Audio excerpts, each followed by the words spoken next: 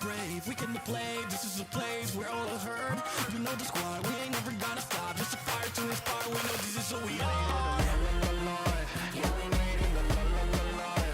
survivors, con permiso. We are the dreamers, the daring believers. We march to a different drum. Everything's waiting, it's ours for the taking. United, we've already won. All for one and one for all. Stand up and heed the call. Never divided, the world is invited. You're welcome to join in the fun. And we're not gonna stop, no. Pick you up, let them know this is on. No matter what, and we're not gonna stop, no. Pick you up, hit me like boom, boom, boom, boom. Hit me like right here, right now. Take your place, celebrate, go out. Hit me like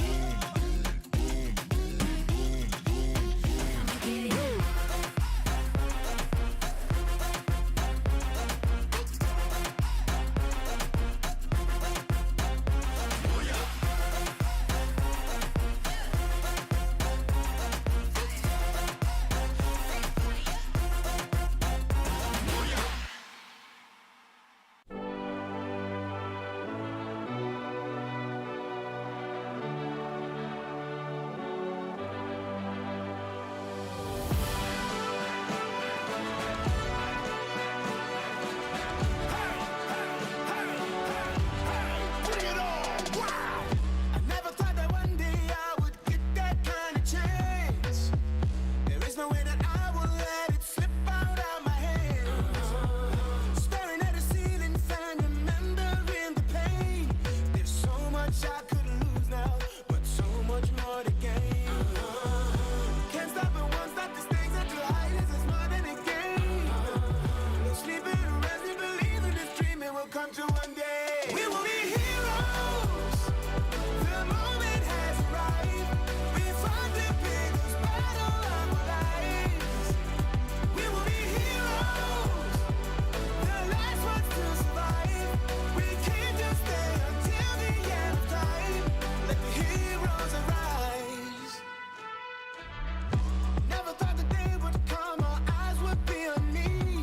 There's no way I will lose now. I'll shine in victory. Can't stop and won't stop the stakes at your height is more than a game.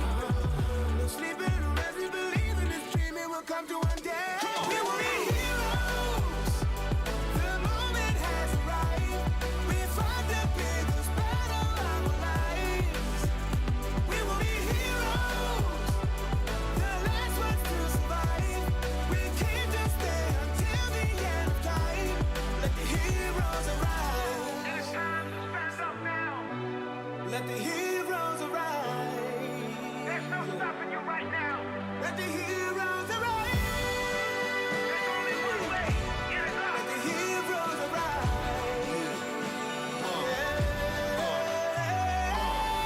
It is what it is, I'ma get it. And I'ma push it to the limit. I don't do it for the fame or the credit, but I'm gonna be the rookie of the year when I finish. You don't want it, I want it, then I'ma take it and I'm gonna make it. Facing the dangers and ways that will turn into celebration. I am courageous, I may just be the greatest alive. I become a sensation when the heroes arrive. We will be heroes. The moment has arrived. We fought the biggest battle of our lives. We will be heroes. The last ones to survive. We can't just stay until the end of time. Let the heroes. We will be heroes. The moment has arrived. We fought the biggest battle of our lives. We will be heroes. The last ones to survive. We can't just stay until the end of time. Let the heroes arise.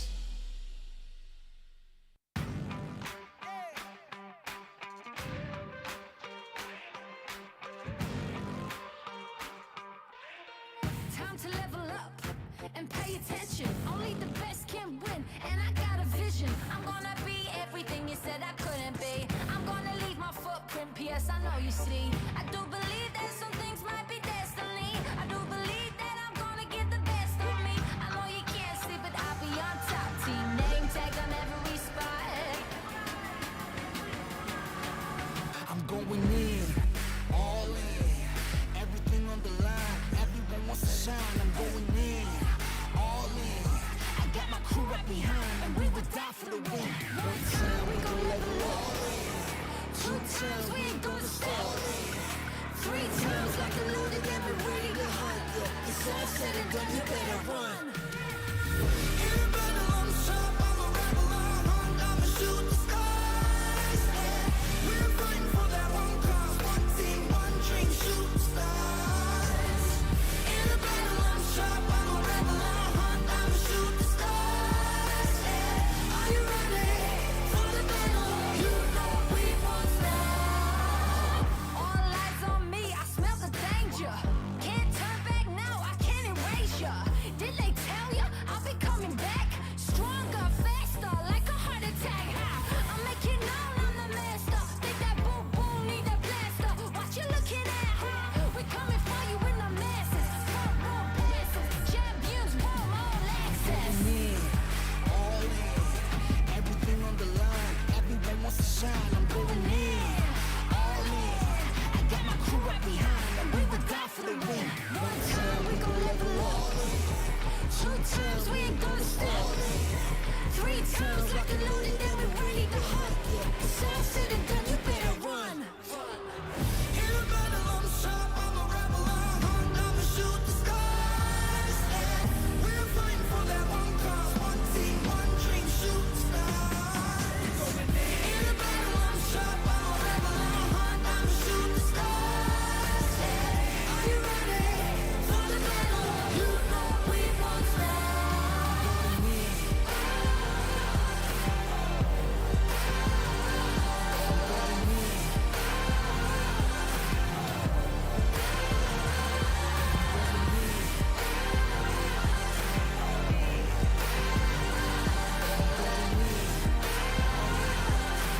You know we won't stop.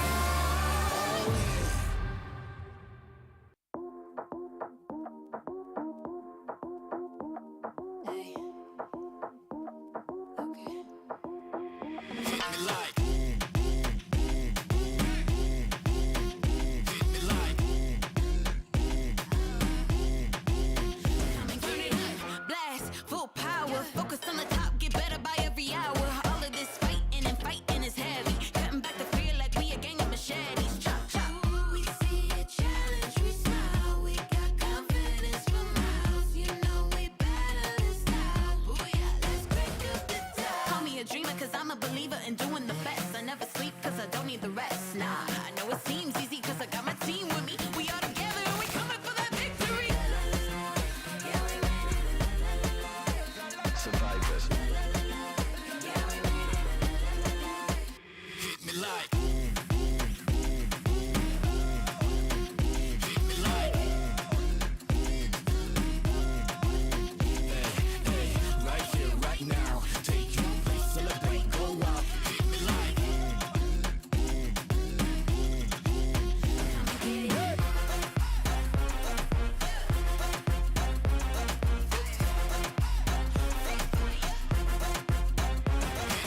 We don't wait for anything, we take it. When we make it out, we celebrate it. Whatever the situation, we'll overcome it. We'll stand the face about we wanna run it. Break the limit to reality. One ain't real, creating a space where everyone's free to feel. We ain't afraid, we are the brave. We can play, this is a place where all are heard. You know the squad, we ain't never gonna stop. Just a fire to inspire, we know this is who we are. Survivors. Con permiso. We are the dreamers, the daring believers. We march to a different drum. Everything's waiting, it's ours for the taking. United, we've already won. All for one and one for all. Stand up and heed the call. Never divided, the world is invited. You're welcome to join.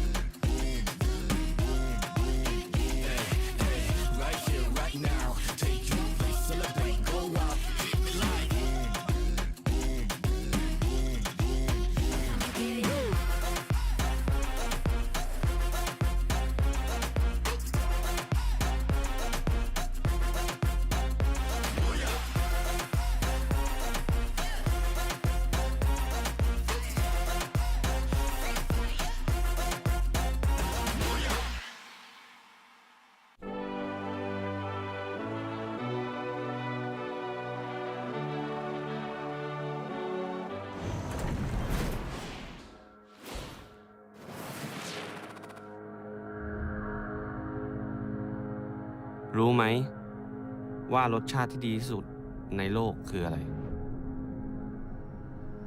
ชัยชนะไง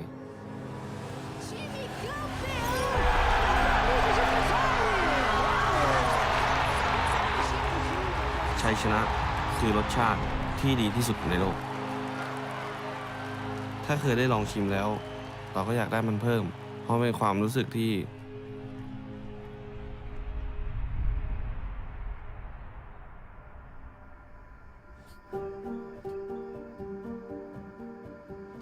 ก็สมัยที่ทำไร่นะครับ ก็ตื่น6 โมงตี 5ประมาณนี้ครับ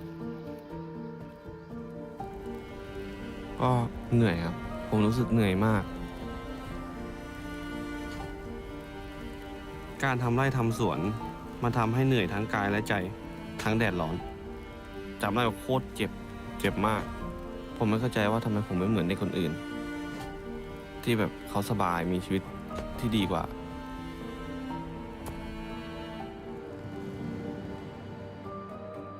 ก็ตอนนั้นก็ตัวผมนี่ดำเลยครับ เหมือนเป็นเด็กสกปรกคนหนึ่งเลยครับ แล้วทุกวันมันก็เหมือนเดิมซ้ำไปซ้ำมา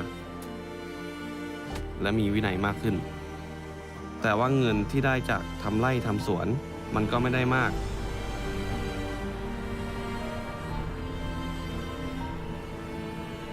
ผมเลยต้องการเปลี่ยนแปลง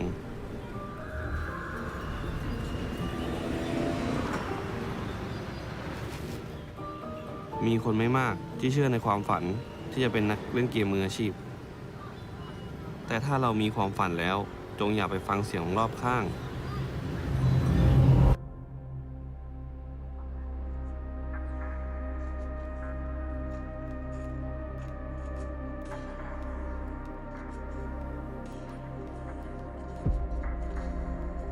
เราก็เริ่มตั้งใจเริ่มเชื่อมั่น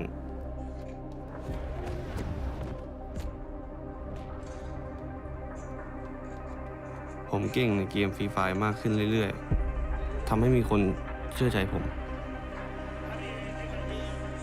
และโอกาสที่ผมจะได้แข่งชิงแชมป์โลกก็ยิ่งใกล้ขึ้นเช่นกัน ทุ่มเททุกอย่างเพื่อ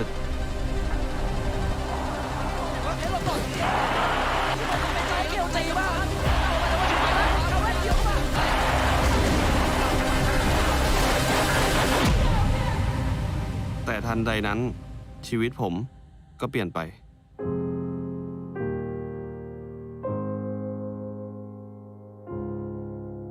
ผมกังวลมากเมื่อผมจะรู้ว่าผมจะได้เป็นพ่อคน แต่เราก็ตั้งแต่วันที่ได้เห็นหน้าลูกนะครับ มันก็เป็นความรักที่แบบว่าไม่เคยรู้สึกให้ใครมาก่อนครับ ผมกำลังใช้ชีวิตเพื่อคนคนหนึ่ง และตอนนี้ผมอยากจะชนะเพื่อครอบครัวของผม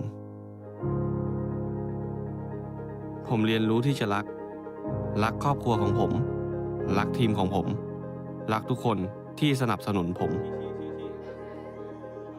ผมกลายเป็นคนมุ่งมั่นกับการฝึกซ้อมอย่างมาก ก็ในการที่พวกผมซ้อมกันมาอย่างหนัก มันทำให้ผมรู้ว่าพวกผมเป็นทีมที่ดีที่สุดในโลกครับ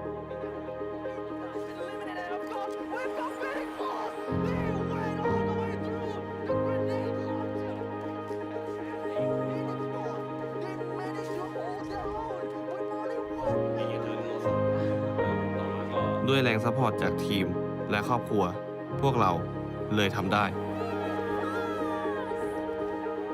ในที่สุดผมก็เป็นแชมป์โลก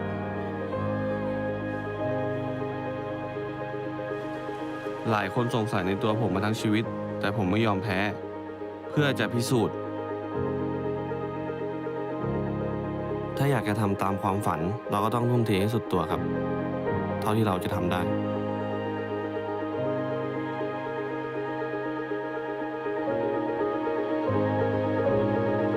แม้ว่าพวกเราจะชนะแชมป์โลกได้แล้ว แต่การเดินทางของผมมันเหมือนเพิ่งเริ่มต้น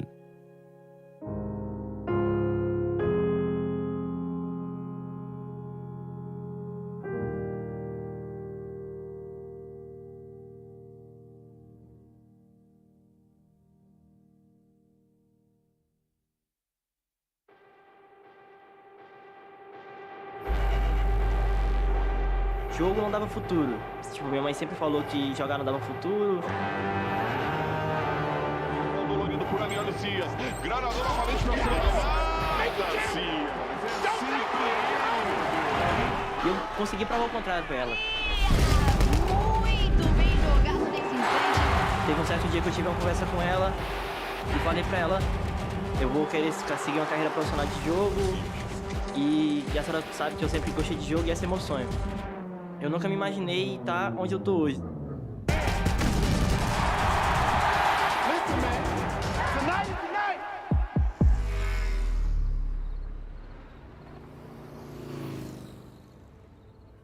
Eu vim de cidade muito pequena, minha cidade tinha o quê? 20 mil habitantes.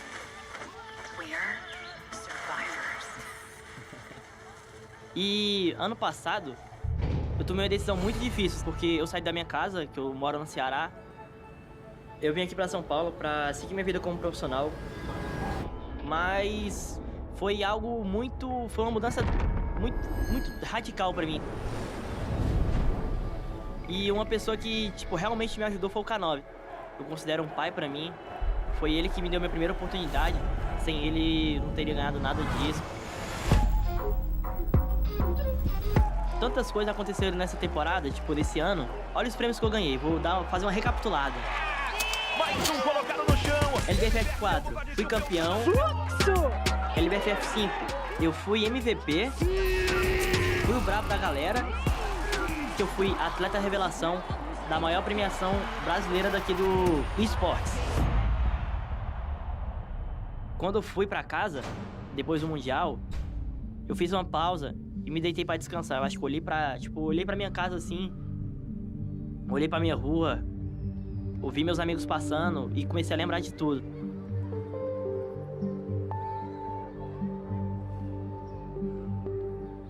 Sabe, eu sinto saudade da minha vida lá no meu sertão, porque eu moro no interior, né? Querendo ou não, moro no interior. E eu tenho muita saudade do pessoal de lá.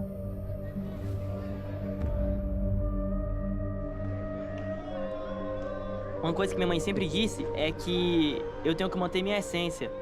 Nunca pare de ser humilde. Ela falou que tinha feito uma promessa que se eu ganhasse o campeonato, ela me levaria para a igreja para agradecer. Enquanto eu agradecia, eu parei e pensei: obrigado, Deus, por ter me dado esse dom. Porque às vezes eu acho que eu nasci com o dom de realmente jogar. Eu acho que eu realmente nasci para jogar.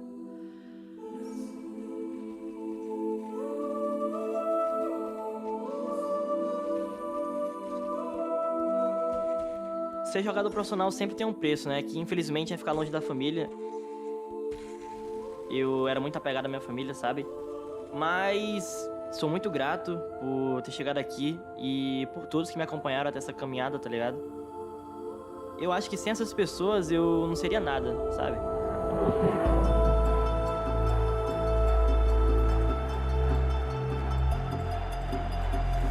Tipo, relembrando tudo isso, me dá muita fome de realizar um último sonho, que eu acho que é o meu foco principal de todos esses anos que eu joguei. O sonho de ser campeão mundial.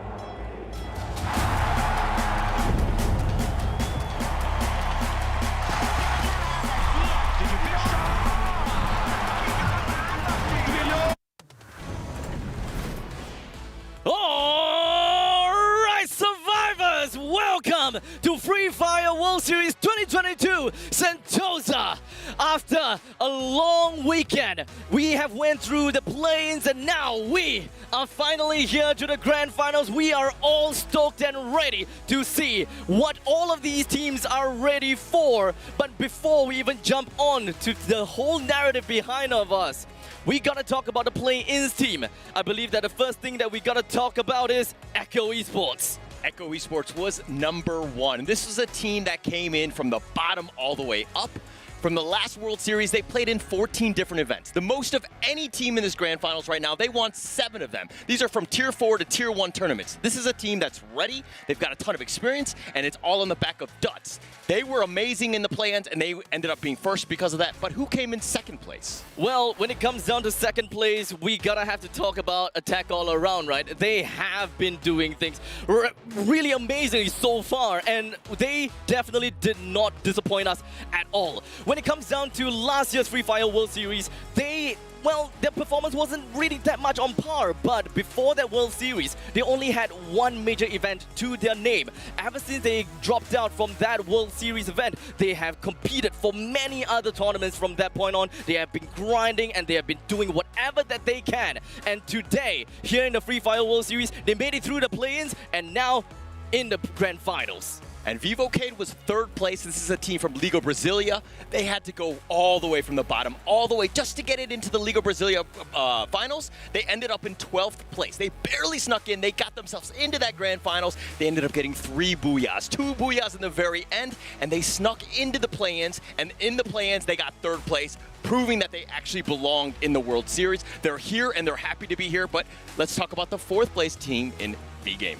Well, for V Gaming, they have definitely shown us what is definitely impossible, or rather, what is definitely possible for them. Because when it comes down to V Gaming, they have showed their tenacity. They went through all their hard stuff, they went through the difficult stuff, and now they are basically in the Grand Finals. They showed us what it is like to play with their big shots. And I gotta have to say, when it comes down to Tana as well as Dark Love, they bombed it. They destroyed the tournament, at least when it comes down to the play-ins. But the question is, will they be able to beat the big dogs here when it comes down to the Grand Finals? Because we have some crazy names out here. Let's include the Kings of the Kings. That is what we label them as, the Thailand champions of the Free Fire World Series 2021 Singapore, and that goes over to EVOS Phoenix. They have showed the power and they dominated last year. They did whatever they could and they had a total of 4 booyahs to their name. Will they be able to do the same thing this year? We gotta have to check out. Yeah, that's actually crazy. And Loud was actually in the 2nd place. There's no way you catch up when, the enemy team, or so to speak, gets 4 booyahs in that Grand Finals that we saw last year. But now we have Loud. This is a team that's pretty much angry. They don't want 2nd place. Brazil had previously won the 2019 Free Fire World Series, and the fact that they want it back. And they're going to come in angry, and they're going to be there. But remember the names, Loud, Can7. These are both teams that are absolute killers on this team. You have to understand where these guys are at all points because of the fact that there's going to be a lot of action, a lot of killing between those two. Well, I gotta say, the Brazilian region is definitely one of the hardest regions to play. But not just the Brazilian region. The European region is definitely tough because it comprises so many other countries battling it out against one another. And in the end of it all, the Portuguese team, Faster Mundo, came up on top and defied all competitions. And they have been the elites of the elites within the European region for time and time again. And this time, seeding their way in as the Blitzkrieg. They will be showing us their dominating performance when it comes down to their time in the Free Fire Pro League. And this is what they do. They go in your face. Blitzkrieg. Glue walls after glue walls, they are in your face and everyone will cower in fear. But will all the other teams behind us cower in fear? We gotta find out. Okay, one team that's not gonna cower in any sort of fear is gonna be EVOS Divine. This is a team from Indonesia, very strong team. They were actually my favorites last year. Oh. And the thing is that they actually kinda didn't have the greatest performance. They were in top 8, but that was pretty much it, right? They saw the brother company in EVOS Phoenix. They actually ended up winning the final. And this is one of those things where it's a lot at stake for them, right? They obviously want to do much better than that top 8 performance they had last year, but also they want to make sure that they're the better of the two EVOS teams here. We're going to have to see what happens. Mr. 05, this guy is a stone cold killer. You watch out where this guy is because he's going to make action happen. He's going to get all of his kills. You do need to be careful about him. Very strong team. I expect to see them in the top 6 at least. Stone Cold Killer? Yes. How about Stone Cold Killers? Because when it comes down to Team Flash, they are not going to be stopping in any form of competition. Previously known as Burst the Sky, they have been in the world stage before. And I gotta have to say, Bio, Bloody and Shin, they have been here before and they are here to set another statement under Team Flash. They've recruited Brian, which understandably is a veteran within the Vietnam scene, and they do have a new player called Florin. He actually is pretty darn new. He actually started his Free Fire esports career only at the start of 2022.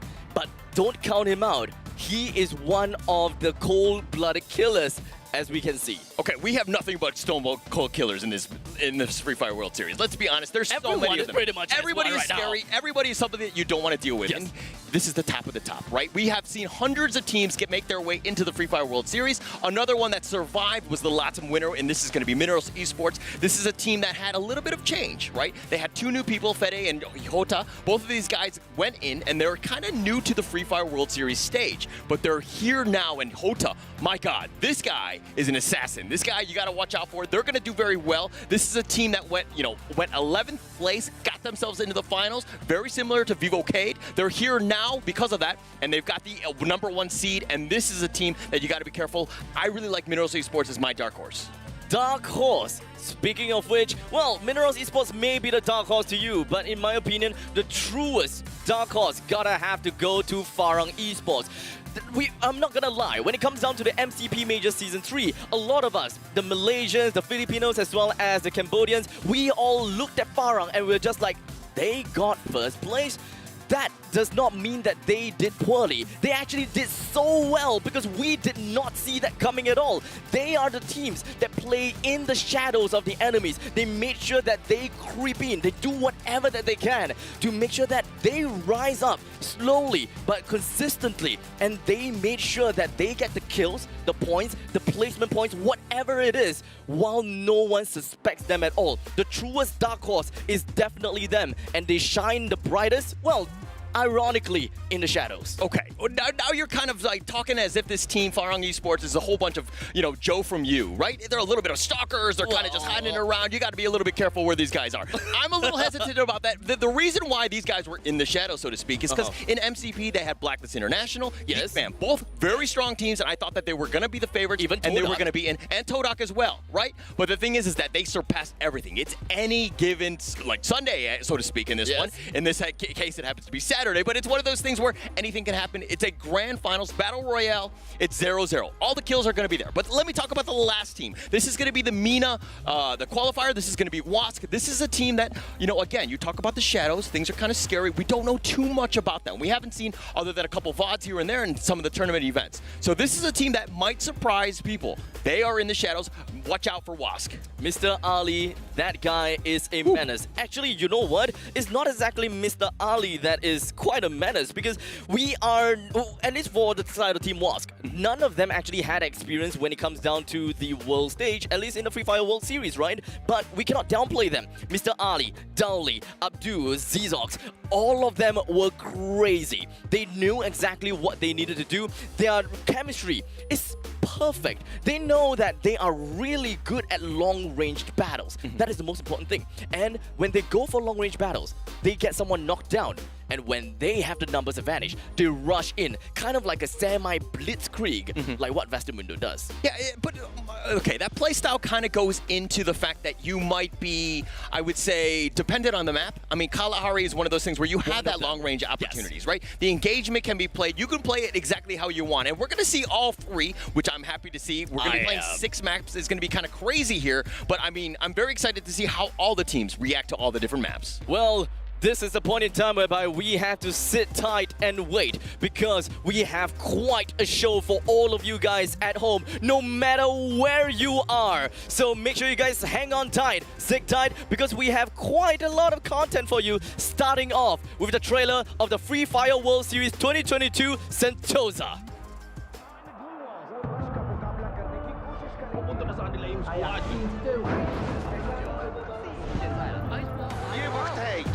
What a great move!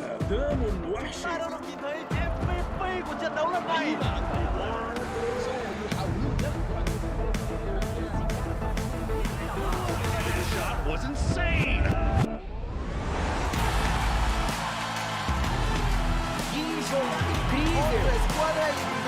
The squad is coming for พว them. กน้ำส้มมันต้องโดนแบบนี้ 灵魂屌斗内高，是时候应该要汇合。ACS 跟维利纳才有 Got a booyah once again.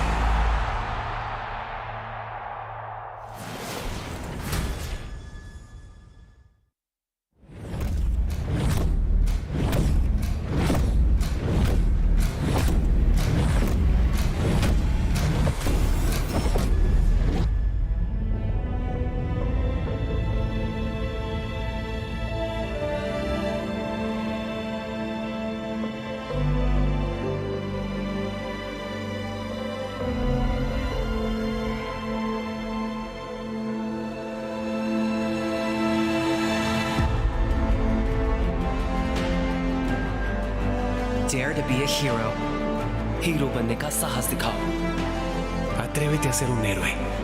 กล้าที่จะเป็นฮีโร่ Berani menjadi wira. Начни путь героя. Mga hasmadin bayani. تجرأ لتكون بطلا. Hero haber 사ਹস 어전 করুন. 但追求做英雄. kahramanlığa hazır mısın? Ouse ser um herói. Chưa là thái độ hero bane. Bản lĩnh ước định anh hùng. Berani jadi pahlawan.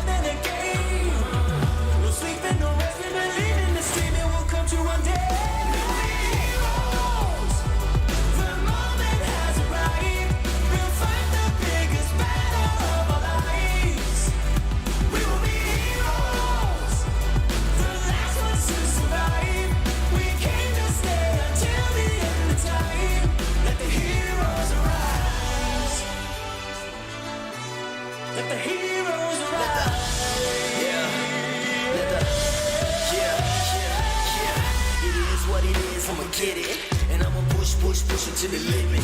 I don't do it for the fame or the credit, but I'm gonna be the rookie of the year when I finish. If I want it, I'ma take it, and I'm gonna make it. Facing the thing, see ways I don't turn into celebrations. I am courageous, and may just be the greatest alive. I become a sensation when the heroes arrive.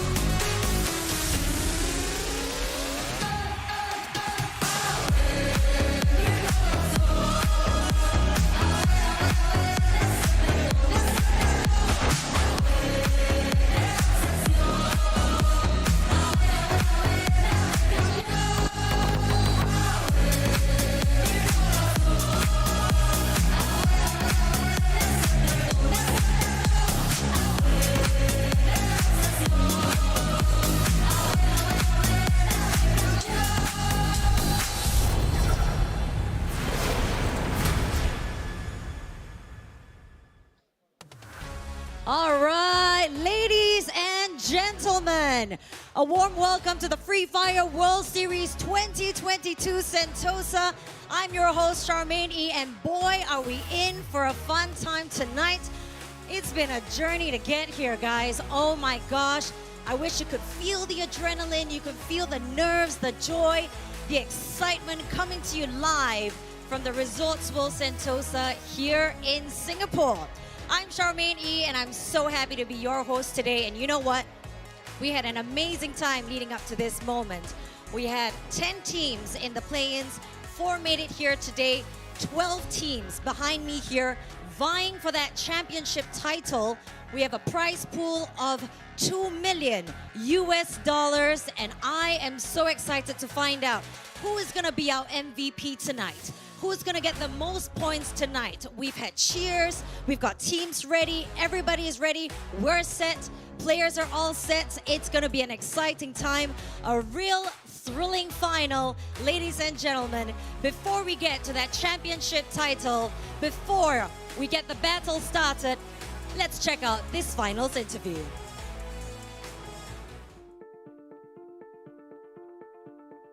เรื่องความประมาทครับในตอนที่แต้มเรานำเราประมาทแล้วชอบผิดพลาดซ้ำๆแบบนี้บ่อยๆครับในตอนที่แต้มเรานำเราเคยผิดพลาดเราเรียนรู้แล้วเราจะไม่มีข้อผิดพลาดอีกตอนนี้เราแข็งแกร่งครับแล้วก็แข็งแกร่งขึ้นกว่าเดิมด้วยเราพร้อมแล้วที่จะป้องกันแชมป์โลก Eu na nossa jornada não mudaria nada porque tudo que nós batalhamos, tudo que nós fizemos serviu como ajuda e como apoio para nós hoje estarmos aqui aptos a representar a Baixo do Mundo num campeonato mundial e eu penso que hoje tenho uma equipa que está preparada para isso.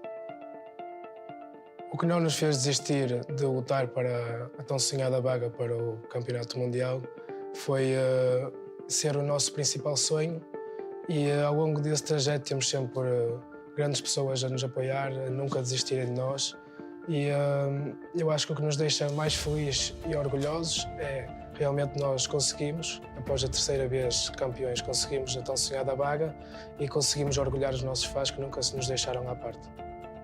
Động lực khiến mình không bỏ cuộc là khi được thi đấu cùng đồng đội và khi giành chiến thắng cùng đồng đội thì khi đó mình mới thỏa mãn. Đương nhiên rồi, ai cũng mong muốn một lần chạm tay vào chức vô địch và lần này mình sẽ làm được. Ya suatu penghormatan lah karena gue bisa wakil Indonesia lagi dan ya yang pastinya fans-fans gue juga ngarepin gue menang dan itu sebagai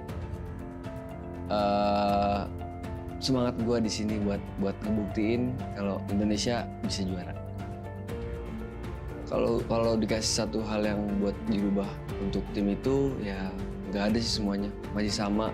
Yang penting mereka masih mantepin role-nya dia dan ya nggak ada yang mesti diubah lagi.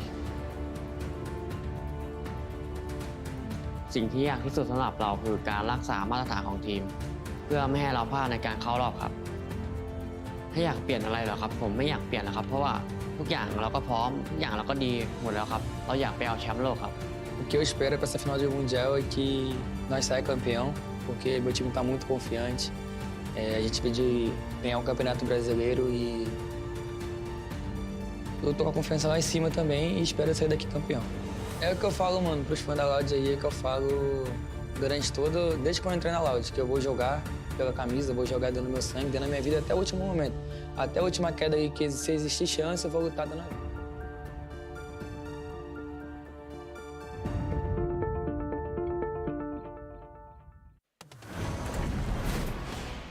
And that is what the teams and the players have got to say for themselves. But for now, welcome back to us. My name is Abstract. With me here is Holler, and of course, I will have Aris join us in a while later.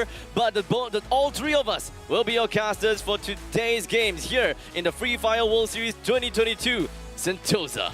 And I'm super excited. We've seen 5 of the teams that made it from last year's Free Fire World Series make it all the way here. Attack all around, Loud, and then both of the EVOS' teams, as well as Burst the Sky, which are now Team Flash as well. So we have a lot of experienced teams, and we have a lot of new blood, which is going to change things up here. It's all about getting that experience and playing on the world stage. They are here to truly show the entire world, and perhaps even in their own region to a certain extent, that they are the best of the best. Because you wouldn't want to settle yourself as the second best, third best, or whatever it is. You are here. World stage flew all the way into Singapore. You gotta have to show exactly what you're made of, how long you have trained for this very moment. And this is the time where you show everything and every single ace in your sleeve. And there's no time to be breathing at all, because you gotta hold your breath for every single moment it counts. It's all about holding your breath, and it's all about that experience. Yes, you might not have won like last time, EVOS Phoenix. I mean, they were the clear winners last year, but hey, every other team has actually gotten better, stronger, and they're definitely way more coordinated, and they're incredibly hyped up. It is not going to be the same thing. Of course. Definitely not going to be the same thing like we seen in last year. Now we have such big names coming in. And honestly, EVOS Divine, it didn't seem like they managed to get that much of a work done last year. Yeah. But this time, after looking at their qualifying stages, or rather their own region's dominating performance, I am not surprised to see how well they're going to be doing today, or maybe some other teams out there. Okay, but if we're going to look at the teams that actually did made it, we have the Brazilian representative, Loud, we have Minerals Esports, EVOS Phoenix from Thailand, Team Flash from Vietnam, EVOS Divine from Indonesia, and Vasta Mundo from Europe. They made it all the way here, as well as the other 6 teams. Well, we gotta have to take a look at WASC, that will be representing the Middle East and North Africa. Farang Esports, representing the Malaysia, Cambodia, and the Philippines region. Echo Esports, that will be representing the Indonesia region. Attack All Around, representing the Thailand region. Vivocade, representing the Brazilian region. And V Gaming, representing the Vietnam region. And I'm happy to see all of them. Even the play-in teams, all of those are killers. Those are scary teams that no one really wants to play against. Yes, they had a bigger brother, so to speak, that actually got automatically qualified into it. But if we're going to look at the prize pool of this Free Fire World Series, absolute monster. First place, $500,000, $500,000. Second place with $250,000. Third place with $100,000, as well as fourth place. But fifth place is, well, completely bonkers. Even though they may be finding themselves at 5th place or perhaps even 6th place, they will still be going back home with $90,000. And I would say the same for 7th and 8th. They will be going back home with $80,000. 9th and 10th with $70,000, and 11th and 12th with $60,000. Even though they may drop at the bottom of the finals, and I really do not want to know who are these teams gonna be, they are still going to be going home with a lump sum of money, and that amount is insane and bonkers. Yeah, but they earned it. Let's be honest. They played regionals after regionals, qualifiers after qualifiers. They've gone through hundreds of teams. This is the top 12. This is the creme de la creme. This is the top in terms of what you're going to see, and you're going to see a lot of how it's going to happen. But, I mean, let's look at the points in terms of how this whole system is going to work through. It is going to be the same exact way of point system you see in every tournament you see within of the Free Fire universe. Whenever you find yourself a booyah, you'll be going back home with 12 points for that very specific round. And anything after that is a decreasing number from 9 points all the way to 1 point, from 2nd place all the way down to 10th points. 2nd place to 10th place. If you find yourself to be one of the unlucky few to be in 11th place and 12th place, then I'm sorry, you're gonna have to receive no placement points for that very specific round. But that is not exactly over. Every kill you get can still net you a single point. Yeah, and kills, in my opinion, are the most important thing. It's going to add a lot of consistency. Some things happen where you talked about luck in terms of placement points. A lot of that can affect in terms of how you place out in the end, but kills is all about that. If you're able to just mechanically outclass everybody and skill them, you're just going to get those kills. But let's talk a little bit about tiebreaker rules here. If the points end up being tied at the end of the day, we're going to actually break it by the number of booyahs that you win. So that's going to be the most important thing. The second piece is going to be the total number of kills kills. Again, reason why kills are so important. And then the final one, of course, is going to be the survival ranking of that final round. Make sure that you do outlast all of the other teams. So if you manage to get yourself a plenty, if not a numerous amount of kills, you top the charts in kills, but you don't get yourself a single booyah. In the very case that you are fighting for the first place together with some other team and you realize that, hey, I don't have a single booyah, and the both of us, me and the other team, we are on the same point. You are going to lose out the first place just because of the fact you don't have a booyah. So, as much as kills is important, booyah is very important, and thus, every single team needs to exercise caution with how they would want to balance these two. And it's going to be played on the maps. If you're new to Free Fire or you happen to be a veteran viewer, we see the same 3 maps, but they're going to be repeated. Bermuda, Kalahari, and Purgatory, and it's going to just swap back in. Bermuda and Purgatory being somewhat the faster, smaller place maps. But what are your thoughts on Kalahari? Kalahari is one of the maps that really destroys teams. It doesn't matter if you are a pro team. I mean, technically it does matter because all the amateur teams out there may not have a very good understanding as to how they would want to route themselves within of Kalahari because of all the cliffs and ridges and just high points of interest, right?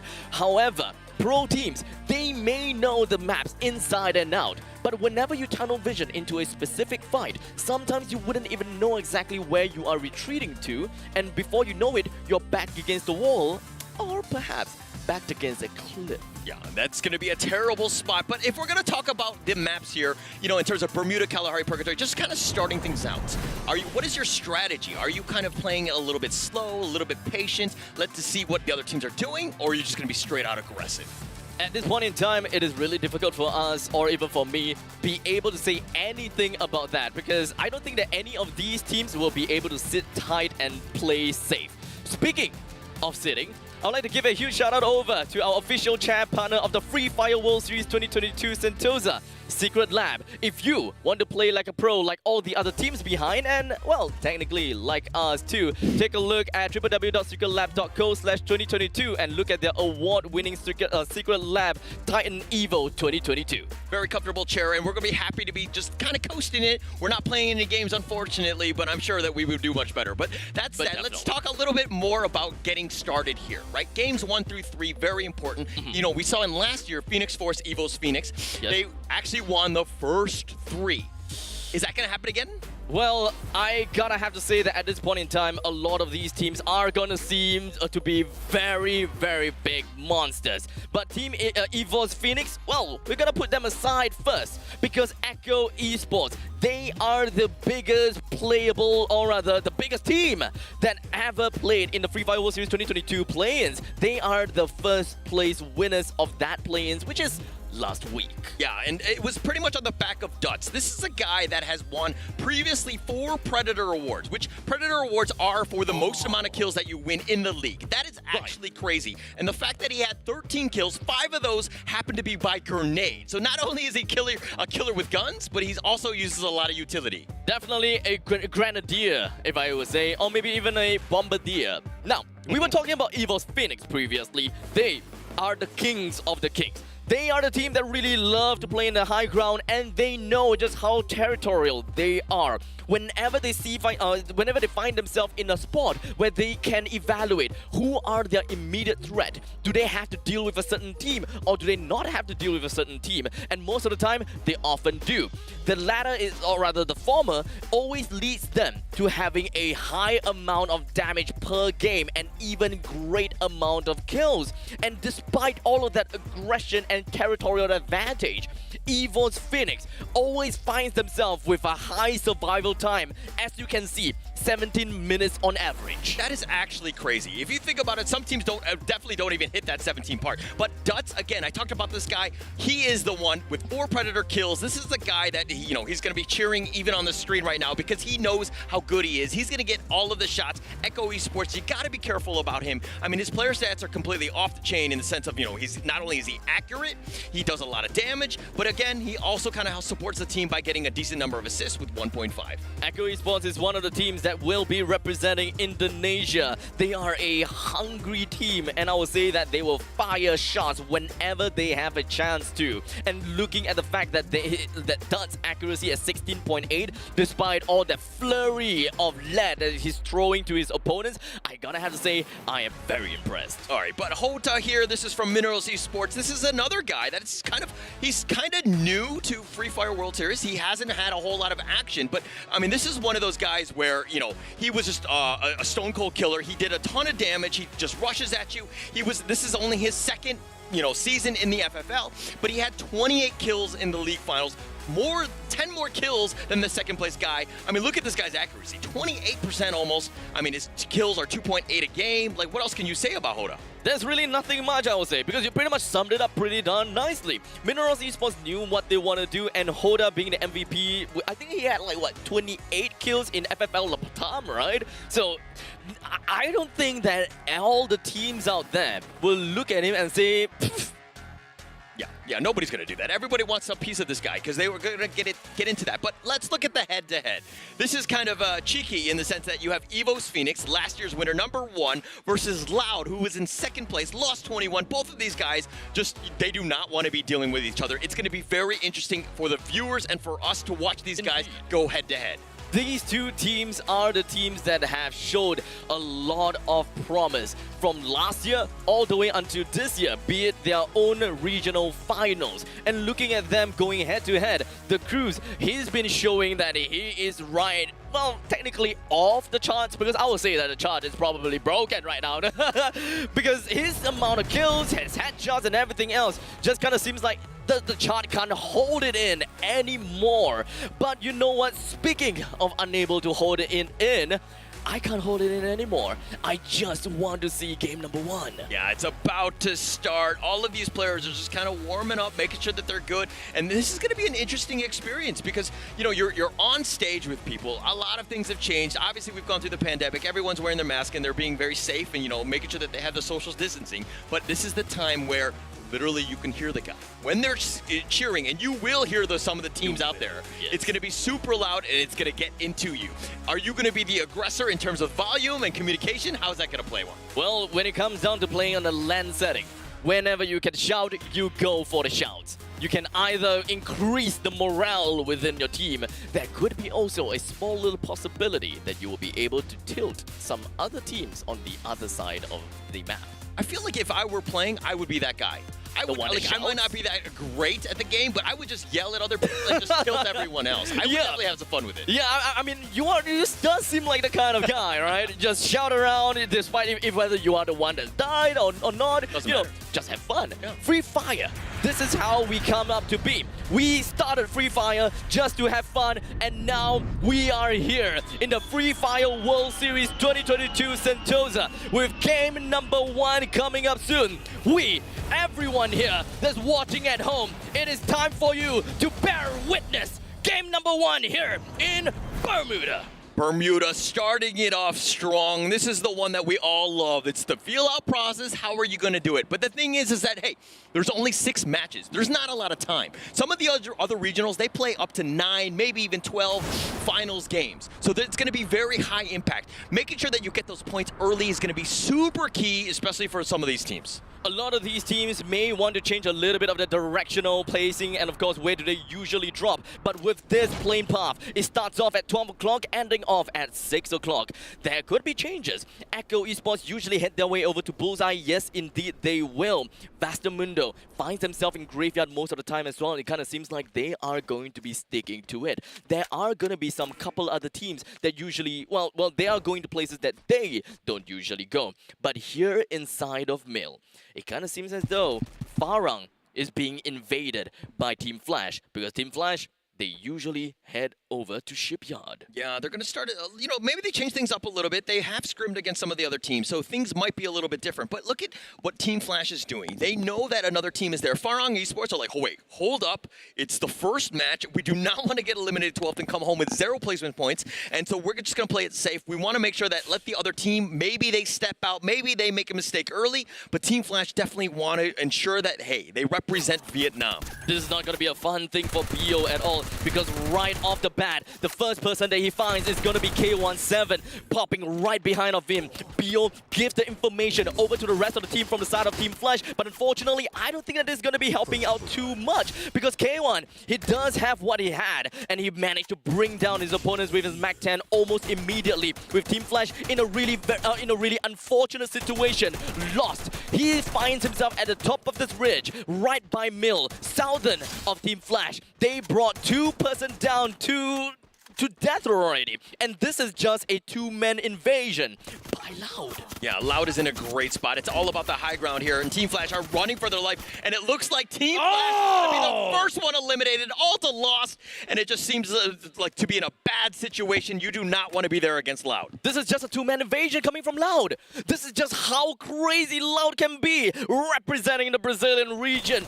2 members have destroyed the Vietnam team, Team Flash, and I don't think that that's going to be the end of the road, or rather the end of this part of the game just yet, because we have another fight on the opposite end of the place. Vastamundo, they found themselves a single kill onto Tanha, and now moving on to the next spot. Yeah, Vastamundo is a team that requires a lot of momentum to get going. I think that this is a great start to them, making sure that they got that kill and they're continuing to move forward. Vastamundo was an absolute menace in the Europe Pro League. This is a team that teams do need to be careful about because, I mean, once they get going and they have that momentum, it's very difficult to stop them. Moving down south over to Hangar. It does seem as though Vastamundo is playing a little bit more of that safe kind of play. And I understand. When it comes down to Vastamundo, they usually have 2 very varying styles of gameplay. They go for very aggressive gameplays, such as the Blitzkrieg, or number 2, they go for the defensive gameplay, whereas they will get themselves in as far away from the circle as possible and just try to get themselves more farms. But actually, this is more of a hybrid. They are heading to the edge of the circle, probably over to Rinnam Village, away from everyone else. In that essence, it's defensive. But they are also putting themselves inside of the circle and possibly working towards the center after the second. And you might want to change things up, right? You have your strategy. Yes, things might work, but it's still, again, the feeling out process. Things might be a little bit different that, from other teams, the meta, the regionals, and you could just change things up. Loud, on the other hand, are kind of like, hey, we know what works. We're just going to find people. We're going to kill people, and we're just going to roll on. This is going to be keep rolling. They're just going to keep rolling, man. Of course. Every single one of these teams, they gotta find their own way of rolling, I would say. Yeah. You know? What kind of roll do you go? A side tumble, overhead shoulder kind of thing? I don't know. I mean... We roll on out. That's all I'm trying to say, right? They're going to have some fun with that. But Evo's Phoenix, again, we haven't seen too much of them. They haven't actually seen anybody. Very patient team. They're looking for, again, late game, just surviving. They've definitely fortified this area. They know what's out there, and they've got great vantage points. Evo's Phoenix is all about that intel. But for the Kings, though, it's kind of surprising how silent they are. They kind of give me the essence of Farang right at this very moment, because we have 2 teams that have been blasting their way through, or I would say 1 team blasting their way through, and that is Loud. They made their presence obvious right off the bat, and immediately getting themselves 3 kills, it kind of seems like they are emitting the essence of champions already. But it is way too early for us to say that. Their aggression doesn't necessarily mean a single booyah, but momentum is something that we can expect from Loud. Warm up, get your shots in, making sure that you're hitting, right? That's all you want to do. And then if you do get into that firefight, take good, high probability fights, right? You don't want to go for the 50-50s, especially this early. You want to ensure that when you're getting them, you're getting it, maybe a third party, some sort of ambush where they're not completely caught off guard. But at the same time, look at how messy the clock tower, that area is right in the middle. It's very difficult, the danger zone right now, and we're probably going to see some more action. Well, it kind of seems as though that EVO's Phoenix, they are sticking to their very own gameplay. They really didn't have to change anything at all. They usually play in the central part of the map, and they do not want to do anything to deal with any teams that try to get close to them. In fact, they would then find out whether they really have to deal with these very specific teams. So looking at EVO's Phoenix, immediately just popping and trying to get a couple of shots off of Mineros Esports is a little bit unlike them already, because they would like to play in close quarters combat, and them shooting out like that is inviting the teams to come and vulture them. Yeah, but speaking of vulturing, I don't know who the vulture is right now. Wask, EVO's Phoenix, Mineros Esports, there's so many different teams nearby. It's like, hey, if you take a shot, you're going to let everyone know. So I think at this point, I would play possum. I would play quiet, making sure that, you see what's there. You ambush anybody that might, enter your building more than anything else. But I think it's about playing safe. At this point in time, we pretty much understood that Free Fire World Series is the event where every single one of these teams would want to play as passive as possible because they understood what it means to take a fight. It is no longer that 50-50 scenario that we usually see in regional finals. It kind of seems a lot more like a 70-20 because you have so much more to lose than to win. Yeah, and they're playing for that late game. I mean, yes, we know that it's Bermuda and it tends to be, a little bit faster paced, but again, the different, probably circle 4 and 5 are going to be the key ones, especially on this map, but it's still so very early. Wask actually saw people, they're backing away. They're running away because they realize, hey, we don't want to take any sort of risk. We want to ensure that we're going to get around for that 4th and 5th circle. A very slow game indeed. Teams are holding themselves inside of houses. They're setting up shop. And now with the 3rd circle being available for us to see, we are now able to understand where every single one of these teams are and who have the best position so far. With attack all around right smack in the center of the new circle, they are in the best position ever. However, that could also mean that whatever shot that they take, they are going to be attracting the most amount of attention. So it is up to them how they would want to play things out, especially since attack all around, they move very early into the game. And that is exactly why they managed to make their way into the center of the circle. That is just their playstyle. But close range quarters kind of game, that is what we should look out for. Because Van Tan, his Charge Buster is absolutely insane. But speaking of insane, attack all around, they're starting off a fight right onto Echo Esports. What a great shot right there. And this is kind of the end. You talked about attack all around's positioning, about it being great. My concern was that they could technically be surrounded. They're in this divot area where, they could get ambushed. It's not the greatest amount of cover, but they got a couple of knocks. Yes, more than anything else, their team will pick them up. I think Echo Esports will be fine at the end of the day, but it's one of those things where now you've kind of made them use a little bit of utility so that you've kind of softened them up a little bit. Now it looks like it's going to be the next one, Farang Esports going up against Evos Divine here. Farang, with 2 other members hiding inside of the house. Like I said before, setting up shop. One of the other members have decided to get his way into the circle. So they understood that Pablo and Jezbu very likely is already in a heap of trouble. If whether they are able to get out, that is another question.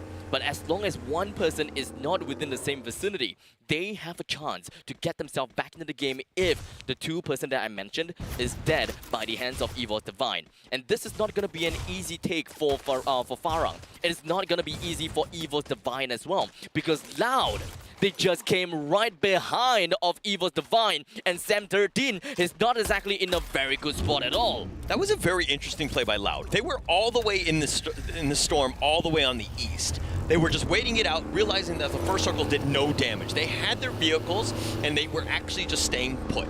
And then all of a sudden, they had their vehicles, and they just stormed, Evos Divine there and tried to get the early pickoff. It seems like it's one of those ambushing attempts, the amphibious assault, so to speak. People get caught off guard. It's going to be very difficult for them to kind of affect them in that sense. But, they're fine now. But it looks like, again, Loud, this is their gameplay. They just want to storm in, and they're going to make it a very easy time for them.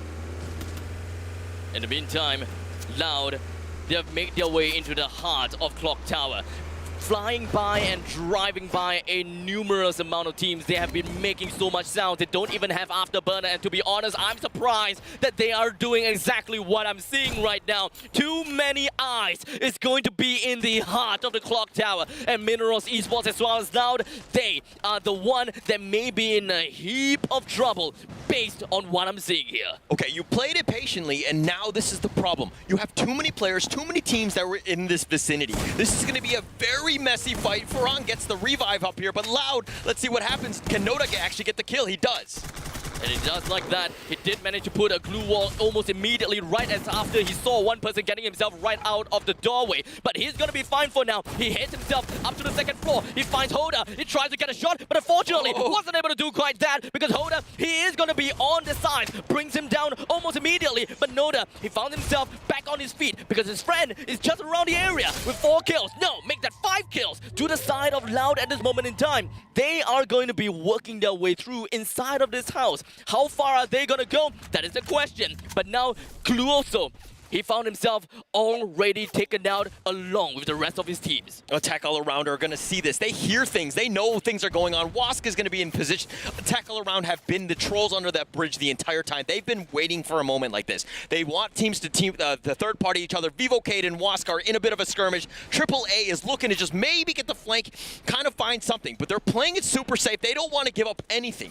On the other fight that you talked about just earlier, Loud was actually insane. They're going to go, and it looks like they're going to go to EVOS Phoenix. Well, Noda as well as Lost, they did manage to get themselves a decent amount of kills onto their name. We have quite a lot of things going all around the map, but the main thing is that we have to take a look what is going on onto Loud. Kronos and Noda, the last two members coming from the side of Loud, but unfortunately Noda gets knocked down. How about Kronos? He found himself the kill. He managed to bring down EVOS Phoenix for now, and he picked up his fellow friend with 8 teams left in the map of Bermuda. This is just game number 1, and we are just getting the party started. Wask was eliminated in 9th. Loud and EVOS Phoenix were going at it. That was the fight that we wanted to see. The 1 and the 2 of the last year's, Free Fire World Series going back at it. But it looks like EVOS Divine here, last one. Beyond all by himself. He's going to throw out some grenades, probably take out Pablo there. He should be fine, but Farang know that something is up. Loud is on the other wing. He needs to be careful about just surviving. It's the 8 teams left. They're not going to get a whole lot of placement points. This is a huge issue. But look at Loud turning it up with 8 kills. 8 kills. K1, Noda, and Kronos. They did manage to get themselves out of adversary, and honestly, I am just baffled with how Loudon managed to turn the tides. Oh, how the turntables, I would say. And now Beyond gets a shot down on the spade. Farang, they are losing numbers by the very second, and Beyond, he's gonna be the last person of EVOS Divine. He can't get his way into any form of vending machine, and he gotta have to play as a lone wolf all the way until he actually make his way over to that vending machine. Oh, look at how this last circles are starting to go in. There's so many teams again, not a whole lot of space. People just want to breathe, but with that being pushed, Loud has been knocked out. Attack All Around has gotten some good pickoffs. They've had some great ambushing, and they're making sure that Loud doesn't cross that river very easily. Loud is going to have a hard time going up against a Titan-like Attack All Around right there. The Thailand team being very strong, but FRG looks like they've been eliminated. Beyond, what happened to him? He just went up and running, gets himself a quadra kill, brings down the entirety of Farang almost immediately despite being the last member left all the way down south. He's gonna be pretty darn happy with the amount of kills that he have got, but the question is, how is he supposed to get his way into the next circle? Because the circle is being gate-capped by Attack All Around. Perhaps the fight between Attack All Around and Loud will be able to give Divine's Beyond a way to get into the circle safe and sound. Luca with a nice shot against Umbach. He makes sure he does get that kill, but Beyond, my God, he's turning it up. Oh, Loud! Turning it up.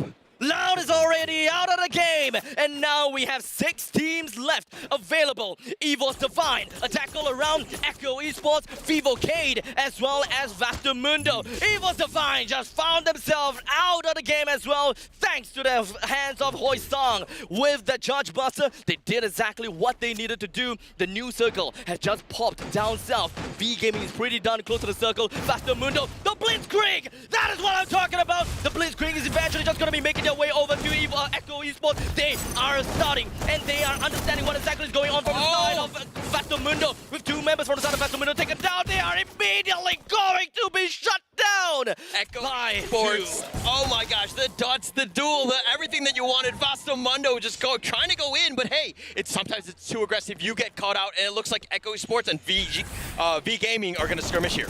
There's just a little bit too much teams going on at the moment in time.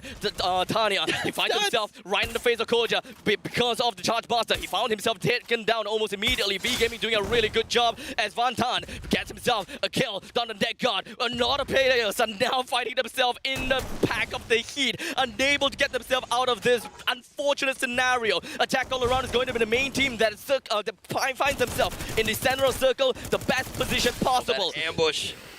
Oh, he kind of totally swung around and he caught him off guard. V Gaming is here. They've only got 3 players left. Attack All Around with 4, though. This is a team that's been, pouncing on. Their positioning has been amazing throughout. But look at Koja. Echo Esports, the last man surviving. Vivocade still in this one, but it looks like it's going to come down to this. Probably the last circle coming up. It's a very small circle now. Echo Esports knocked down at number 4. The rest of the members from V Gaming, they have managed to bring up and erect a barricade of glue walls, separating them from the rest of the team. But Nando Mundo! He finds himself a shot down onto that glue wall, brings Bingsu down, followed by a initializing shot that will bring him down for good! Oh, that grenade was so good. Oh my gosh, VKB 2 on that one, and it looks like Dark Love, he's got, so many kills to his name, but hey, they've got 10 from attack all around. Vivocade with just 1, but they're surviving. This is going to be the last skirmish between the two teams. Oh, Nando! He does have the high ground, and the high ground it is. He finds himself a little bit of angle. He's looking for the next person, but unfortunately, they are just directly below him. It's not going to be easy for Nando at all, but he found it! That is how we talk! That is how we go! Because the booyah for game number 1 goes over to Vivocade! Woo! Look at how pumped up Vivocade are. This is the team that made it through the play-ins. They were 3rd place, but they are ready. I tell you, Vivocade loud, living up to their names in the sense of, hey, they are super loud, they're very aggressive, they want their presence to be known. Very scary, but I think it's going to come down to points. Vivocade didn't get a whole lot of points, but the thing is that Attack All Around got a lot of kills and the positioning, but we're going to have to find out because we have the highlights coming up.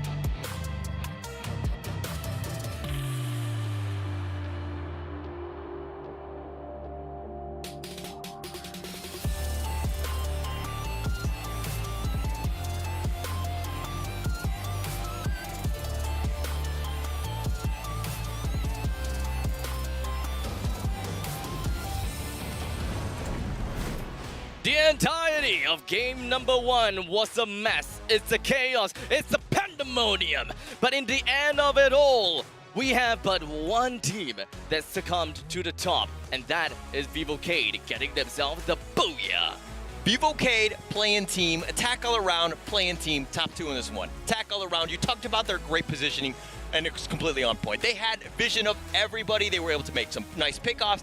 I'm pretty sure Attack All Around will score more points because of the kills that factor, which is absolutely huge. Well, there are quite a lot of teams that actually managed to get themselves a good amount of kills to their name. So I believe that getting ourselves a nice little understanding of how that match standing looks like will give us a lot of a story, right? But the main question that I'm going to give you here, is Vivocade going to stand at the top of the overall standing just from this game number 1 for now? No, I don't think so. I think it's going to come down to kills. I talk about kills being more important, especially Attack All Around really is the one? I think Attack All Around, we're going to have to find out. It's going to come up right now in match standings that's going to be here. But let's see exactly what we're talking about. Attack All Around, I told you, 10 kills. That's absolutely massive. 19 points. Vivocade, yeah, they got the booyah, and that will help with the tiebreakers. Very important. But they ended up in 2nd place with 16 points. Well, they do have 4 kills to their name only, but there are some other teams that did manage to trump them over.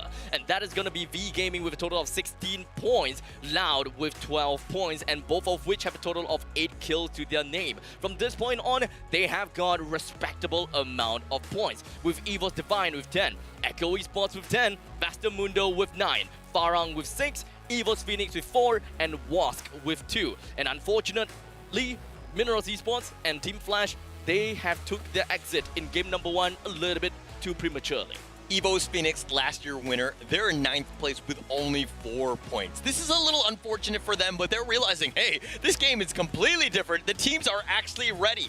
Everything is completely different from last year. We thought it was going to be, a cakewalk and all that, but let's look at the MVP here. This is going to be one where it's going to be no dispute whatsoever with Vantan with 4 kills. V Gaming completely turning it on point. V Gaming really stepped up on this one. Well, we have seen how he worked around with his sniper shots. A headshot, a back shot, and then anyone that's on the ground, he goes for the kill secure almost immediately, and he gets himself the 4 kills just from that. He has been the expert of the sniping industry for a while now, and we know even when it comes down to CQB, his charge buster cannot be frowned upon. Yeah, definitely not. But let's look at the next one, which is going to be the kill leaders. We saw this throughout. There's a lot of attack all around, especially when you've got 10 kills to your name for that team. But Vantan with the 4, as well as Hoysong and JLX, all of these guys. How do you do this? Attack all around, literally attacking everyone from all around. They have consistently found themselves in the center of the circle, and that is just the aggressive positioning that we are seeing from them.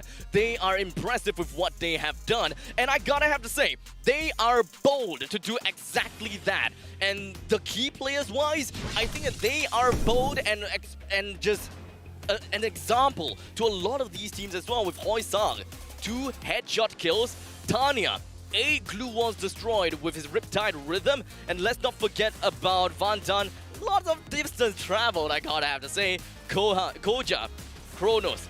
As a Kronos, you gotta have to make full use of your time turner. Okay, I love the fact that we're taking stats that are, you know, not just kills and damage and all that thing, because this is about supports, right? Some of the players will play a support role, knocking down those glue walls. Very important so that your snipers can actually get some avenues of attack. You have some nice angles, right? Damage block, again, just keeping your team alive. It's almost kind of like healing in a way, but it's just protecting your team, making sure that you have great, you know, chronos that kind of protect and support the team. Well, the time turner is going to be a very big thing when it comes down to Free Fire World Series. And let's not forget Riptide Rhythm. Riptide Rhythm has been seeing quite a lot of popularity nowadays, if not for the past few months, because we don't really see a lot of Riptide Rhythm in the previous Free Fire World Series. Well, technically speaking, it's not there. Well, we do see a lot of drop the beats. We see a lot of time turners. And if you guys take a trip down a memory lane, at that point in time, the time turner was a one-way bubble. You can shoot people. They can't shoot you. It's very different, and I'm glad that they made the changes. They needed to balance that a little bit. I think that was kind of a little overpowered in that sense, and I'm happy to see the Free Fire. I think it's in the best state that it's ever been. I think it's very balanced, gives a lot of, you know, characters, the opportunity to shine, so to speak, and they are all somewhat, you know, balanced in that sense. Well, I am excited to see what is going to be coming up next for us, because game number 2 will be underway after a short little break, all right? So make sure you guys over there don't miss us too much. My name is Abstract. With me here is Ola. We'll be back here in the Free Fire World Series 2022 Sentosa in a short little bit. Don't go away.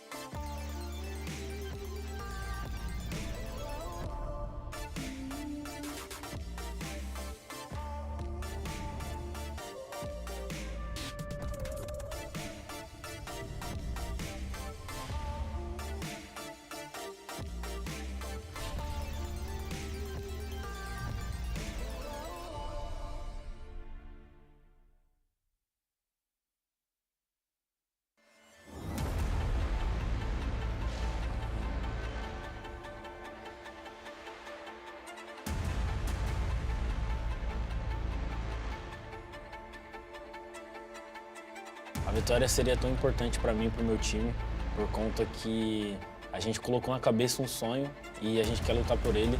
Foi isso que a gente começou no Brasil e é isso que fez a gente estar aqui.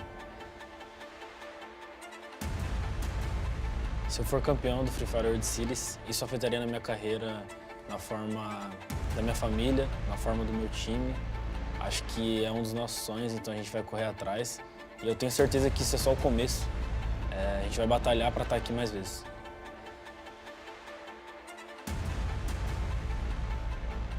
I الفوز سيكون مهما لي وجدا ولفريقي لأنه يعني كما تعلمون الفوز هو يعني حلم جميع اللاعبين في لعبة فري فاير، يعني لما تصل بالخصوص للمرحلة النهائية يعني نهائي كبير جدا لما تفوز فيه يعني له طعم رائع جدا بالخصوص الظروف التي مررنا منها، يعني ظروف غير عادية يعني كما أقول لا تشبه يعني الظروف التي توجد في السيرفرات الأخرى، يعني ظروف صعبة جدا وذلك ما يجعل الفوز لنا يعني شيئا له طعم آخر يعني.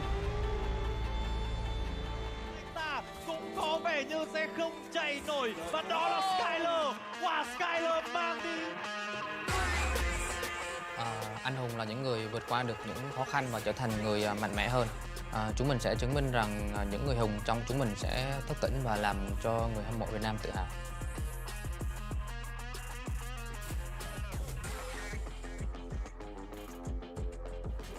Kita akan buat yang terbaik untuk memajukan nama Malaysia dalam bidang e-sport supaya player lain dapat mencontohi kita orang. Doakan kita orang di final, semoga kita orang dapat mengharumkan nama Malaysia.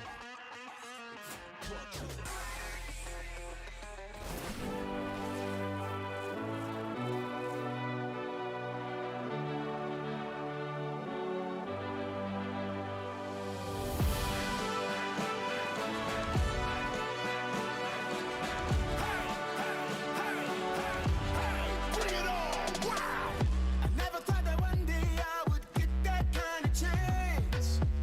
There is no way that I will let it slip out of my hands. Staring at the ceiling, fan, remembering the pain. There's so much I could lose now, but so much more to gain. Can't stop it, won't stop the stakes until height is more than a game. No sleeping or resting, believe in this dream, it will come true one day. We will be heroes. The moment has arrived. We fought the biggest battle of our lives. We will be heroes. The last ones to survive. We can't just stay until the end of time. Let the heroes arise. Never thought the day would come, our eyes would be on me. There's no way I will lose now. I'll shine in victory. Can't stop it, won't stop the stakes until height is more than a game. No sleeping or resting, believe in this dream, it will come to one day. We will be heroes. The moment has arrived. We fought the biggest battle of our lives. We will be heroes. The last ones to survive. We can't just stay until the end of time. Let the heroes arise. It's time to stand up now. Let the heroes arise. There's no stopping you right now. Let the heroes arise. There's only one way. Get it up. Let the heroes arise.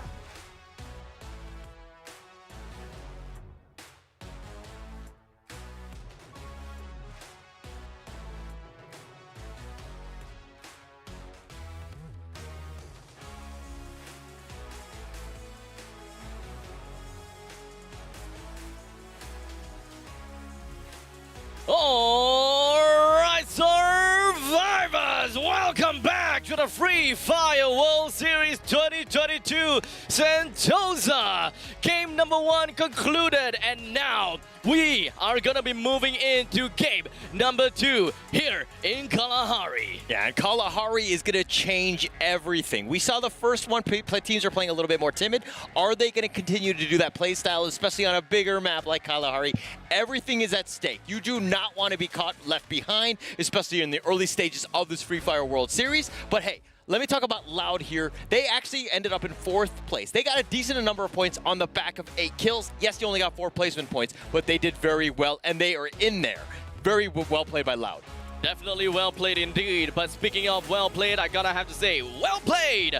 Over to Secret Lab, as they are the official chat partner of the Free Fire World Series 2022 Sentosa. If you want to be like us and the players behind and be like a pro, take a look at www.secretlab.co/2022 and take a look at the wide range of varieties of chairs that Secret Lab has, such as, of course, the most famous one, the Secret Lab Titan Evo 2022. Yeah, and we're sitting in that, we're having a great time. time and we're just enjoying the games. The lot of the matchup, it's going to be kind of crazy in that sense. But hey, let's talk about Attack All Around, second place, and then Vivocade. What did you like about that last match? Well, Attack All Around, I think that they are the one that really showed how being dominating and how aggressive in your positioning really means, right? Yes, Vivocade, they did manage to get themselves the Booyah, but 4 kills, that pretty much means that they snuck their way through everyone, didn't participate in any fights, but they appeared right as they are the last 2 teams remaining.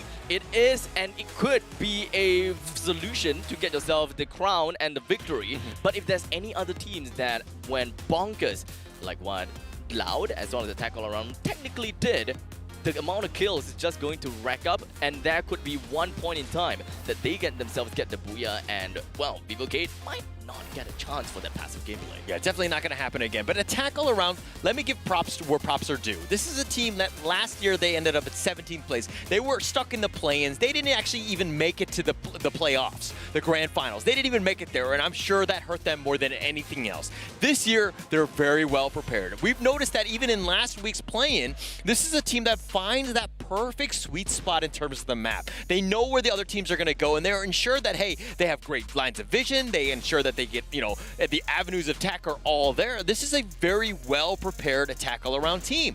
Again, from Thailand, they've always been in the shadows of EVOS Phoenix, but they're here now, and they want to be, they want to shine bright. They want to shine bright. Like a diamond. Okay, I'm not gonna get that anymore. But now, we only have 5 seconds left on the clock. And you know what this means? Game number 2 of the World Series down in Kalahari is about to begin. And once again, every single one of us will now have to bear witness. Which is the team will get themselves the Booyah? Which is the team will get themselves the most amount of kill in the sandy plains of Kalahari? There's no room for error. This is do or die at this point. Again, if you're on the bottom, if you've got 1 or 2 points, you get a donut, unfortunately. Yes, it might be unlucky, but who are you going to cry to? None of these other teams care. My mama. Your mom might, okay, well then I'll call her later if you know what I mean. But this is again one of those, the players, they need to ensure that they don't fall behind. They need to continue to do well, be in the 5 or 6 range, then you have an opportunity to springboard at a later stage.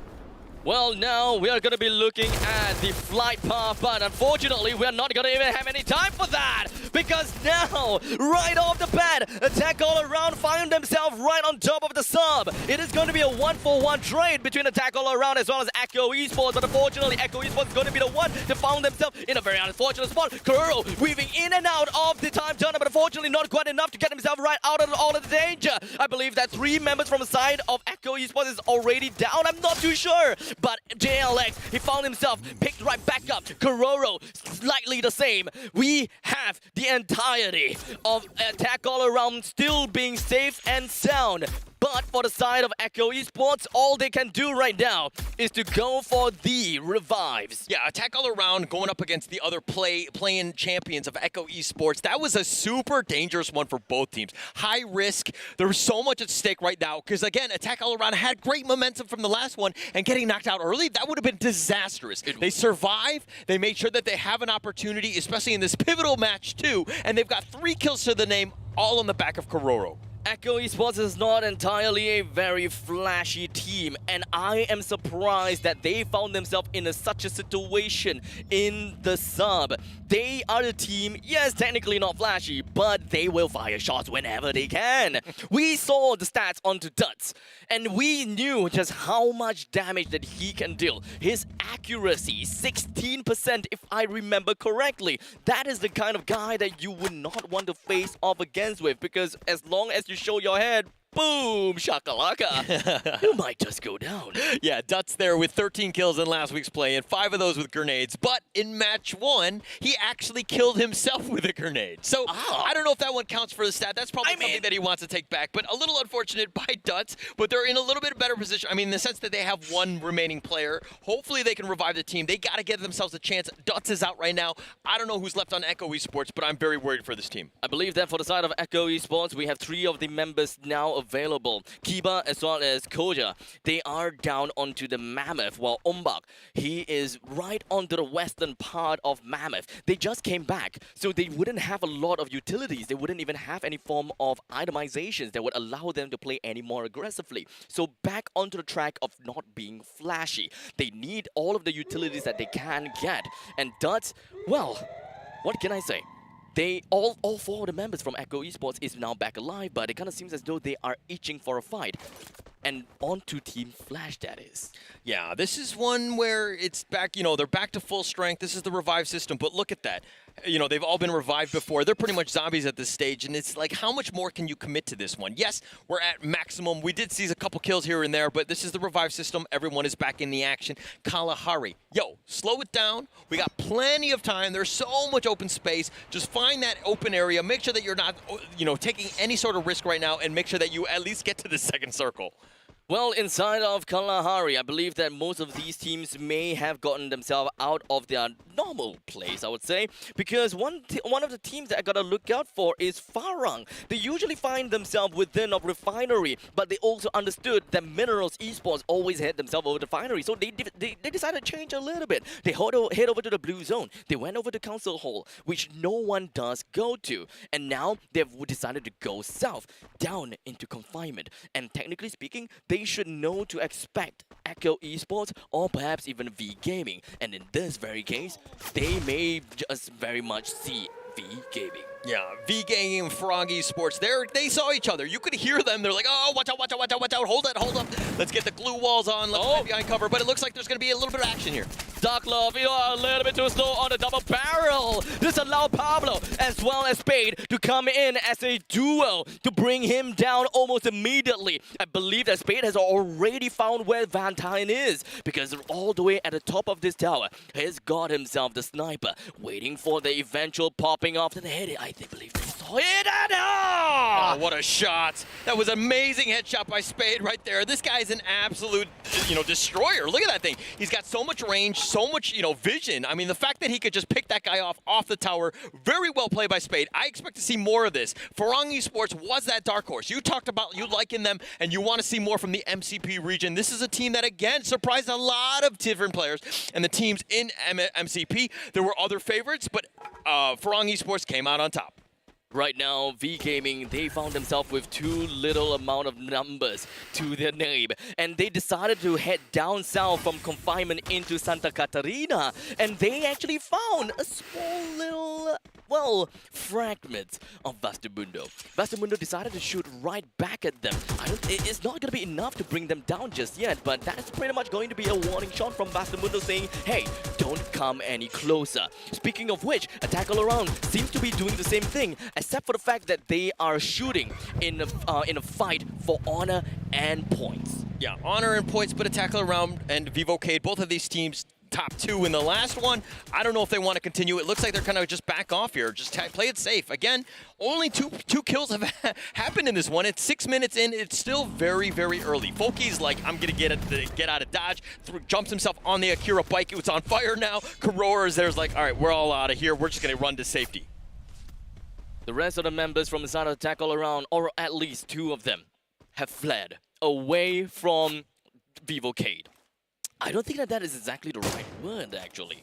They have decided to flee, but in a good direction. Now, they are literally living to their name, Attack All Around, because they have numbers, they have people literally all around Vivocade now. What exactly is going to be their attack patterns here? Are they going to go straight in the face of Vivocade? Kind of seem like it, because General, he finds himself a single shot down onto Kororo in a fast-paced manner. With the Mac 10, brings him down almost immediately, and Attack All Around, they lost one. General had 11 kills in the play-in last week. This is a guy that literally carried them into the third place, and there's a reason why they're great. Nando is the sniper on the team. He's an absolute menace. Make sure that you know where this guy is. If he's on the roof, he's got a sniper rifle. You got to duck. You got to get yourself alive. But look at Echo Esports. They haven't really found that groove. It's been very difficult to find anything going up against Team Flash here. Is this really going to be that part of the group? But unfortunately, it doesn't seem like the type rhythm is going to blast down that glue wall enough to bring Koja down, because Bloody is currently all alone alive with one person knocked down. He's just gonna go for 1 versus 1 fight. And Koja, he did manage to bring Bloody down. The two other members on the other side of the ridge is going to be under attack by Koja just because of this DMR. Umbak, he finds himself a way in. They want to catch up to the bike that Brian is on. They open fire. They shoot on the tires. They do whatever they can. Shoot on the rear. But unfortunately, it is not quite enough to shoot anyone down, but only sending the bike smoking.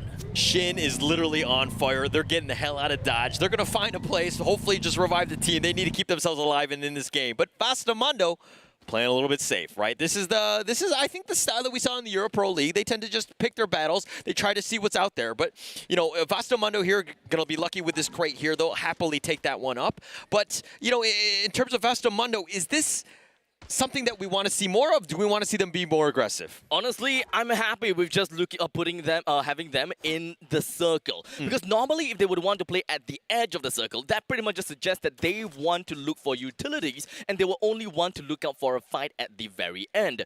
If they are just hiding themselves inside of a single drop spot, if they're hiding in a landmark, for example, they will fight an immediate threat if they discover one. So if Vivo Gate have decided to go up north and try to get some stir some trouble with Vastamundo, Vastamundo would not stop, and they will do whatever it takes to bring them down and proceed over to the next part of the circle.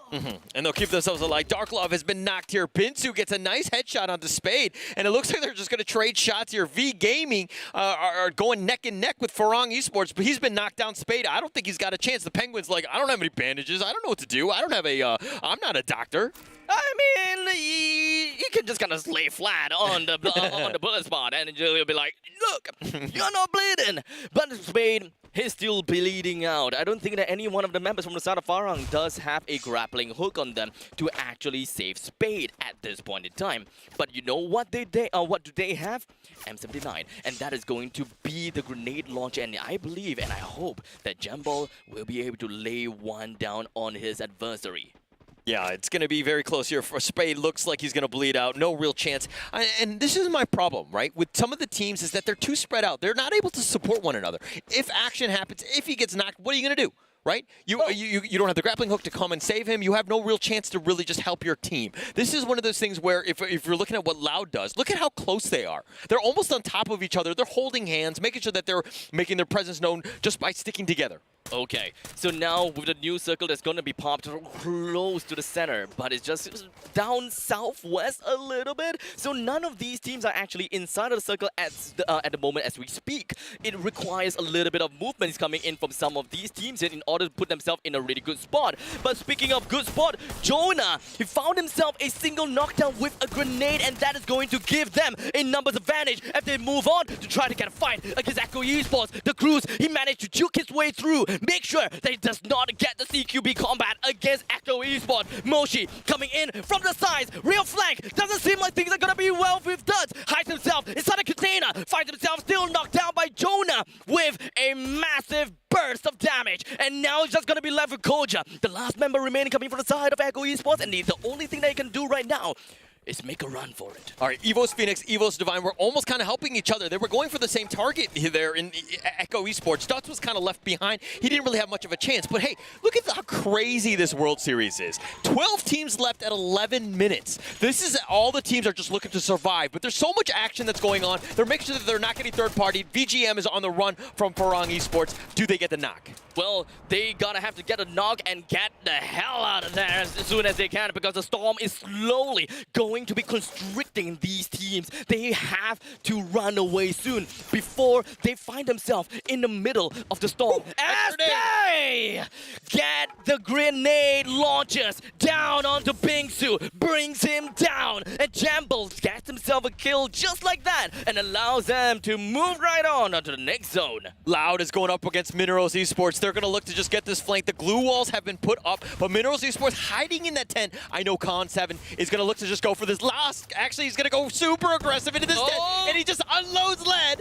K1, he have not found a single shot just yet, but eventually, the members from Loud, they eventually want to find themselves in an eventual place to bring one person down. K1, he puts himself right by the gateway. He found himself knocked down. Unfortunately, that is going to be fixed to get himself a single kill right onto the name. With 3 of the members just going to be camping right out of here. The rest of the members coming from the Minerals Esports were really hoping that they will be able to get themselves out of there, but unfortunately it would not be the case. Minerals Esports finds themselves knocked down first, and shortly after, V Gaming.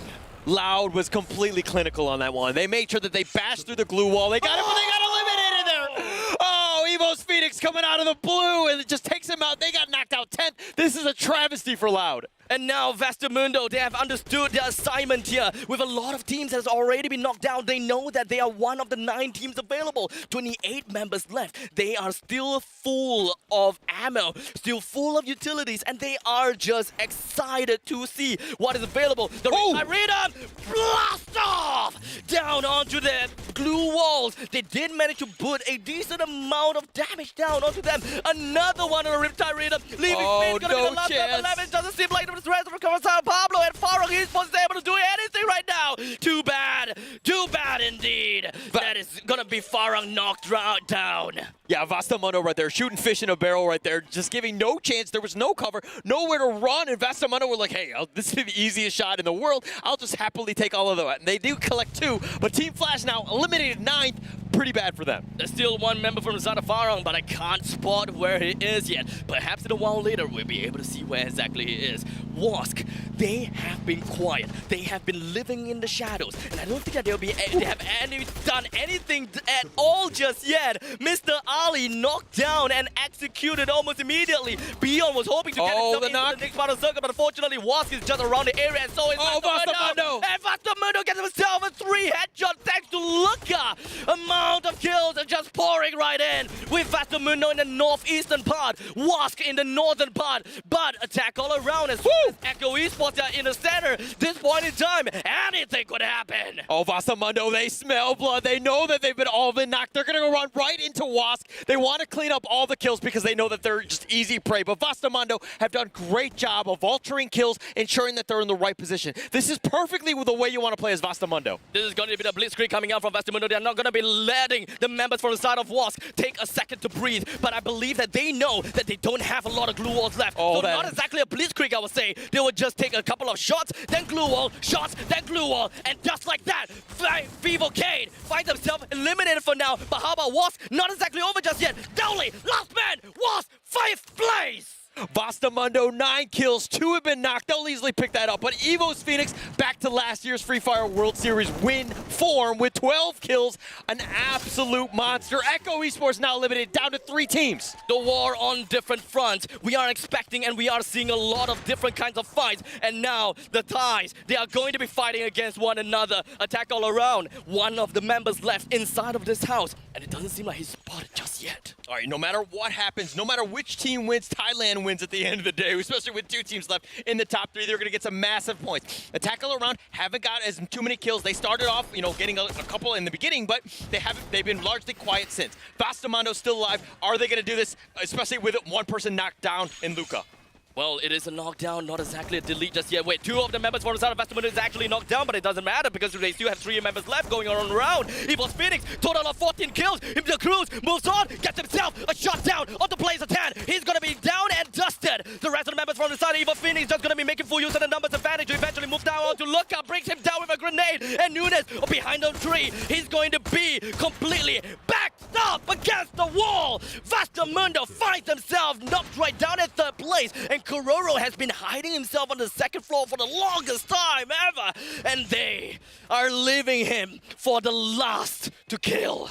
Guys, the last one, but my gosh, this Evo's Phoenix team completely turned it on. They are angry. They have about 17 kills, and it looks like they're going to kill maybe Kororo, who has the weight of the world on his shoulders right now. But he gets, unfortunately not the case. And it looks like it's going to go the booyah! Evo's Phoenix back into it as they score that one with a monster 17 kills. Evo's Phoenix, they did not do quite well in game number 1, but in game 2, they came in, they bombed it, they showed exactly what it is to be done, and how do you get the booyah and get a massive amount of kill on top of that.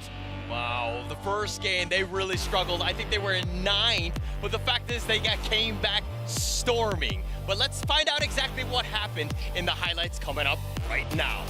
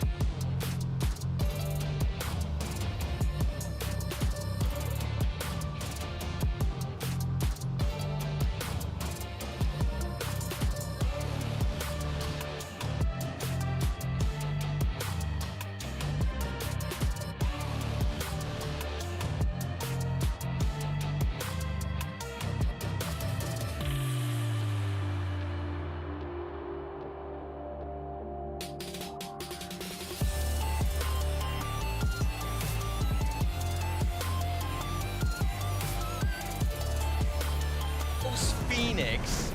EVOS Phoenix was one of those teams that they didn't have the greatest match one, and looks like they finished that one. They got the booyah, they got a ton of kills, and they were shushing everyone at the end of the day because they were just, they're the champions at the end of the day. They are just gonna be like, if you want to win, you gotta have peace and quiet. That is how they will be playing so far, From what I heard, when it comes down to the trash talking session, they weren't exactly very trash talky type at all. Yeah. I mean, the thing is that they are in position, they should be the only ones trash talking. When you're the champions, you're the only one that can just, everyone else should be bowing down to them, right? At the end of the day, they are still the champions until we crown a new one today. We'll have to see. But that is a great start, and that's exactly the bounce back that we wanted from EVOS Phoenix. Well, like I said, game number 1 may not be so good for them, but I think that game number 2 carries a lot of weight. The amount of kills that they have gotten is definitely off the charts, I would say. But would they be able to play it consistently, though? Because game number 1, not so consistent. But game number 2, that is the pace that we are expecting to see from EVOS Phoenix. I mean, how crazy. Oh! 18 kills and the booyah. I mean, you could have your cake and eat it too, apparently. EVOS Phoenix is on top, but I love the fact that Vastamundo, they bounced back as well. That was a very impressive game by Vastamundo. They had a total of 9 kills, with a total of 17 points to their name. And following after that is Attack All Around that lost 5 points to them, and that is a total of 12 points. EVOS Divine, 10 points, and so did Vivocade. Echo Esports with 9 points, Farang with 8, Wask with 7, Loud with 6. Oh man. Yeah, that was not the greatest one. I mean, they still got 5 kills. They're still managing to do this. But it seems like they've been, the deck is stacked against them. They haven't really been able to get a lot of the placement points. And I talk about the randomness of this, and you're seeing some of that effect. But how does Loud bounce back? I mean, especially with only 6 points there. Team Flash with, 10th place with 3 points. V Gaming and Mineros with just 1 each. Yeah, they got a kill, but they didn't get any placement points, which is a little unfortunate for them. Well, for the overall standings, I believe that EVOS Phoenix took the world by storm, and all of them did not expect to see this coming. They flew all the way to the first place with a total of 34 points, but Attack All Around, the friends of EVOS Phoenix, I would say, they are literally just 3 points below, so it's not too far. Vivocade, they are neck and neck with Vastamundo with 26 points, and EVOS Divine, 20 points. Echo Esports and Loud and V Gaming, actually, all of them are just 1 point away from one another. So close, so close. And the craziest thing to all of this is the Thai teams. Look at how they are just taking the top and the world by storm. When the first and second place, both from Thailand. I talked about Brazil, and Vivocade has stepped up. And I love the fact that they were amazing in the play-ins. But hey, maybe last week's experience really helped this team grow, because we're seeing some of the play-in teams top 6 right now. That is actually very amazing to see. I mean, Echo Esports, Attack All Around, and Vivocade. Well, for V Gaming, well, not quite there just yet. Maybe we'll see more from them. But speaking of more, EVOS Phoenix Jonah has been giving us more kills over time, and that is a total of 6 kills as compared to the previous MVP. I believe that was 4 kills. Yeah, and I think at this point, I mean, jokingly, I'm gonna say that this guy's just being greedy, but this guy is like 6 kills for the rest of us. Yeah, I mean, where's the rest of the team? But the rest of the team got a ton of kills as well. I mean, 18. I mean, this is absolutely insane. But let's talk about the kill leaders. Other people got some kills as well. But they were all on EVOS Phoenix. The sea is dyed, well, bluish red, I would say. EVOS Phoenix, they top the kill leaders with 4, 5, and 6 kills. This is insane, coming in from Moshi, Getbu, as well as Jonah. They have a total of 18 kills. Don't forget that. They are insane.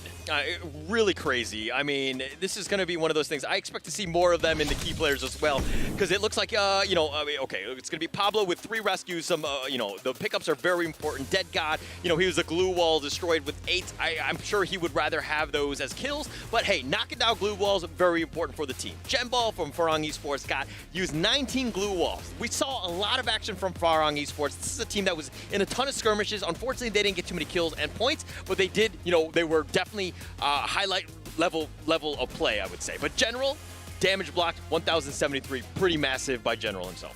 Well, the key players showed exactly how it is to be playing as the supporting players. And the members from the side of Farang as well as Vivocade should not go unnoticed. So if you ever see any one of these players in game number 3, watch out for them. Because one of them, if not all of them, are going to excel in the way that they support their fellow players. Yeah, it's going to be so much better. We have so many more matches left. We have 4 left. Not a whole lot of room, especially for those teams on the bottom. But like, okay, if you're going to be, the bottom 6, I would say, what are you telling your team? Honestly, at this point in time, I don't want to change anything in their gameplay. All I gotta do is go loud, go hype, go pumped, and get everyone's morale all the way up, and let them know that every one of us in the team is the best. Yeah, I think that it's just keeping, just do what got you here. Right, don't change it. Don't have to change the strategy. You don't have to figure things out. Yeah, you might adjust a little bit, but I think in terms of, the actual gameplay, you got to stick to your guns, right? A lot of strategies have worked, and there's a reason why they're here, and I want to see more of that action. Free Fire World Series meta may change a little bit here and there. Most of these teams are starting to play very defensively. They gotta have to find out how to play for the next few games because we still have 4 more games to go. But game number 3 will be right back after this very short break.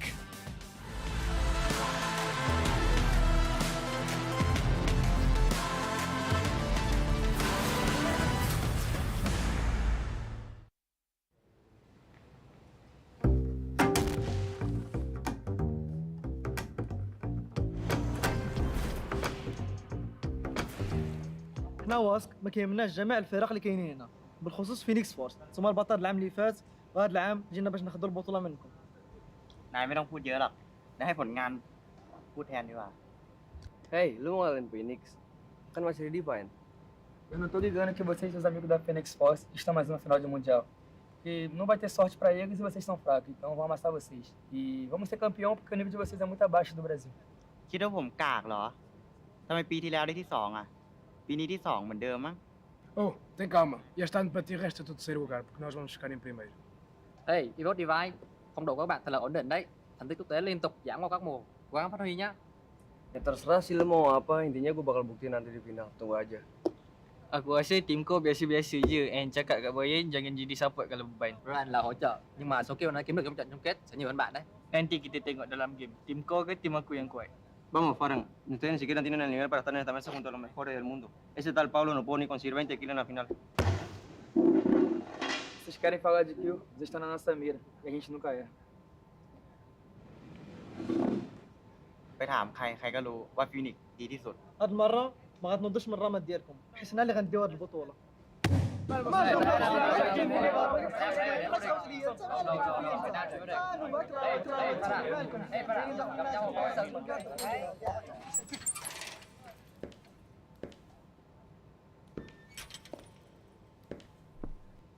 Ơi, ai vậy?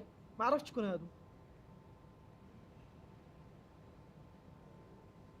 Por que vocês estão? Chúng tôi đang để chức vô địch. Sau trận chung kết lần này, các bạn sẽ biết Vi Gaming là ai. Việt Nam mãi đỉnh. พวกเองอ่ะเดี๋ยวได้เจอ Attack All Around เดี๋ยวก็รู้ว่าใครเก่งกว่ากัน Não viemos aqui à toa e não passamos pra brincadeira. Vamos amassar todos vocês. Gua dan tim gua bakal juara PPS kali ini. Buat lu semua, hati-hati ya.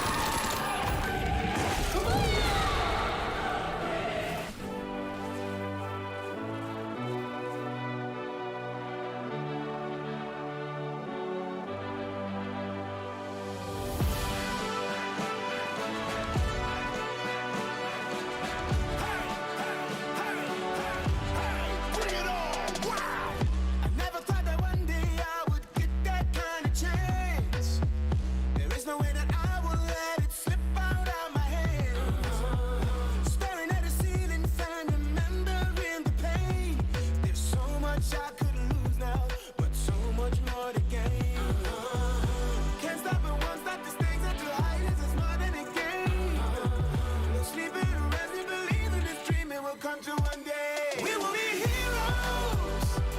The moment has arrived. We fought the biggest battle of our lives. We will be heroes. The last ones to survive. We can't just stay until the end of time. Let the heroes arise. Never thought the day would come, our eyes would be on me. There's no way I will lose now. I'll shine in victory.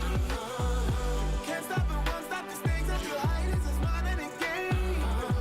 No sleeping unless we believe in this dream, it will come to one day. We will be heroes. The moment has arrived.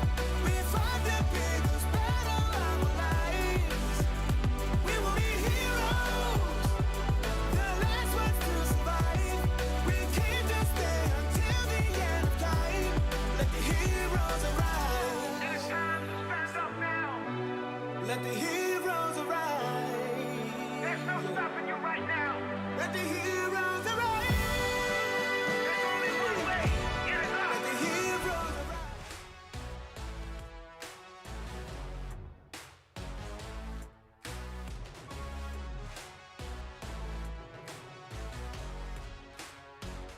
Hello and welcome back to the Free Fire World Series 2022 Sentosa. My name is Holler, with me is Eris, and how are you doing today as we get into match 3 here? Absolutely fantastic. I think game 1, game 2, who would have thought to seen so much action happening in the middle of the game? Obviously, you would thought you saw a lot more hot drops coming in, but hey, that being said, the narrative is all set up. 2 down, 4 more to go. Yeah, and Evo's Phoenix steps up, kind of like the whole, coming from Rebirth and all that, in the sense of, match 1, they didn't have the greatest game, but they had an amazing bounce back game. This is what you wanted.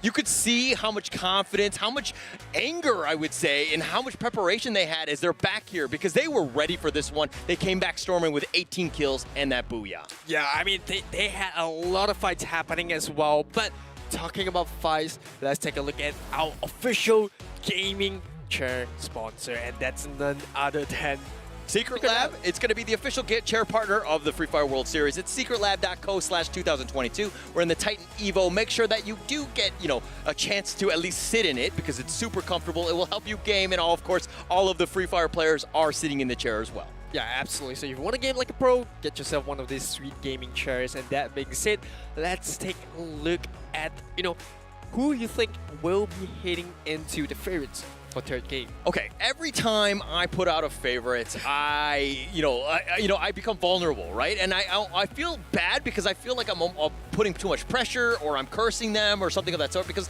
I talked about Loud. They kind of haven't really done all that well, right? I think a lot of the teams have kind of found out what they've done, and this is a very aggressive team, and they've been very unlucky. They have not gotten any sort of placement points. Yeah, absolutely. They were caught out of control, by Evo's Phoenix, who had a fantastic round in the previous game, right? You talk about it, 18 kills along with the Booyah to accompany with it.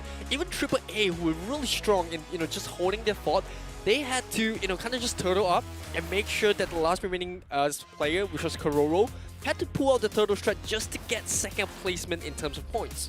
And speaking of points, a lot of the teams are knowing that they're very important for those placement points. We've seen, 12 teams surviving at the 11-minute mark, right? Which is very different from typical Free Fire World Series, play, right? Where we see usually one team gets unlucky, they get knocked out on a drop-in. But, in this case, almost all of them have been able to revive themselves, get themselves back in the game. But this one's going to be purgatory, a little bit of a change of pace from Kalahari. What are your thoughts going into this match 3? Yeah, I think we're going to see a lot more action happen in the first half of the game, I would say. That's because a lot of these teams like to hot drop. We talk about Vivocade and Wask. They like to drop into Forge. And then another one that I would like to point out is actually Evo's Phoenix themselves. They usually drop into Marbleworks, where Farang also loves to drop in there as well. So we could possibly see one too many fights happen in the first half of that, particular map. Yeah, it could be hot, it could be heavy. We're going to see how that one plays out. We're going to go into game 3. This one's going to be in purgatory. There's going to be so much at stake. You do not want to be behind going into the end of the first half. We're going to go into this one to see exactly who wins out in purgatory. Yes, absolutely. Let's take a look at the map as the players drop into the third game of the day of the Grand Finals. It's Purgatory. And Purgatory, here we go. This is going to be a crazy one. There's a lot of rivers. There's a lot of strategic elements. You know, landmarks are very important. Where do you take it? Where do you play? How do you kind of do this? But let's look at the points exactly to see where we can go, how we can get ourselves into the money. We want to be in the top 6, I would say. But, you know, of course, all of these teams are getting money. But, you know, when EVOS Phoenix and Attack All Around, both from Thailand at the top 2, Thailand might be coming home with a lot of money. Yeah, I think Loud would be very happy with this circle, right? If, you know, and only if they drop to where they usually drop in Crossroads. We saw the blue zone there, plenty of loot available for them. So like I said, Loud would be very happy for it. Immediately, we get V Gaming into some action alongside Vivocade. Okay, V Gaming and Vivocade were like, hey, we both have a team name of V's, but, you know, Nando's been knocked out. Vivocade, this is a terrible start for them. They don't want to be in any of this sort of action. Modestia is just like, I'll stay on this watchtower. He tries to go for some sort of action, but on the other side of the map, Vastamundo in a skirmish with Echo Esports as well. There's action all around. I was telling people to hold on, but nobody wants any of that. Absolutely, Vastamundo starting off really strong. Now moving on to the updates here, we see Luca just taking the high ground. Disrespect! Immediately gets a knockdown onto Ombak. Oh my gosh, did you see Luca there? He planted the stand right on the dead body of, you know, the Echo Esports player. Sorry, I didn't catch the name, but unfortunately, he just let him have it. He didn't go for the kill and then the plant. He went for the plant and then the kill, and that's, you know, this is what I love about this game. The trash talking, the elements of, you know, T's involved. I like how you kept that PC there. Now, moving on, we have EVOS Divine. Not exactly the best start they would have hoped for as compared to their EVOS counterpart. 2 members already down. And now, while Vastamundo, they are feeling the heat. Or I would I say feeling in the midst of it. Yeah. But they're fine. You know, this is a very different game, and I want to see the other teams start to pick up a little bit, to be more aggressive. General right now just running for his life, just maybe just looking for the revives. That's got to happen to give their team a chance right now. But they are crippled at this point, literally losing 3 members to start. Very bad start for them, but Vastamundo.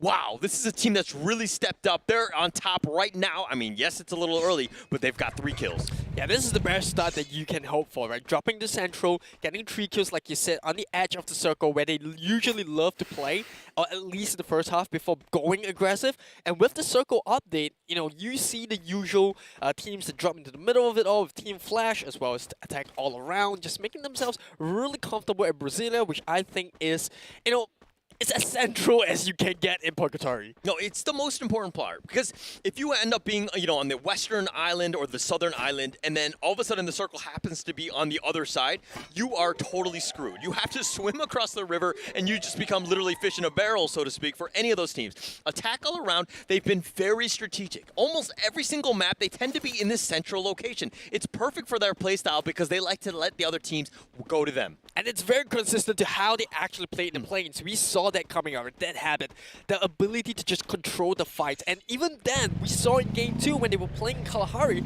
that was how they played. You know, you don't really have to take those fights. When you're down to a final member, just turn up, knowing that you don't have the firepower to take a head-on engagement with another team. Yeah, don't be risky. But, okay, one of the places that I don't like on Purgatory is the Moat House. And if you look at where, you know, EVOS right now are in the top, EVOS Divine, they're going to be going head-to-head against Minerals Esports.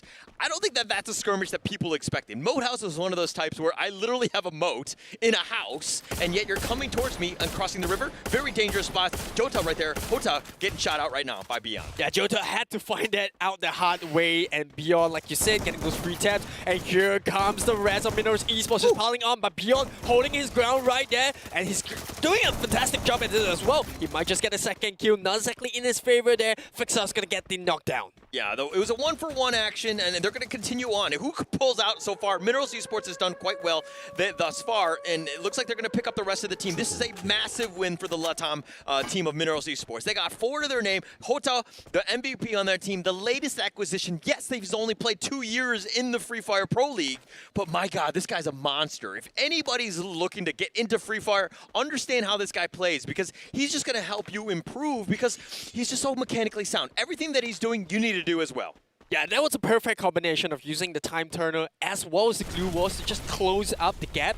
by leaps and bounds and eventually getting the job done by getting the knockdown onto Beyond. So I think this is something that a lot of teams, you know, kind of underestimate when they're going up against Minoros Esports, because like you said, they're fairly new team as compared to some of these veterans in this game, but they've proven there that they can definitely hold your weight when they're up against those big boys. Yeah, it doesn't matter if you're new or old at the end of the day. I know how to fire this gun. I know how to click some heads. I'm going to do that. I'm going to have a great time doing it. But, okay, attack all around, again, very plain. My only concern with them is that seeing as that they haven't moved anywhere and they let the teams come to them, is that they don't really have a whole lot of the utility, which might affect them in the late game.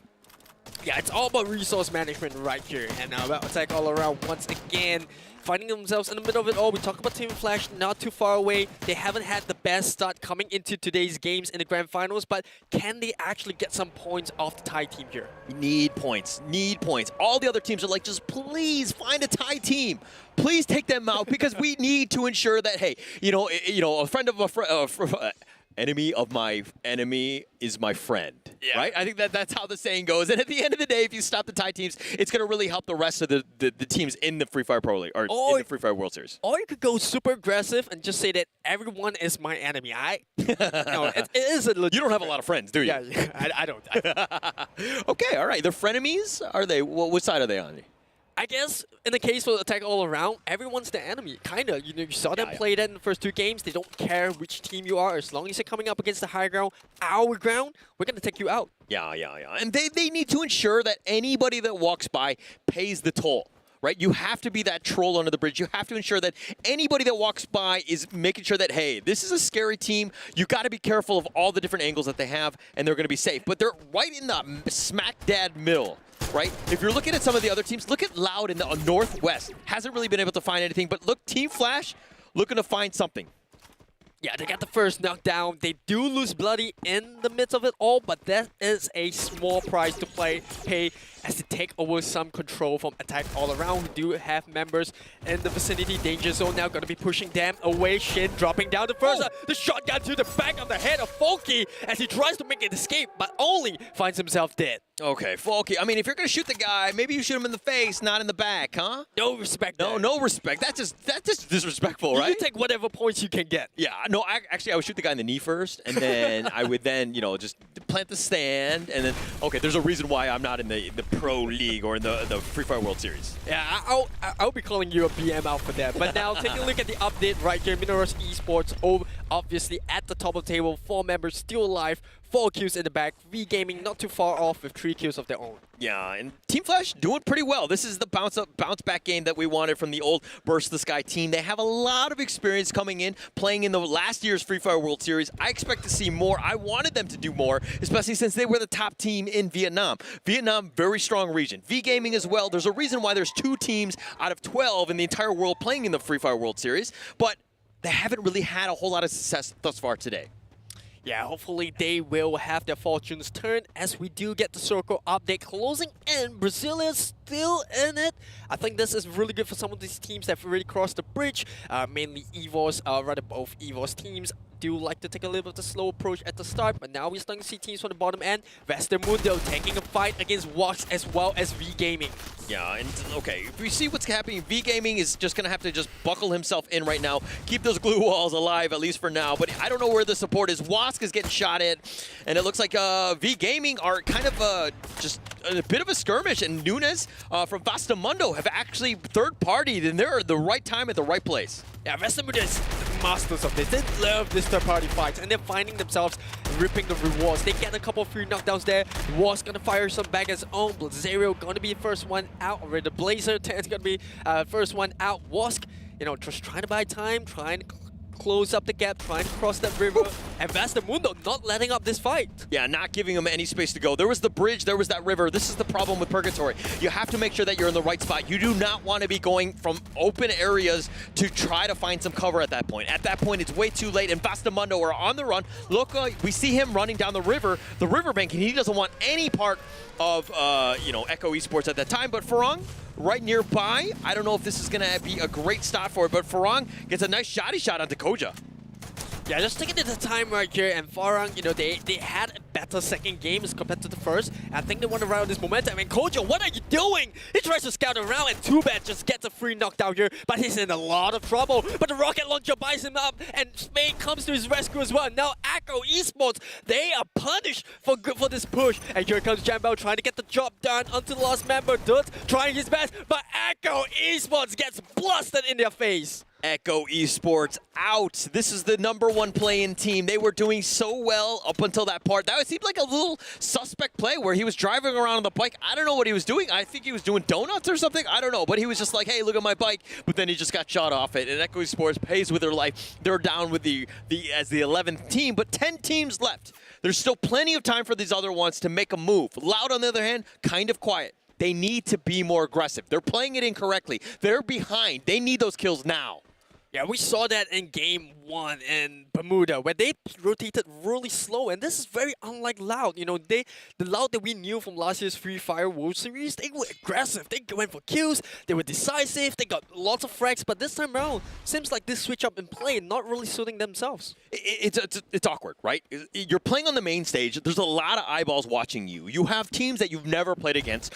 The meta is completely different, right? Getting yourself in that position where you feel comfortable, like in the other leagues, you play against those teams for like 6 weeks in a row. You understand the play styles and how they're going to be playing, so that you kind of get, you kind of understand what the teams is going to do. But if we're looking at Loud here, they're getting some free shots out of Farang Esports. Loud, a bunch of vultures. They're making sure they get every single kill.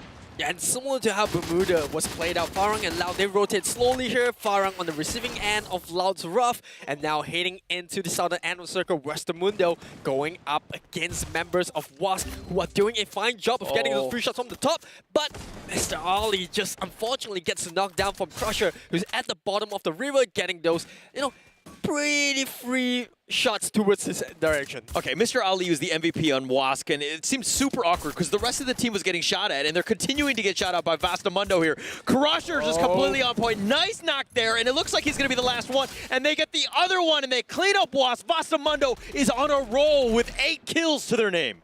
They have no respect for WASC right there. WASC had the higher ground, but Westermundo is like, you know what? We got this glue walls. We're just going to buy a bit of time with the defense coming up from Time Turner, and they took the fight so well, losing only 1 member in the process. That is as good as a fight as it gets. Yeah, that's perfectly what you want. But Minerals Esports right now, they're in a bit of a jam-packed building right now with Team Flash. And Team Flash, I'm not sure if they're going to be able to find anything. Brian has been down. Fixes those 3 is down as well. And it looks like they're going to change it up. No. Yotap back is in. He gets the nice pickup. He's going to heal his teammates. He's going to keep himself alive. He's going to clean up the rest of Brian. And it looks like Sam13 has been eliminated as well. But Minerals Esports really stepping up. And this is exactly what you wanted, as they were, I think the top, the bottom 2 teams right now. Yeah, they actually challenged EVOS Divine at Moat House early in the game. They got a kill, the first kill, I believe, and then now they are looking to take this fight and try to job. And here comes Loud coming in really loud, no pun intended. 3 knockdowns, Spade goes out, and now they're wrecking up to 6 kills.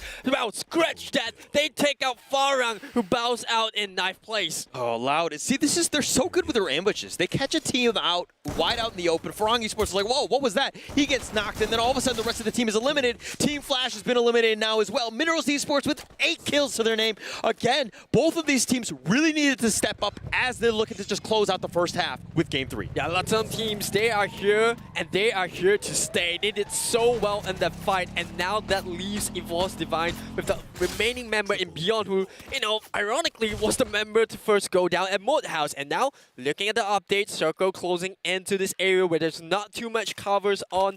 Very tactically challenging with the verticality on this side of the map. Okay, Vastamundo has Luca left. He was the last one left on that team. This is great for them. Yes, they have 9 kills, but now it's about placement points. It's 7 teams left. There's plenty of room to figure something out. EVOS Phoenix have taken the foot off the gas. They're like, we don't want any sort of action. This is not the one we're going to look to just go. We're going to look for pickoffs. Jyota will just gladly sacrifice him to the storm, deny points to the rest of the team. EVOS Phoenix is there, but V Gaming with 6 kills. A lot of these teams, man, look at how many kills they have. Yeah, Minerals Esports, they did well in that fight, but because of how long they took to conclude that, now this Storm is coming behind them. They're getting themselves hit by EVOS Phoenix, and now Joanna with the rocket launcher to Fate's face, who goes down there, brings Minerals Esports out in 7th place. Yeah, they got a decent number of kills, but Vastamundo, the last one, has been killed as well, and unfortunately that's the case, but it looks like that's going to be a pretty big one, and EVOS Phoenix are now here. They've got 3 kills. They want to try to find something. They need to continue to do this. Loud have turned it up,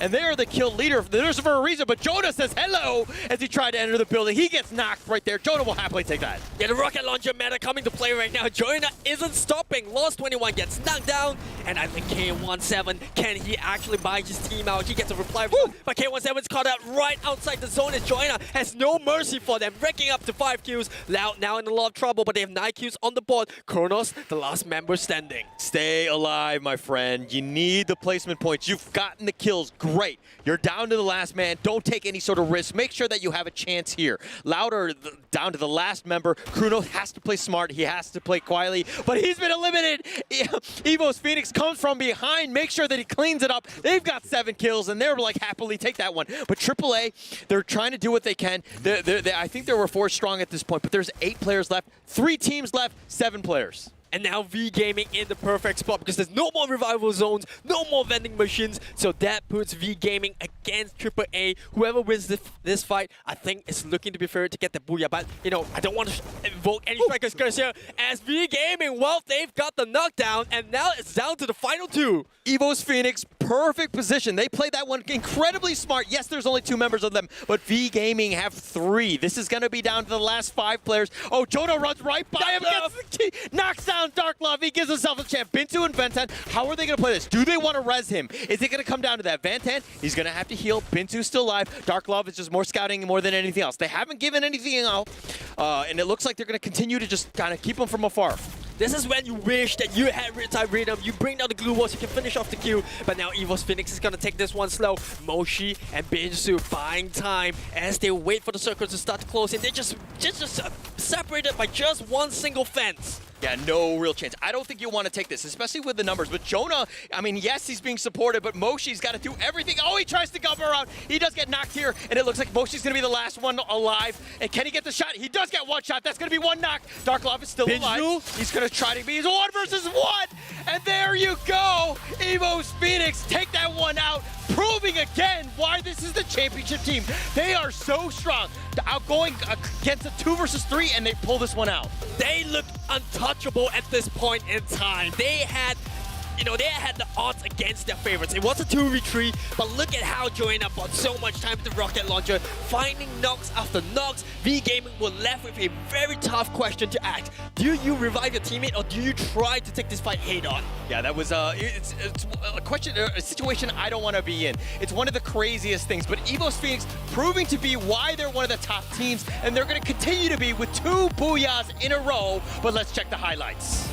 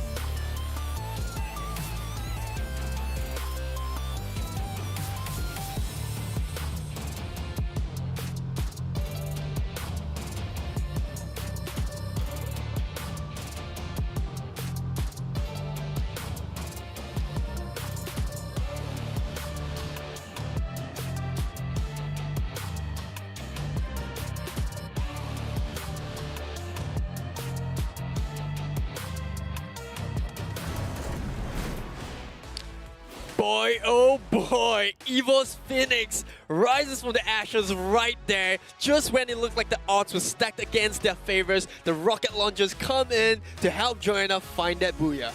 I mean, it's one of those crazy things that you have a great situation, 3 versus 2 V Gaming that was, and you're gonna just close that one out. And at the end, sometimes you see the great jubilation, Evo's Phoenix shushing everybody, and then you see the signs of defeat in the sense of V Gaming. They had a great opportunity to get those extra 3 points of that booyah, and it just kind of slipped through their fingers. It was one of those moments where you feel for them. But again, Evo's Phoenix, just too strong of a team at this point. I think in game 1, some of the teams kind of poked the bear right there, right? We talked about Evo's Phoenix being lackluster in game 1, and then they came out strong in game 2, and now in game 3, they proved that once again, they are the team to beat. Can they actually repeat the feat of what they did in last year's Free Fire World Series? Okay, last year, they won the first 3 booyahs, 1, 2, 3 matches, right? And then I think they won the 6th one as well. So this is a team that just like, once they get that momentum, which they have right now, it's super scary. But let's talk a little bit about the match standings here. Evo's Phoenix with 22, 10 kills, 12, and the booyah. V Gaming with 11 kills, 9 points with 20 points. Still very good by V Gaming. Yeah, absolutely. They had a really good start, and they're leading that momentum, and hopefully this is the game that they need, or rather they have, to kind of just carry on into the last half of the day. Lau in 3rd place with 15 points, Vastamundo in 4th, not too shabby, with 14 points on the board. Yeah, okay, but Minerals Esports, this is a game that they had to have gotten some points in. They got 12, that was a great one for them. Attack all around, yes, they were 2nd place, and this is probably going to hurt them in the long run right now, but this is the first half. They're still in prime position, even to make a run for it, or 2 towards Evo's Phoenix, they have a chance. Evo's Phoenix have not taken away and run away with everything thus far, so hold your horses at this point, but the other teams really need to help out. They need to ensure that they knock down Evo's Phoenix early. Yeah, that was a little bit unfortunate, especially for a team like Vivocade, who did really well in Game 2, and then coming to Game 3 to find themselves unfortunately knocked off the ball. Look at that, they've dropped to 7th place with only 26 points. Yeah, this is it was a rough one. I mean, they started strong. I mean, they did get the booyah, they had that one, but they're not getting the kills. They're not finding that, that groove, so to speak. Evos Divine have struggled as well, and there's a reason why they're in 6th. And a tackle around, I feel like when you have 16 kills and you're in 2nd place, you're getting a little bit lucky in terms of the placement points, so that's why they're there. But look at the monsters of Evos Phoenix. 31 kills, Bastamundo with 21. I love the fact that this team has showed up. Big props to the European team. Yeah, this is how competitive it is. You mentioned Evo's Divine doing not so well 6th place. Last week, we wouldn't have said that. This is a completely different story, right? If you found yourself in the top half last week, you say, oh, they're doing well. It looks like they could possibly creep in the top 4. But now that we're in the grand finals, 6th place doesn't cut it. It doesn't cut it, but again, 3 more matches, right? Like, let's, calm down a little bit. 4 or 5 will set it up so that you know exactly what's going to happen in that 6th place. But like last week when we had the play-ins, Ignis Esports thought they had a chance. They won the booyah. They got a decent number of kills, but it wasn't enough. But let's look at the MVP here. Van10 here, V Gaming, 5 kills. V Gaming, there's a reason why they ended up in 2nd. Yeah, they did really well right there, and I felt like that game was theirs to lose, right? We talked about it, the advantage that they had, 3v2, no more vending machines, no more revival zone. At that point in time, it's just pure firepower. Unfortunately, they came out short, but this is still a fantastic game for Van10 as 5 kills. Hey, that's no easy feat. Yeah, and Van10 is definitely going to be on the kill leaders as being the MVP with that one, but it looks like other people got 5 kills as well, with Evo's Phoenix there, with Moshi getting 5 monster. Minerals Esports are Hyota. This guy, man, we knew he was going to be something that people needed to worry about, but the fact that he's like literally picking the team on his back, he's giving themselves a chance to, to score very highly, and this is a team that really nobody wants to deal with in Minerals Esports. Yeah, Southeast Asian teams look to be one of the most aggressive teams coming into the grand finals. Vietnam as well as the Thai region, they look so strong coming in terms of firepower. But let's take a look at the key players that we have right now. Fixer, well, pretty decent, I would say. 2 rescues, kind of like the angel of the team at this point.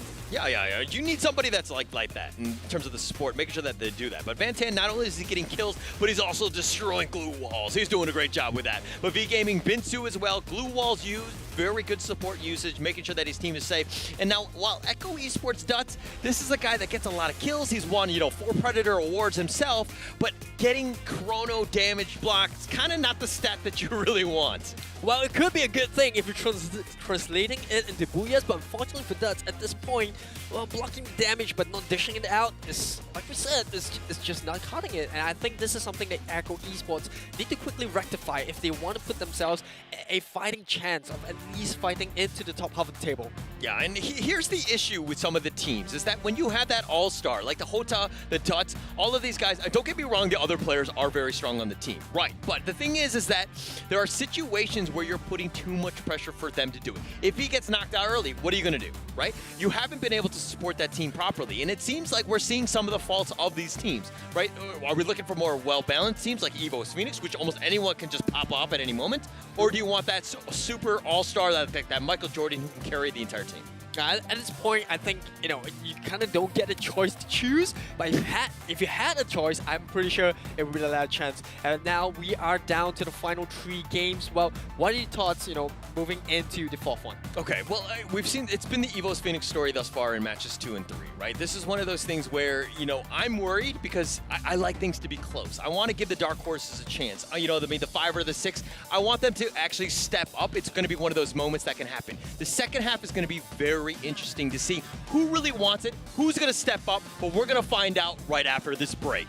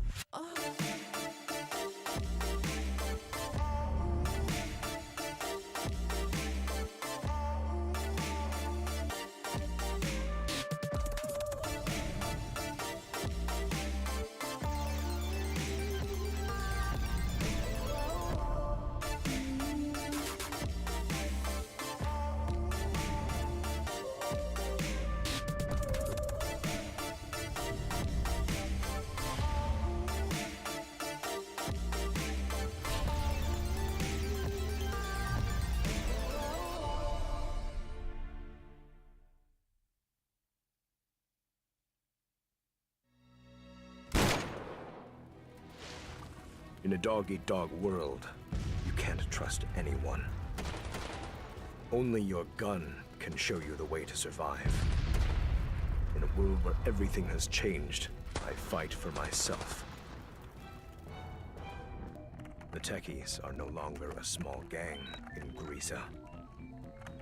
But I cannot yet lay my old buddy down to rest. Just like a shark, you never stop swimming. Even though I am blind, I can see the world better than the so-called sighted people. Now that I've picked up the scent, all I need to do is hide in the shadows, waiting for my prey. Found you.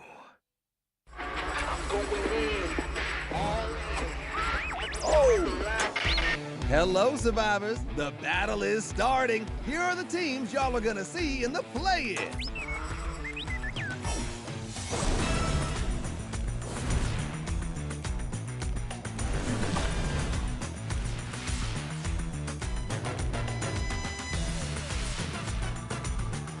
Among them, just a few teams have a shot to make the finals.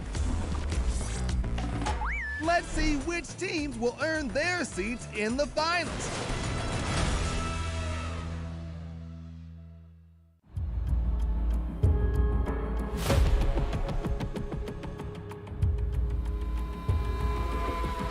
Thought they had the high ground. They thought they were walking in and they were just gonna destroy everybody.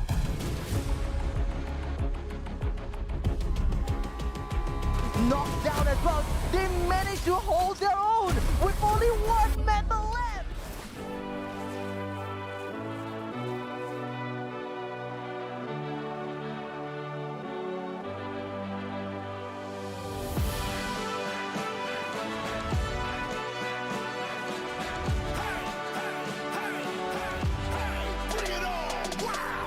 I never thought that one day I would get that kind of chance. There is no way that I will let it slip out of my hands. Staring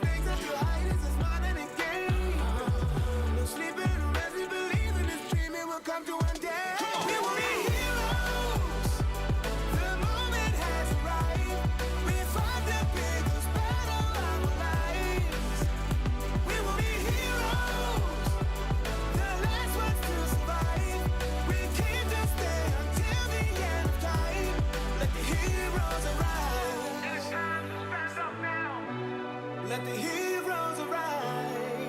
There's no stopping you right now. Let the heroes arise. There's only one way. Get it up.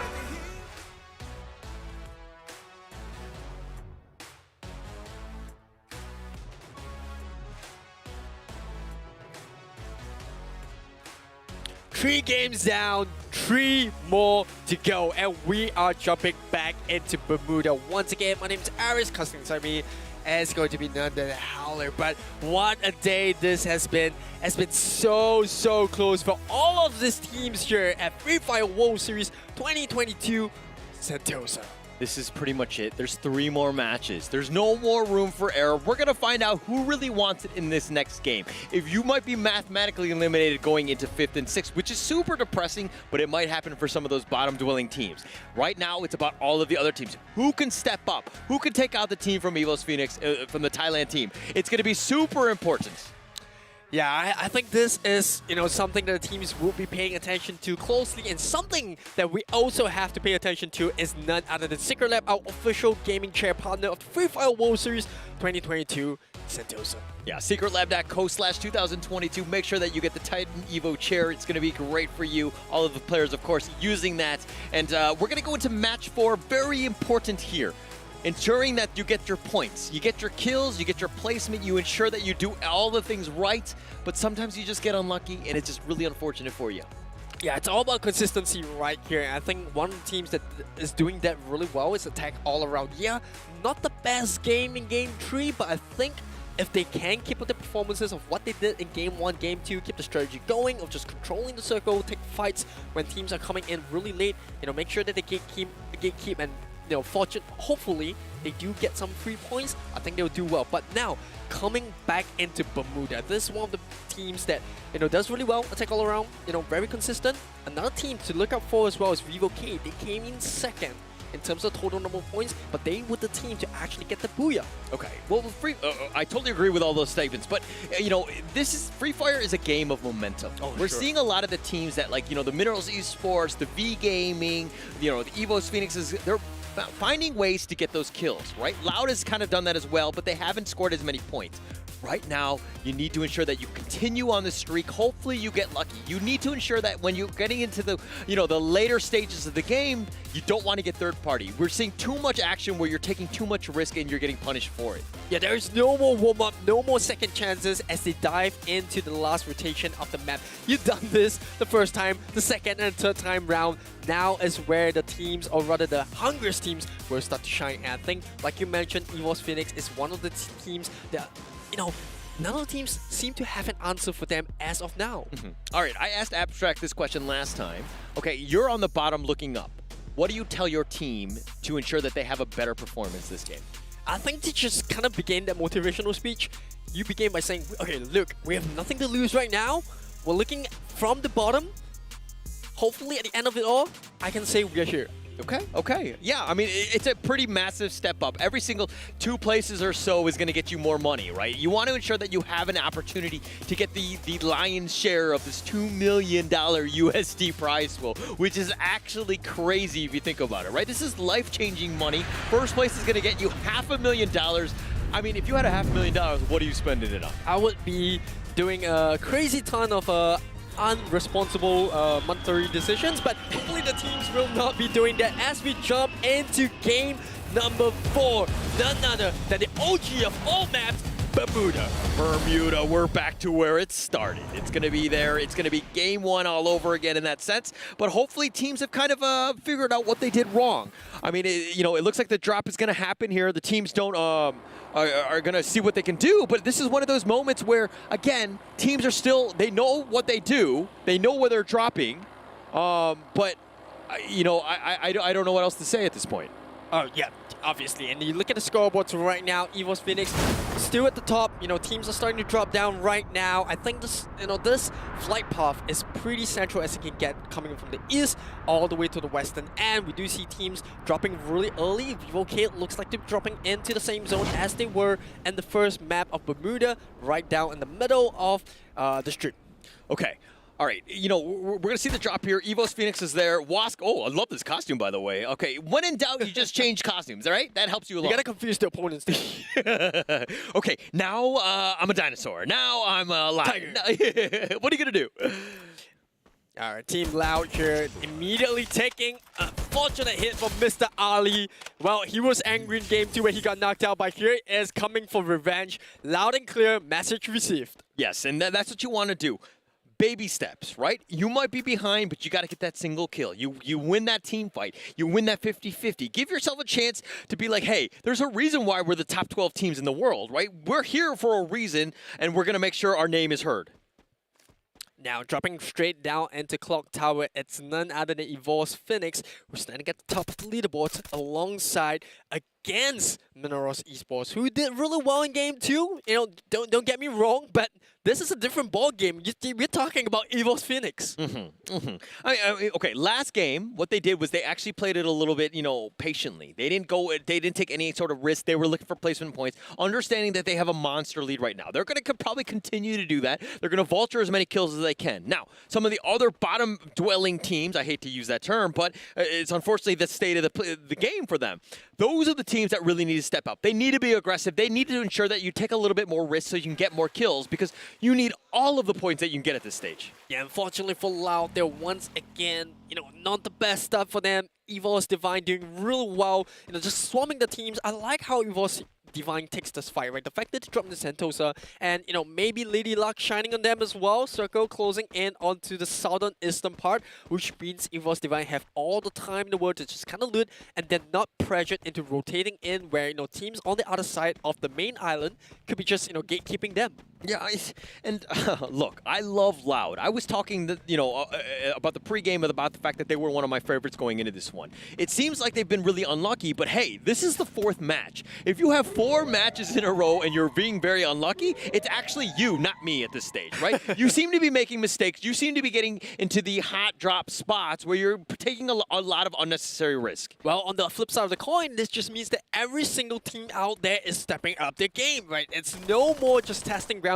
They're really out here to prove, or at least try to claim the title of being the best Free Fire team in the world. And here comes Evolve Phoenix trying to defend that crown, doing it really perfectly against Mineros Esports. Oh, Evolve Phoenix, they found Mineros Esports, and they were going to look to clean this one up, and they were cheering. They got Hota down already. They do get the revive. He's back in it, but Getbu, it looks like he's going to take on Gluso, and it looks like they've got a great start to this one. They've got 3 kills to their name, but Mineros Esports still not out of this one. They're going to look to just kind of slow things down, maybe take it a little bit safer elsewhere.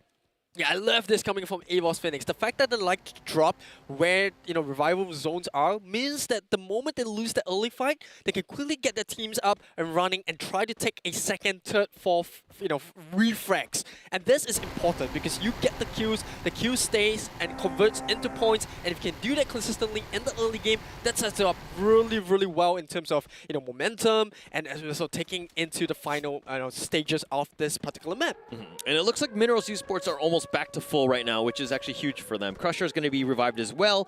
So, you know, again, it's about the revive system. Sometimes you get a little unlucky, and it's one of those things where it kind of mitigates most of that, and it makes things a little bit more consistent in the end. So, you know, it's really going to help out this team, give themselves a chance. Mineros Esports need to stay alive. They cannot be eliminated early. Pretty much is a death sentence at this point.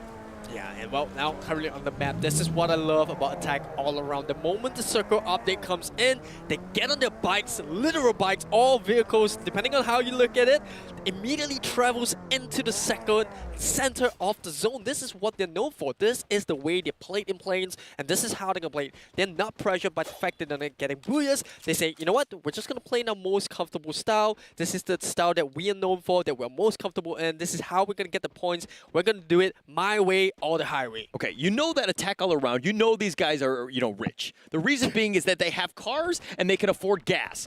Both of those things are actually key at this stage, and they're both moving along. I mean, this is a team that, you know, look at the car, man. Look at the rims on that thing. But look at Beyond. He's got his own angel wings, and he's going to just kind of jump out of that one. And Evolve Divine, another team. We haven't seen them find their groove yet. Yes, they've had a decent number of games where they've gotten kills, but they haven't really kind of, you know, gotten that elusive booyah yet. Yeah, and here comes the mini gamble, right? Will the circle eventually end in Sentosa? Or will it move towards the northern end, or rather southern end of Kototua, where you know, that means that EVOS Divine will have to make a quick rotation. They might get gatekept like from teams like Attack All Around or even EVOS Phoenix themselves. Hopefully they don't. But we've seen this one too many times, especially in the previous maps, where teams traveling in late get punished because of the late rotation. Yeah, everybody gets punished by the late rotation. It's about awareness. It's about understanding where you could be potentially flanked. If there are times where your tunnel vision, and it looks like Fede's all by himself, really nowhere to go. JLX is just unloading on him. Fede throws out the grenade, misses on that one, but Folky's trying to wrap around. He does make him turn a different direction, and that was perfectly played by Attack All Around. Too many different angles, not able to cover it, and Jetty goes down. Yeah, I think he did his best there, but there's just too much firepower in, you know, the favor of Attack All Around. The first ones to get there, they stick very closely as a team.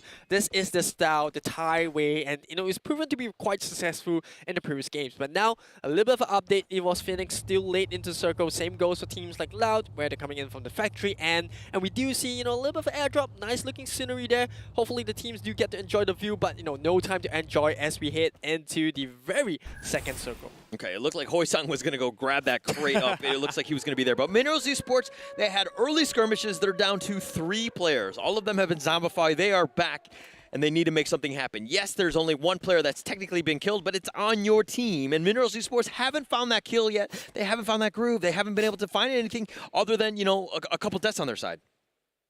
Yeah, this is not the perfect start, but I think what the strategy here is just to kind of play it safe, because you don't know where the whereabouts of the teams are. You haven't really heard too much firefight. You need to scout the rest of the team. And talking about scouting, Crusher here runs straight into members of Echo Esports. There's a little bit of distance. The rest of Western Mundos have already abandoned him, and Crusher, unfortunately, will get swallowed whole by members of Echo. Oh my gosh, he just turned around, he was like, and he saw 3 people. This is like walking into that dark alleyway where you get mugged. You know something bad is going to happen, but why would you turn that corner, especially without your friends? Just really bad spot for him, but it looks like Jonah gets the knock here, and it looks like he's going to clean him up, and it looks like there's going to be more going in. EVOS Phoenix just completely on point. Farang Esports are looking to be there, but the Get, the Get has been knocked. The Cruz is the last one alive. Is he able to clutch this one out? This would be a massive win for almost all the other teams. They do get the pickup. That's going to be a good start. Moshi's back in. He's going to look to heal himself, and he looks like he's going to go run back. Nice glue wall. That's going to buy him time to pick up the other one. Farang Esports are kind of moving around, but they haven't cleaned up the kills. Jemball's he's looking for Moshi. Moshi's just buying some time, and he's looking to fight this one. And it looks like they might actually turn this around. Nice grenade. That's going to create a little bit of space right here. And Jemball's been knocked, and EVOS Phoenix, they were on the back side, and it looks like Farang Esports have been completely thwarted. What a ton of events right there. Seemed like the bad start for EVOS Phoenix. 3 members down. You left the Cruz. Puts an individual play, which was the sickest glue wall. Turn around 180 degrees. You know, comes in, gets 2 members rest up, and then they regroup and take the fight, winning it and getting themselves a total of 6 kills at this point. Boy, they look so untouchable. Oh my gosh, the Cruz. There's a reason why this guy was MVP of last year's Free Fire World Series, right? He was down. There were 2 other people knocked. He was literally by himself. The fact that he was like, okay, what is the smart play to do?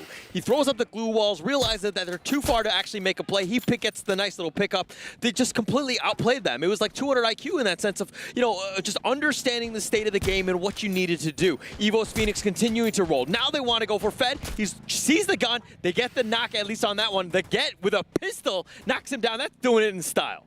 Yeah, I think they knew it was lost cause there, right? There's just too many members in the way. But on the bright side, they're not out of the game just yet. They only lost 1 member. There's more than enough time, more than enough, you know, revival points to kind of just get your members into it. But now, talking about revival, EVOS Phoenix eventually gets the Get back into the game. They're 4-men strong, looking to just ride this momentum. And speaking of riding the momentum, look at that. The Get getting 3 kills by himself. Oh my gosh, he's got almost 800 damage at this point, right? Essentially, everybody has 200 HP. For the people that are new at Free Fire, you know what I mean? The fact that he's doing like more than 3 right there. But Vastamundo now, they're very low. They're going to run into EVOS Phoenix, and EVOS Phoenix is like this freight train. How do you stop these guys? He's getting all the pickoffs, and Blazer 10 is like, if I don't move, they can't see me. He's all all by himself. He does get shot in the end. And Vasto Mano been eliminated. EVOS Phoenix, 10 kills. He tried to play dead, and EVOS Phoenix was like, no, I'm gonna put you in the grave for real. And here we go. This is a perfect run from EVOS Phoenix so far. 4 members still strong. Can't say the same for the rest of the teams, but we do see Team Loud here. They have 0 kills on the board, and as I speak, Team Farang unfortunately goes out in 11th place. All right, EVOS Phoenix, their victory sign, so to speak, is to shush people. And to be honest, all they've been doing is shushing people all day today. It's been like, you know, a whole other story. Charm. It's their lucky charm. Okay, well, okay. That is an amazing lucky charm for me to be shushing people. But look at this bridge fight here. EVOS Divine, now they're going to be looking to go against Loud. Both of these teams need these points. They need to ensure that their utility is going to be on point. And it looks like there's going to be a bit of a skirmish. The glue walls keeping themselves aligned. The Time Turner slowing things down. And it looks like Con 7. Oh, but the drive-by! He actually hits him, but the grenade was there. He actually knocks him down with the vehicle. Loud has been eliminated. He drove right by him, ran him over. They started it off with a Riptide Rhythm, blocked by the Time Turner there, and they're like, you know what? If it doesn't work, we'll use the vehicles to run you down the ground, and it worked perfectly for them. And talking about the Time Turner, here comes Vivocade. They're coming in really hard against Team Flash. Bill trying to revive his teammate there, but they got shot at the back. General doesn't really have the angle to support his team right here. Are they going to go for the fight? Oh, it's going to be the next one down. It's all down to Nando, who's healthy, but he's not there to help his teammates, and they've just bailed out. They know they can't win the fight, and Team Flash will take the win. Yeah, Nando is going to be revived here. He's going to look to just help his team right now, and they really need they need the points right now. General is also with him, but it's just those two. How much can they do? EVOS Phoenix, back to them. They were seeing what they're doing. They're just owning this bridge, making sure that nobody has any sort of space. Jonah's got 2 kills to his name, but they sense somebody's nearby. There must be a reason why they're sticking around on this low ground here. But they do hear that Minerals Esports is near. But like you said, the bridge looks good at this point. Both EVOSes on this bridge end the circle. Storm completely evading them. But as I say, Caster Skirts strikes again, moves it up to north, where we do see attack all around, and was fighting it out. Attack all around, getting knocked down, and that's going to be V-Gaming on the receiving end. Binchu on that bike, but now sent to the next lobby as Wask has the higher ground. But can they take this fight? Attack all around does have some structure around them in terms of the terrain, with this rocks providing the cover. They have the glue walls as well, which we know they're so good at using. Kororo with that amazing shot on that drive-by on that motorcycle. This is the former best rookie. He was MVP in FFPL at Season 4. This is a guy that's an absolute monster. Literally the best player on that team on attack all around. There's a reason why the Thailand teams are both very scary. They're both very mechanically sound. They understand the state of the game, and they don't take any risks. If we see what EVOS Phoenix are doing, hey, we've got our 10 kills. Now let's just kind of camp out. What are you going to do? There's 8 teams left. We don't need to do anything risky. Well, but as we say that, members of EVOS Divine now have to push towards EVOS Phoenix as the storm closes in. And that's going to be the first move made out here. They're going up against one another. Meanwhile, attack all around also looking to close this fight against members of Wask. The Time Turner there just going to buy some time as Folky now moving on to side, trying to get a better angle. As we see him get knocked down, no chance there. No advancement for you as Moshi snipes beyond off the side of the bridge. And Hosang, he does try to provide that cover fire for his teammate. No good to go. But here comes Moshi. The grenade from JLX knocks down 2, takes 1 out, and they are looking to be on fire. As Joanna on the other side map, West gets wiped out in 8th place, and Moshi looking to close the ground. EVOS Divine, you're up against the potential champions, and they are taking this fight so badly. Joanna gets knocked down as well, gets revived by his teammate. He has the grenade launcher on hand, but look at that. Both EVOS are in a lot of trouble as Minerals Esports are just nearby. They're looking to try to get the third-party fight. EVOS Divine, EVOS Phoenix, all there, as well as Minerals Esports. There's just too much action. Attack all around. Kororo just with another kill. EVOS Phoenix, Getboo gets knocked as well. Jonah's going to be the last one. He's going to look to heal himself, look for placement points, keep himself alive. They've got 13 kills already, but Moshi is just turning this one up. He does have 3 kills to his name, 13 kills on that team, but Kororo with a quad, and to Echo Esports finally gets eliminated from Shin. Just really well played by Team Flash at that point. But EVOS Divine, attack all around. EVOS Phoenix, all in the same area. Who's going to make the first move? Who wants to show themselves? There are 6 teams left, 15 minutes. Yeah, like I said, EVOS right? They both get caught out just slightly outside of the storm, and Minerals Esports, they have no idea what's happening, right? If they could only see what we are saying, they would have known they kind of just push down the two final members of the two separate teams. And now Vivocade unfortunately going out in 6th place, and they're down to the last 5 teams. And Team Flash looking really strong as we see Shin with 7 kills leading the kill leaderboard.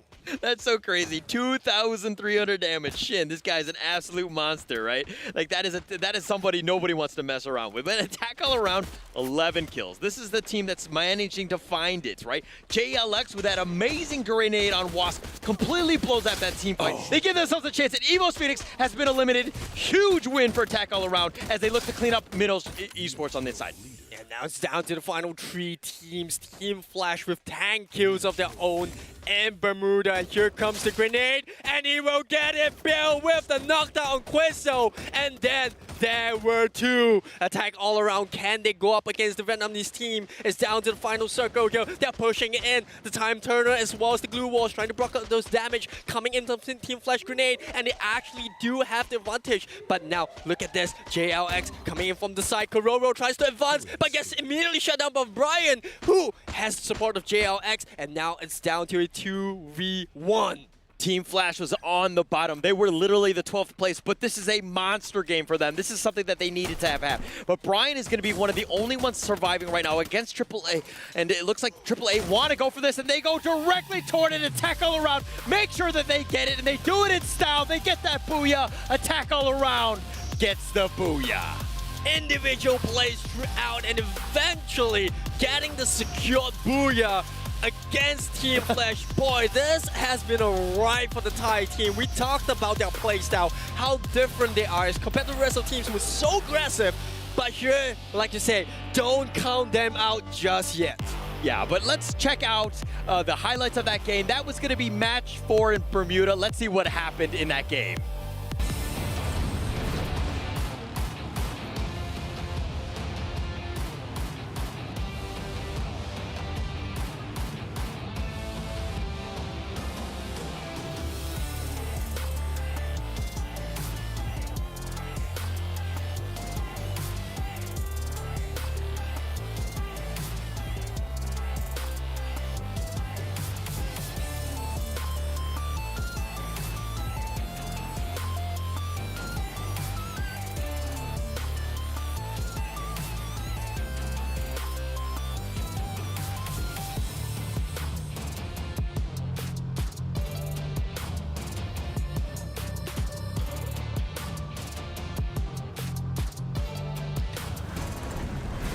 I think it's pretty obvious that the Thailand region, very, very strong. Attack All Around, Evos Phoenix. It's becoming a rat race as of who could play this one out, because Attack All Around, yes, they got their first booyah, but they have so many kills. They have so many points, and it's going to be very close as we get in.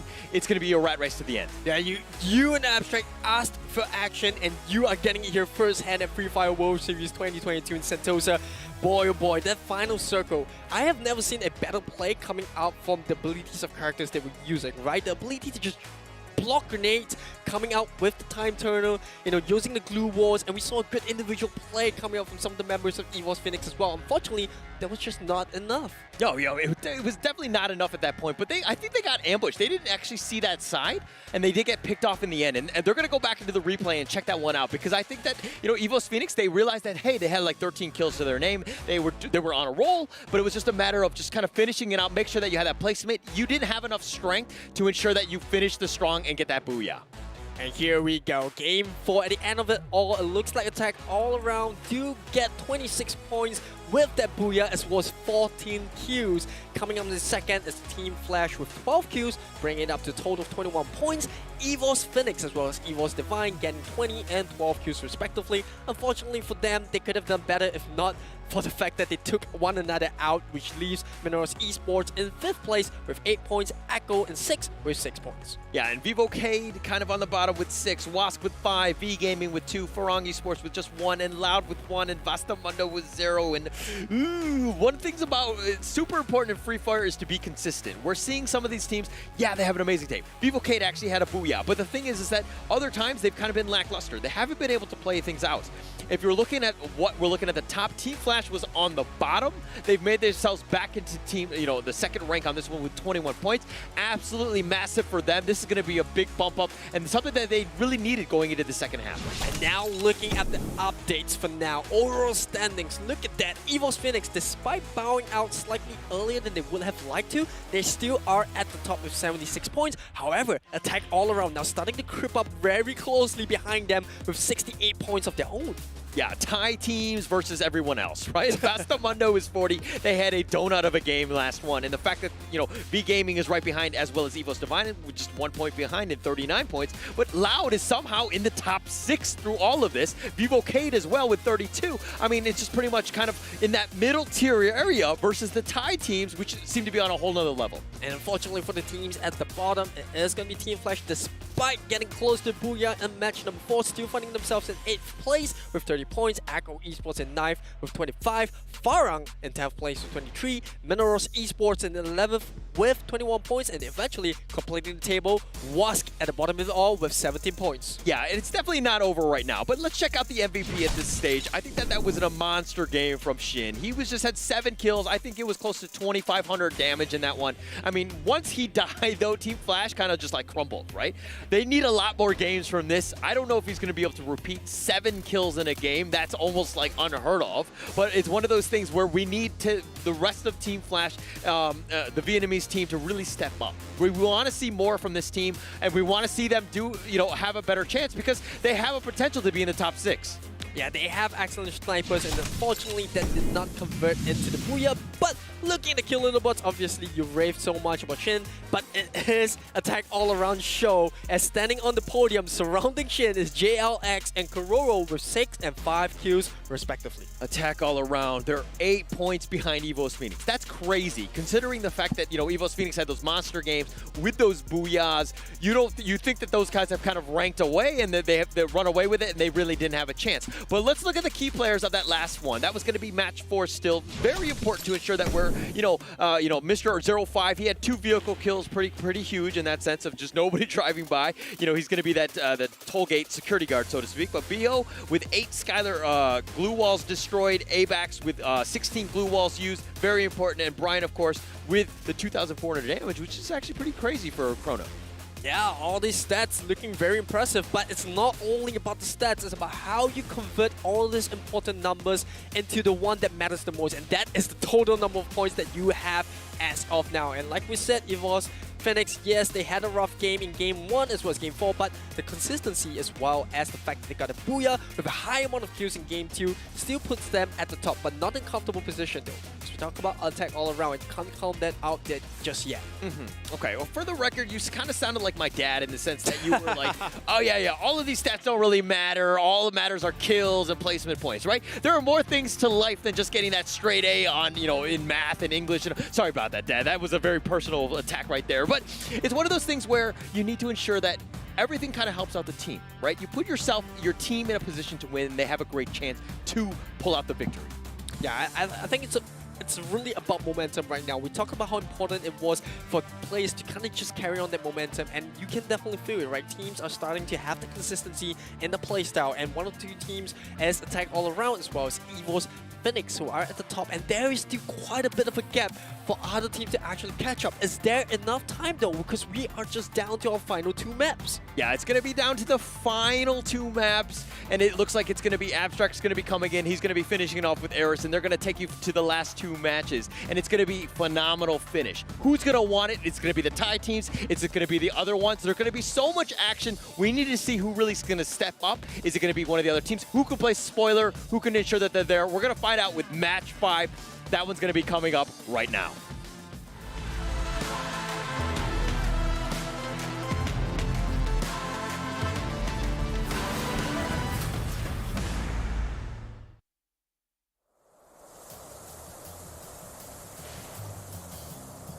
La Luna was at the top of the world after the Great Collapse. But they forgot about balance. The world needs both order and chaos. Our troublemakers walk in the dark. I welcome you to the world of the Mambas.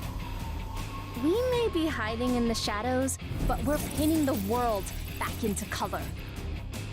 That's why we're taking on the mighty Horizon, the largest tech company in the world. They are no fun, and they're trying to take over the world. We won't be silent this time. We found out what they're doing on Bermuda. People are finally seeing them for what they truly are. The smartest of them joined the Mambas. Others became our allies. And many more fight solo. Hey, Horizon, can you feel it?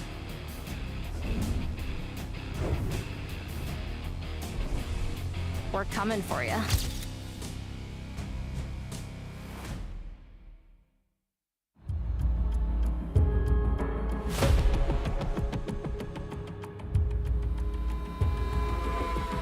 Thought they had the high ground. They thought they were walking in and they were just gonna destroy everybody.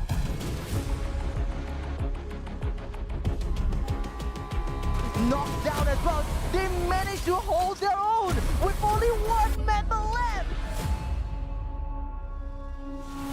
Against Team Ace to do something against the last member remaining. He found himself dumbfounded, flabbergasted, as all of the team already been resurrected. The time is nigh for all these 12 players to come together and to fight it all out. He's still holding himself right behind the tree. He gets one for himself, and that is going to be 2v2 all alone right now. 1v1. He's got to do something about this ASAP, but it doesn't seem like things are looking.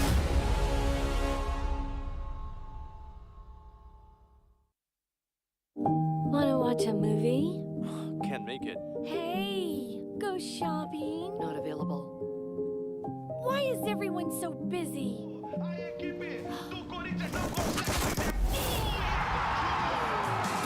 Don't want to be an outsider? Watch Free Fire World Series. This is a shakedown.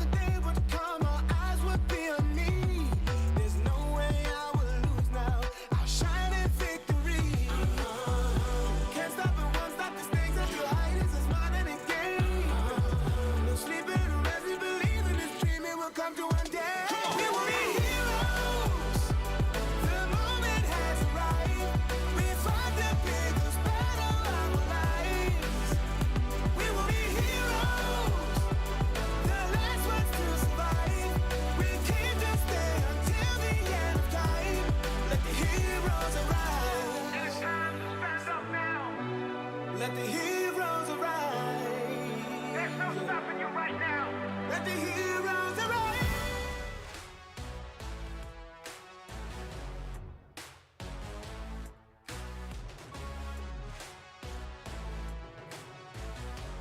All right, ladies and gentlemen, we are now back in for the Free Fire World Series 2022 Sentosa. My name is Abstract. I'm back together here, of course, Eris.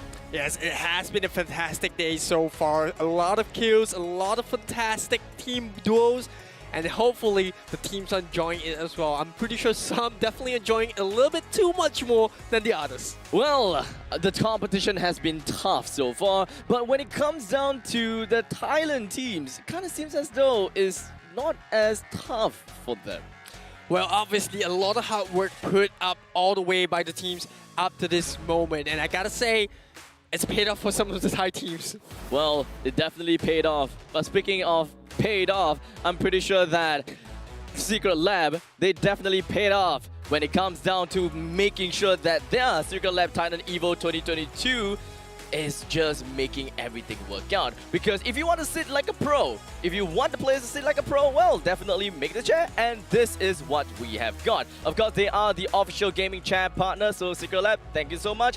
Take a look at www.secretlab.co/2022 to take a look at their wide range of chairs of different designs and materials. Yes, and now moving on to the main pointer here. Which team is going to be stepping it up? And Kalahari, obviously, we know the answer for the first map in game number 2, where we saw EVOS Phoenix completely stomped out the rest of the competition, coming in with a booyah, as well as a fantastic number of kills. In fact, 18 to be exact, 18 kills. They have a lot of kills to their name. And they ain't gonna stop. There is still 2 more games to go. And I believe that in every single one of these games, EVOS Phoenix will still want to show what exactly they are made of. They are high above everyone else in the leaderboards, but hey, at this point in time, it is not too late yet for all the other teams to catch up. Let us not count them out, because there are still other teams that are still trying to catch up to them. Specifically, Vivocade and Vastamundo. Yeah, these 2 teams, they're just lingering around. Yeah, a little bit of a lackluster performance coming in, but Vivocade getting a first booyah of the day, as well as the fact that Vastamundo are trying to take fights to the best of abilities. Didn't really work out for them so far, so hopefully that will improve. But let's focus at the top of the table, because that's what we're here about, right? Talking about the favorites and making sure that the hype stays real. 2 Thai teams at the top right now, with 2 very contrasting playstyles. On one hand, you have Attack All Around that loves to just sit in the center of the circle, soak in and gatekeep, while you have on the other hand, EVOS Phoenix, the reigning champions from last year's performance, coming in, taking fights very aggressively, and always seeming to be able to find something out of nothing. Well, they are crowned the kings of the kings for a very reason. And Attack All Around, they don't come into the Free Fire World Series playing like any other teams in their region. They are crowned as the crafty team. They know exactly what they need to do in order to turn other teams against, well, practically the other team. They know what they need to do in order to increase their advantage instead of decreasing other people's advantage. They love to play in the lower grounds, and whenever possible, they will hint at the opponents, manipulate them to attack the opponents that they themselves want to attack. And they also made sure that the positioning is always working out well. Yeah, one player which I think is really overrated, or rather underrated, is actually Hoysung. Right, he is that player that does a lot of the dirty work for his team, right? Going in, trying to buy time, trying to create a little bit of a distraction around it, while Kororo gets the kill. So I think that is where the team effort comes in. It's really, really important to notice that sometimes players that do not get the highest number of kills or do the most amount of damage still have a very important part to play to try to set up for that win. I mean, in the end of the day, it is Thailand that is reigning victory. But I don't want to say that just yet. Like I said, 2 more games to go. EVOS Divide, they are also one of the teams that we gotta have to look out for. They are definitely strong, but they have yet to reach their peak performance, and the time is definitely gonna be now. Well, if not now, then when? Because we are left with 2 games, and now heading into the second half of Kalahari, let's just kind of recap of what happened in the first map. We had a very early fight between Attack All Around and Echo, who the former actually got 3 kills at the SOP. So that is one of the hot drops that we have to really look out for, because that's a contested area. And then next off, we got Farang against V Gaming, who also got 3 kills. Then eventually from there on, it's kind of a little bit of a blur, because EVOS Phoenix was like, Echo, boom, Loud, boom, Vivo K, boom, Westermunder, boom. They were just completely wiping out every single team that they saw. It was just fast game altogether, and I am just thrilled to bring you guys the next game of the Free Fire World Series 2022 Sentosa set in Singapore, as all of these teams from many different regions fight it out to see who will get themselves more points than the other. So prepare yourself, sit at home, and of course, and now it's time for you to bear witness the next winner for the next Kalahari map here. Who's going to be the one? Looking at the map right now, the flight path kind of just dividing the map into 2, and the middle of it all flying from the western end to the eastern end. And once again, we do see teams kind of just dropping into the comfort zone right now. We talk about the 2 teams, Attack All Around Echo, that kick things off in the first map of Kalahari, where we saw them fight it out for the SOP. So will we see that again? Well, remains to be seen. But now, EVOS Phoenix against Team Loud in the center of command post. Who's going to come up on top? Oh no, this is not going to be a great start for some of the teams here. As you can see from the kill feed, you are starting to see Echo already in the midst of it all, in the thick of things. And not just them, EVOS Phoenix, they have decided to drop themselves right inside of command post. And so does EVOS Divine. Yeah, wait, this is going to be a little bit tough. Chronos coming in from the side, and I think that is not the move that you want to make. Ammo5 gets the first knockdown. That's going to be the first blood of the game. Oh no, looks like it is not EVOS. At this point in time, command post, they're just working their way through and doing whatever that they can to get some kills in. And now it's going to be Jonah. He's getting himself close and closer and closer. The rest of the members coming from the side of EVOS Phoenix, they're moving their way. They found themselves a knockdown onto Noda, and that is going to be an easy kill to the side of EVOS Phoenix. Yes, and like I said, this is a team that loves to drop into a zone where the revival point is nearby. If they take a bad fight, they can immediately bring their teammates back into the midst of it all and try to get the man advantage. But it looks like they don't need it for now, as they get the first kill onto members of Team Loud. And that's going to leave the Brazilian team a little bit hurt, I gotta say. They're going to have to retreat from their favorite, command post. Not going to be a problem for them, but speaking of problem, it kind of seems as though EVOS Divine is going to find himself in a little bit of problem, as now it is going to be Minerals Esports that have decided to come knocking onto their doors. But we are going to be seeing a little bit of a turnaround indeed, as now Mr. 05 comes in to clutch. Abax doing whatever that he can as well, as they manage to bring 3 members down onto the ground, kneeling, and they are unable to fight back. There's nothing that is going to be helping these Minerals Esports players from getting back up on their feet, at least for now. Yeah, Abax there. He was just trying to save some ammo, using a melee to just finish up the rest of the fight.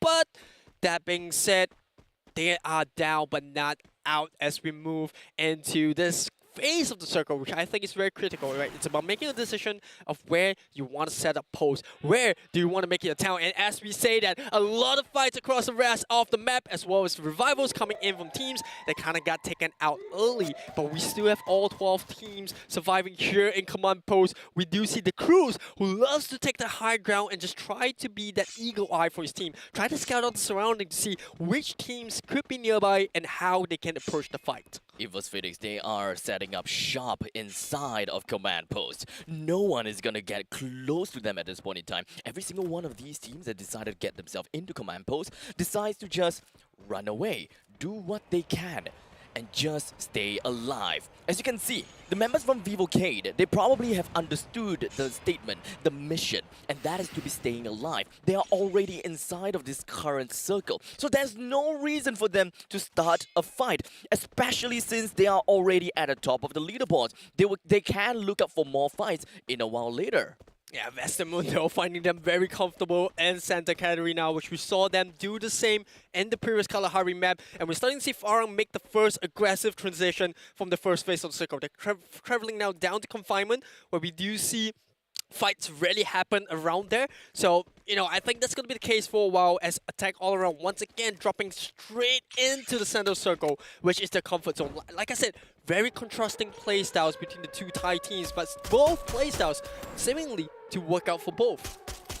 And now, Dashgard, he's finding himself in not a really good position. He found himself with the glue wall completely detached and away because of the type rhythm that was thrown over to his side. The one thing that saved him, after all, it is going to be the time turner. He's going to be safe and sound, at least for now. But the members from Attack All Around has got him in their crosshairs. They are not going to be keeping their eyes off of him.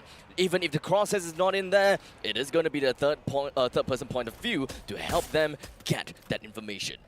Yeah, unfortunately for Loud, they are still on the edge of command post, and that means that EVOS Phoenix might just scout him out if he's not too careful. In fact, he is sandwiched between two of the Thai teams. Attack All Around EVOS Phoenix. Boy, that must be a nervy situation to be in. But he doesn't have the map like we do, so he doesn't know it just quite yet. They definitely don't just yet. Minerals Esports, they are hiding themselves inside of Refinery. Definitely something that we have been expecting. They are always jumping in the Refinery. But Farang Esports, they are the one that always goes over the Refinery as well. But they have decided to change things up all the way. They do not want to jump in the same place as Minerals Esports. So completely understand that. A couple of teams are actually still outside of the circle. They do not want to get themselves into any unfortunate scenarios. And so far, from all of the games that we have witnessed so far, the team fights will only start pouring in from 9 minutes in, but the main fight of it all, where the pandemonium occurs, is where 12 minutes happens. Yeah, look at the leaderboard right now. Total domination by both the EVOS team, right? With MR05 standing at the top with 3 kills. The rest pretty stacked up between 2 and 1. And speaking of them, well, look at that. Joanna finding themselves a kill. And unfortunately for Loud, they are down to a final member, K17 there. A bit unfortunate. Jonas working his way. 1 kill for him. Moshi 1 kill. Getbu also have got a single kill to his name. They are all pretty happy with what they have gotten so far, but they have got more to their name. They know what they are capable of. They know that they have got the mechanics. They got the micro, they got the macro. They will do whatever that they can to wipe out the entire server out of the board just to get more points, because they know they are at the top of the leaderboards. They do not need those kills, but hey, it helps a lot to suffocate those people that are under them. I think this is where things get a little bit nervy for the teams that are on the bottom half of the leaderboard in terms of total number of points. Because they know they need not only kills, but also to secure top positionings. If not, the Booyah to actually claw their way back into a better position to try to challenge for the top half.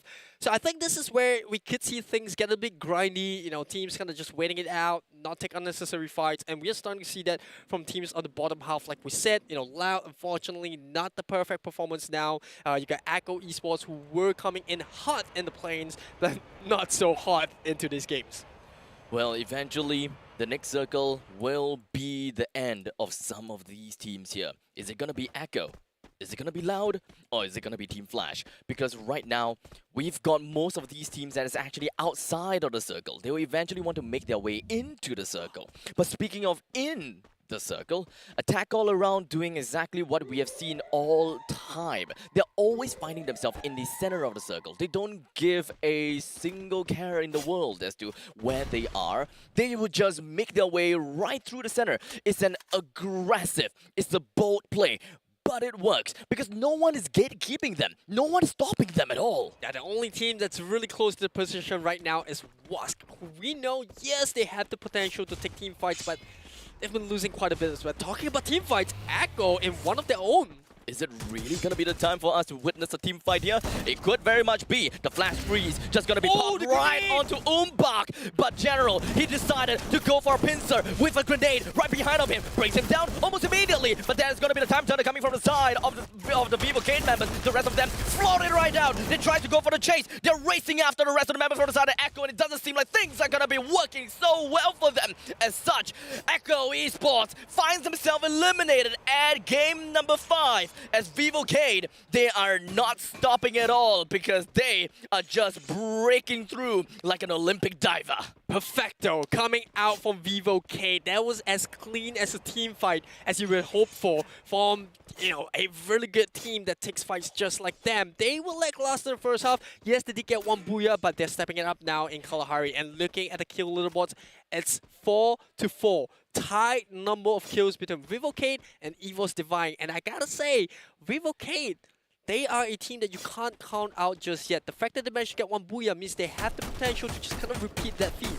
Vivocade, they are a team that really love to play in the center of the safe zone only after the 5th circle. So they will always willingly give attack all around that center part of the circle at the early start, right? Just take it. But when the 5th circle starts to appear, roughly around that time, it will be about 13, 14 minutes. And that is when Vivocade comes online. They know that they want to take the control, and control it is. Break down any people that comes in, and they will be on a tear.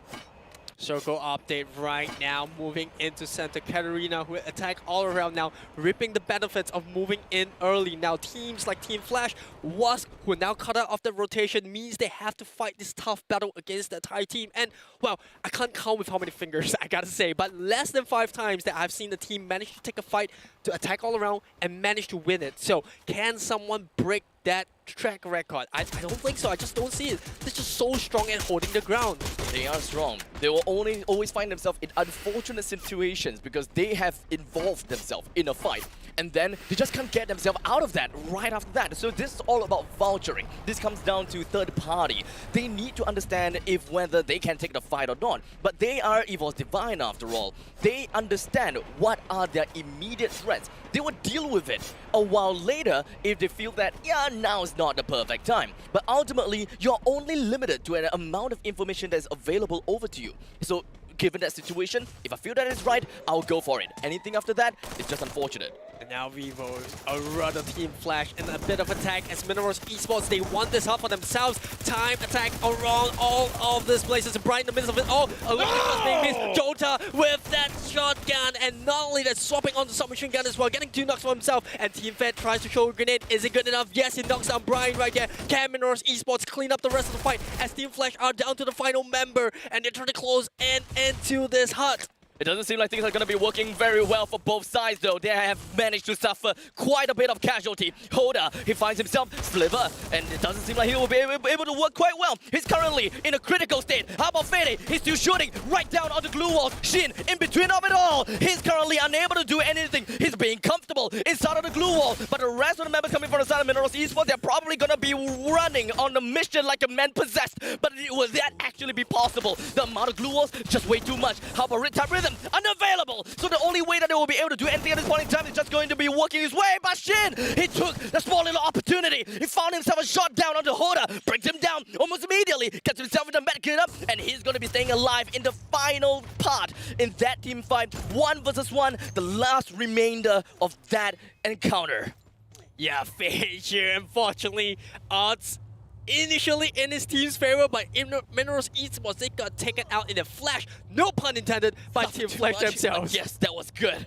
In a flash, I'll give it to you, alright? But at this point in time, we're starting to see 2 members that are going to be eliminated by the play zone. Look at that, the Storm, they're just taking the lives of so many. They're all bleeding right off every single orifice of the body. Lost finds himself eliminated as well. Attack all around, they are still in a very good position as they eventually would try to make their way into the next part of the circle. But remember what I said, it is Vivocade. 5th circle on, they will move on to the next. And unfortunately, while all of that was happening, Loud has been eliminated. Yeah, very unfortunate for the Brazilian team right there. A rough start at the first half of the circle, running straight into EVOS Phoenix at command post and eventually running out of luck as the circle will claim the remaining members' life. And now it's all down to Minerals Esports as well as Team Flash, who 2 of them, they still have 1 member remaining. Well, for EVOS Phoenix. They have 3 kills on the board. Not the best, but still doing very decently as VivoK finding themselves at the top of this hut. Because it seems as though the Pandemonium is just going to be appearing right on this tower. How is it gonna be? Because Wasp, they're joining into the team fight. There's so many people just around here right now. Attack all around. One of them already destroyed, but how about the rest? It is going to be Foki eventually making his way down to one of the members from the side of Wasp. They are witnessing one, but not one only. The rest of the members from the side of Wasp is now going to be eliminated. But unfortunately, death from above. Hoysung is currently going to be on the other side of the ridge as you will be finding a little bit of more shots over to the side of VivoK. They found one. They found a couple. They are all on the second floor. Foki is still down. How about Guerrero? Not too sure about his current understanding. But Minerals Esports, V Gaming, they're both down in the western part of the circle. We are still witnessing way too much action to go about. EVOS Divine now joining into the fray of it. Guerrero in a very tight spot, but he's buying in time. The glue wall pops up and immediately taken out as well. And here comes the rest of EVOS Divine. They are hungry for kills, and here they are. Getboo coming in from the side, trying to buy EVOS Phoenix some time as 2 versus 2. And I have absolutely no idea whose favor is going to turn out. But here in the open ground, Modestia from VivoK comes in. They have a total of 8 kills. Somebody stop them! VivoK, 8 kills. They're still gonna be moving right along. They are the victors of this Pandemonium Tower. But unfortunately, will they be able to get themselves away from all of this? That is the question. It's now double Riptide Rhythm flying over right on the beyond. That is going to be EVOS going down for it all. At Vastamundo, they have a total of 7 kills. They're hiding themselves. They're setting up shop right inside of Santa Catarina. In the center of the circle, they're taking control of it all. None of the teams are going to be fighting against them because unfortunately for both EVOS Phoenix as well as VivoK, they are all very, very wounded, handicapped at all. 2 teams left. There's no way that Vastamundo will even lose this part of the game. And here it is, the first Booyah of the day. They were the underdogs and they finally achieved that Booyah. What a perfect play from them. A little bit of luck, but don't count them out just yet. Booyah! Coming to the side of Vastamundo, representing the Europe region. The players, they had sheer determination and they went through it all. They broke through like the Olympic diver and they sliced everything like the shredder. Let us take a look how they executed it in this highlight.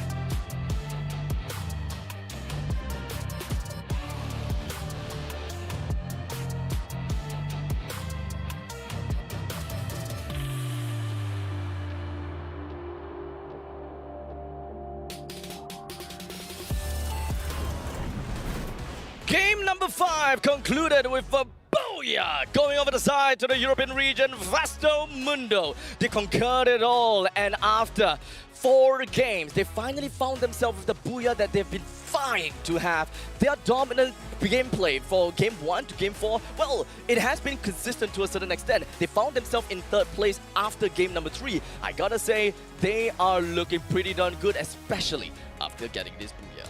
Yeah, they had a little bit of luck inside, but don't get me wrong, that was by no means an easy feat for them because they still had 2 Thai teams alive in there. Fortunately for them, EVOS Divine coming in to third party that fight for Minerals Esports and EVOS Phoenix, who unfortunately took too long to kind of conclude that fight up. Storm took a lot of HP, and eventually it was down to VivoK to try to go up against the odds, but Vastamundo, they made it into the circle. They were just camping it out, sniping from far, and eventually getting their booyah. That is one thing about playing passive and going into the circle. This is where Vastamundo utilized their aggression and defensive mechanism at the same time. They understood what it means to be using a hybrid strategy, changing it up in the middle of the game. When do you play aggressively? When do you play defensively? That is exactly what Vastamundo keyed themselves upon in game number 5, getting themselves a total of 21 points. The rest of the teams not too shabby themselves. Vivo K, like I said, unfortunate that the circle was pushing behind them, but they still secure a sweet 17 points in second place. EVOS Divine and EVOS Phoenix both share the pot with 15 points between themselves. Minerals Esports with 5 points, or rather 5th place with 9 points. V Gaming in 6th place with 8 points, and over to lower half of the bracket, we do have Attack All Around 7th place with 8 points. Team Flash in 8th place with 6 points, sharing it with Wask with 6 points themselves as well. Farang in 10th with 1 point, Echo Esports with 1. Loud, unfortunately, still at the bottom with 1 point. Boy, as much as I want to talk about Loud, what exactly happened to them? That is a very big question. Perhaps we can talk a little bit more about this in a while later, because at least when it comes down to the overall standings, Loud is at 8th place with a total of 35 points. But let us shift gears a little bit and take a look at the top of the brackets with EVOS Phoenix at 91 points, a whopping 25 points above of Attack All Around with 76 points. Vastamundo shortly coming up on that point, 3rd place with 61 points. And well, their point system is looking pretty darn good. EVOS Divine, 54 points. Shortly after that, Vivo K, as they dropped down to 5th place, but they did manage to go up a little bit after getting themselves the 2nd place and quite a bit of kills. V Gaming, 47 points. And now we're on to the bottom half where things look very grimy for the teams right there. Team Flash with 7th with 36 points. They do bump themselves up 1 spot, but just not enough. And well, for the rest of the teams, there's nothing really much to say. Hopefully they do improve. But speaking about improving, finally clinching his first MVP of the day is MR5 with 4 kills from EVOS Divine. Mr. 05, he knew what he wanted to do. And EVOS Divine, they are not going to disappoint us at all. They have showed exactly what it means to be strong. And like I said, EVOS Divine, it is time for you to shine, and the time is now. Game number 5 went well for them, but not exactly the answer that they want. It's a booyah that they really want. Perhaps game number 6 is going to be the one for them. And now on to the kill leaders. Like we said, Mr. 05 here with 4 kills of his own, and sharing the rest of the podium is Vivo's Kate's General as well as Vastamundo's Crusher with 3 kills each. Well, we do have 3 different teams that are on the kill leaderboards. I'm pretty happy to see this variety of the team. This pretty much means that we do not have a very top-heavy team. This is great. Unlike the previous games where, well, EVOS Phoenix just kind of did everything. They just killed everyone, did whatever they want, being the kill leaders on top of it all. Well, it is a great show, but this is a better show. Well, enough about the kills, enough with the flashy plays. Let's look at the key players for game number 5. Luca, 5 assists. Date God with 16 glue walls destroyed. And sharing the stage with them is actually Shin from Team Flash with 28 glue walls used. Correct me if I'm wrong, I think that's the most anyone is used out of every single game. I think so. Yep, and last but not least, to make onto that podium, or rather, kind of that key player list, is Team EVOS Divine's ABAX with 1,532 damage blocked. Well, it's all about the time turners. It is all about the retired rhythm. But let's not forget that glue wall usage is of course very important. If you remember, Shin is the one that have barricaded himself in the small little corner of a house using so much glue wall, there was nothing that the opponents could do. Even if they have a fresh pair of scissors, they can't slice it through. Even if they have a shredder, they can't slice it through as well. There's no way to take control of Shin, and he took himself in a very unfortunate situation, made a small little avenue for the opponents to get through, get him down with a single shotgun, kill him, pop another glue wall, he's safe and sound. Yeah, I love that execution as well, and to believe that that actually happened, like in a split second as well. What are these players thinking? What are they actually feeling? The thoughts they're going through their head to actually not only just take the fight, but also use whatever they have in their advantage. And like we said, every single action counts right now. We're down to our final game, and I gotta say, both Thai teams looking very comfortable in the 1st and 2nd place. They are very comfortable indeed. Last game, what does it mean for all these Thai teams? What does it mean for Vestumundo at third place? What does it mean for the rest of the people at the second half of the leaderboards? And well, we'll have to find out. But first, a short little break. Go get your toilet breaks because we'll come back soon.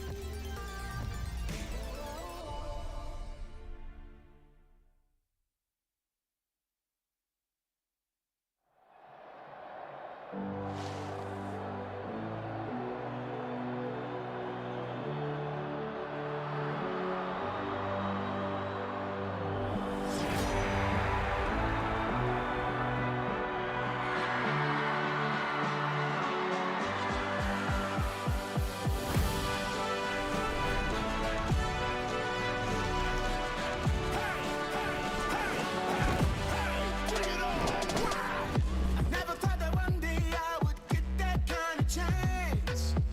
There is no way that I will let it slip out of my hands. Staring at the ceiling fan, remembering the pain. There's so much I could lose now, but so much more to gain. Can't stop and won't stop the stakes that you hide is more than a game. No sleeping or resting, believing this dream it will come true one day. We will be heroes. The moment has arrived. We fought the biggest battle of our lives. We will be heroes. The last ones to survive. We can't just stay until the end of time. Let the heroes arise. Let the heroes arise.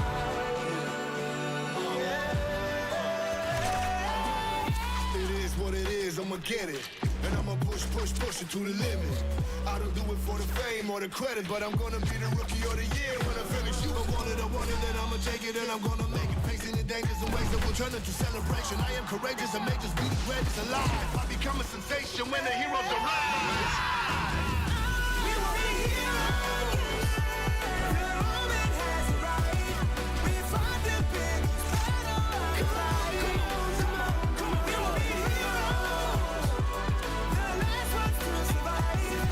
We can't just stay until the end of time. We will be heroes. Let the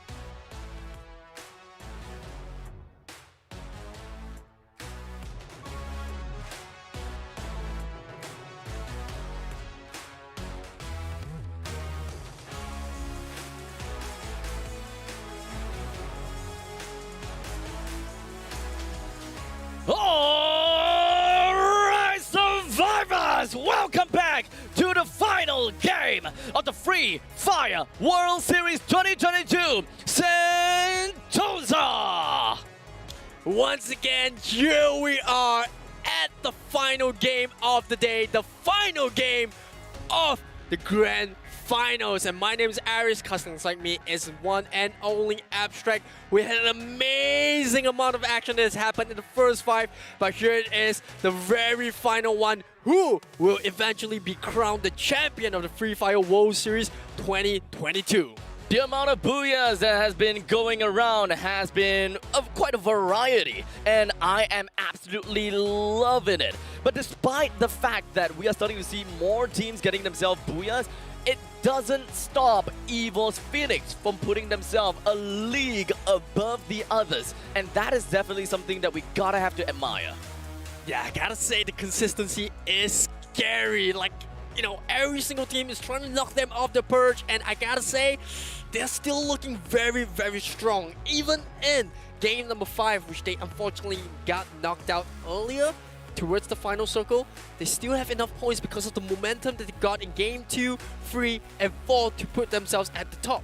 It is all about, oh, okay, maybe not all about momentum, but momentum does play a very big deal Huge. for games, right? Game number 1, it didn't really quite work out that well for them, but like you said, game 2, 3, and 4 was definitely something that really got them riled up. Game 2, boom, boom, pow, boom, shakalaka, they got themselves kills and kills and kills, and eventually get themselves even more booyahs. Yes, last year, they got themselves 4 booyahs, this time 2 booyahs. It pretty much shows the amount of the level of competition is slowly but surely rising, but that's not gonna be stopping them just yet.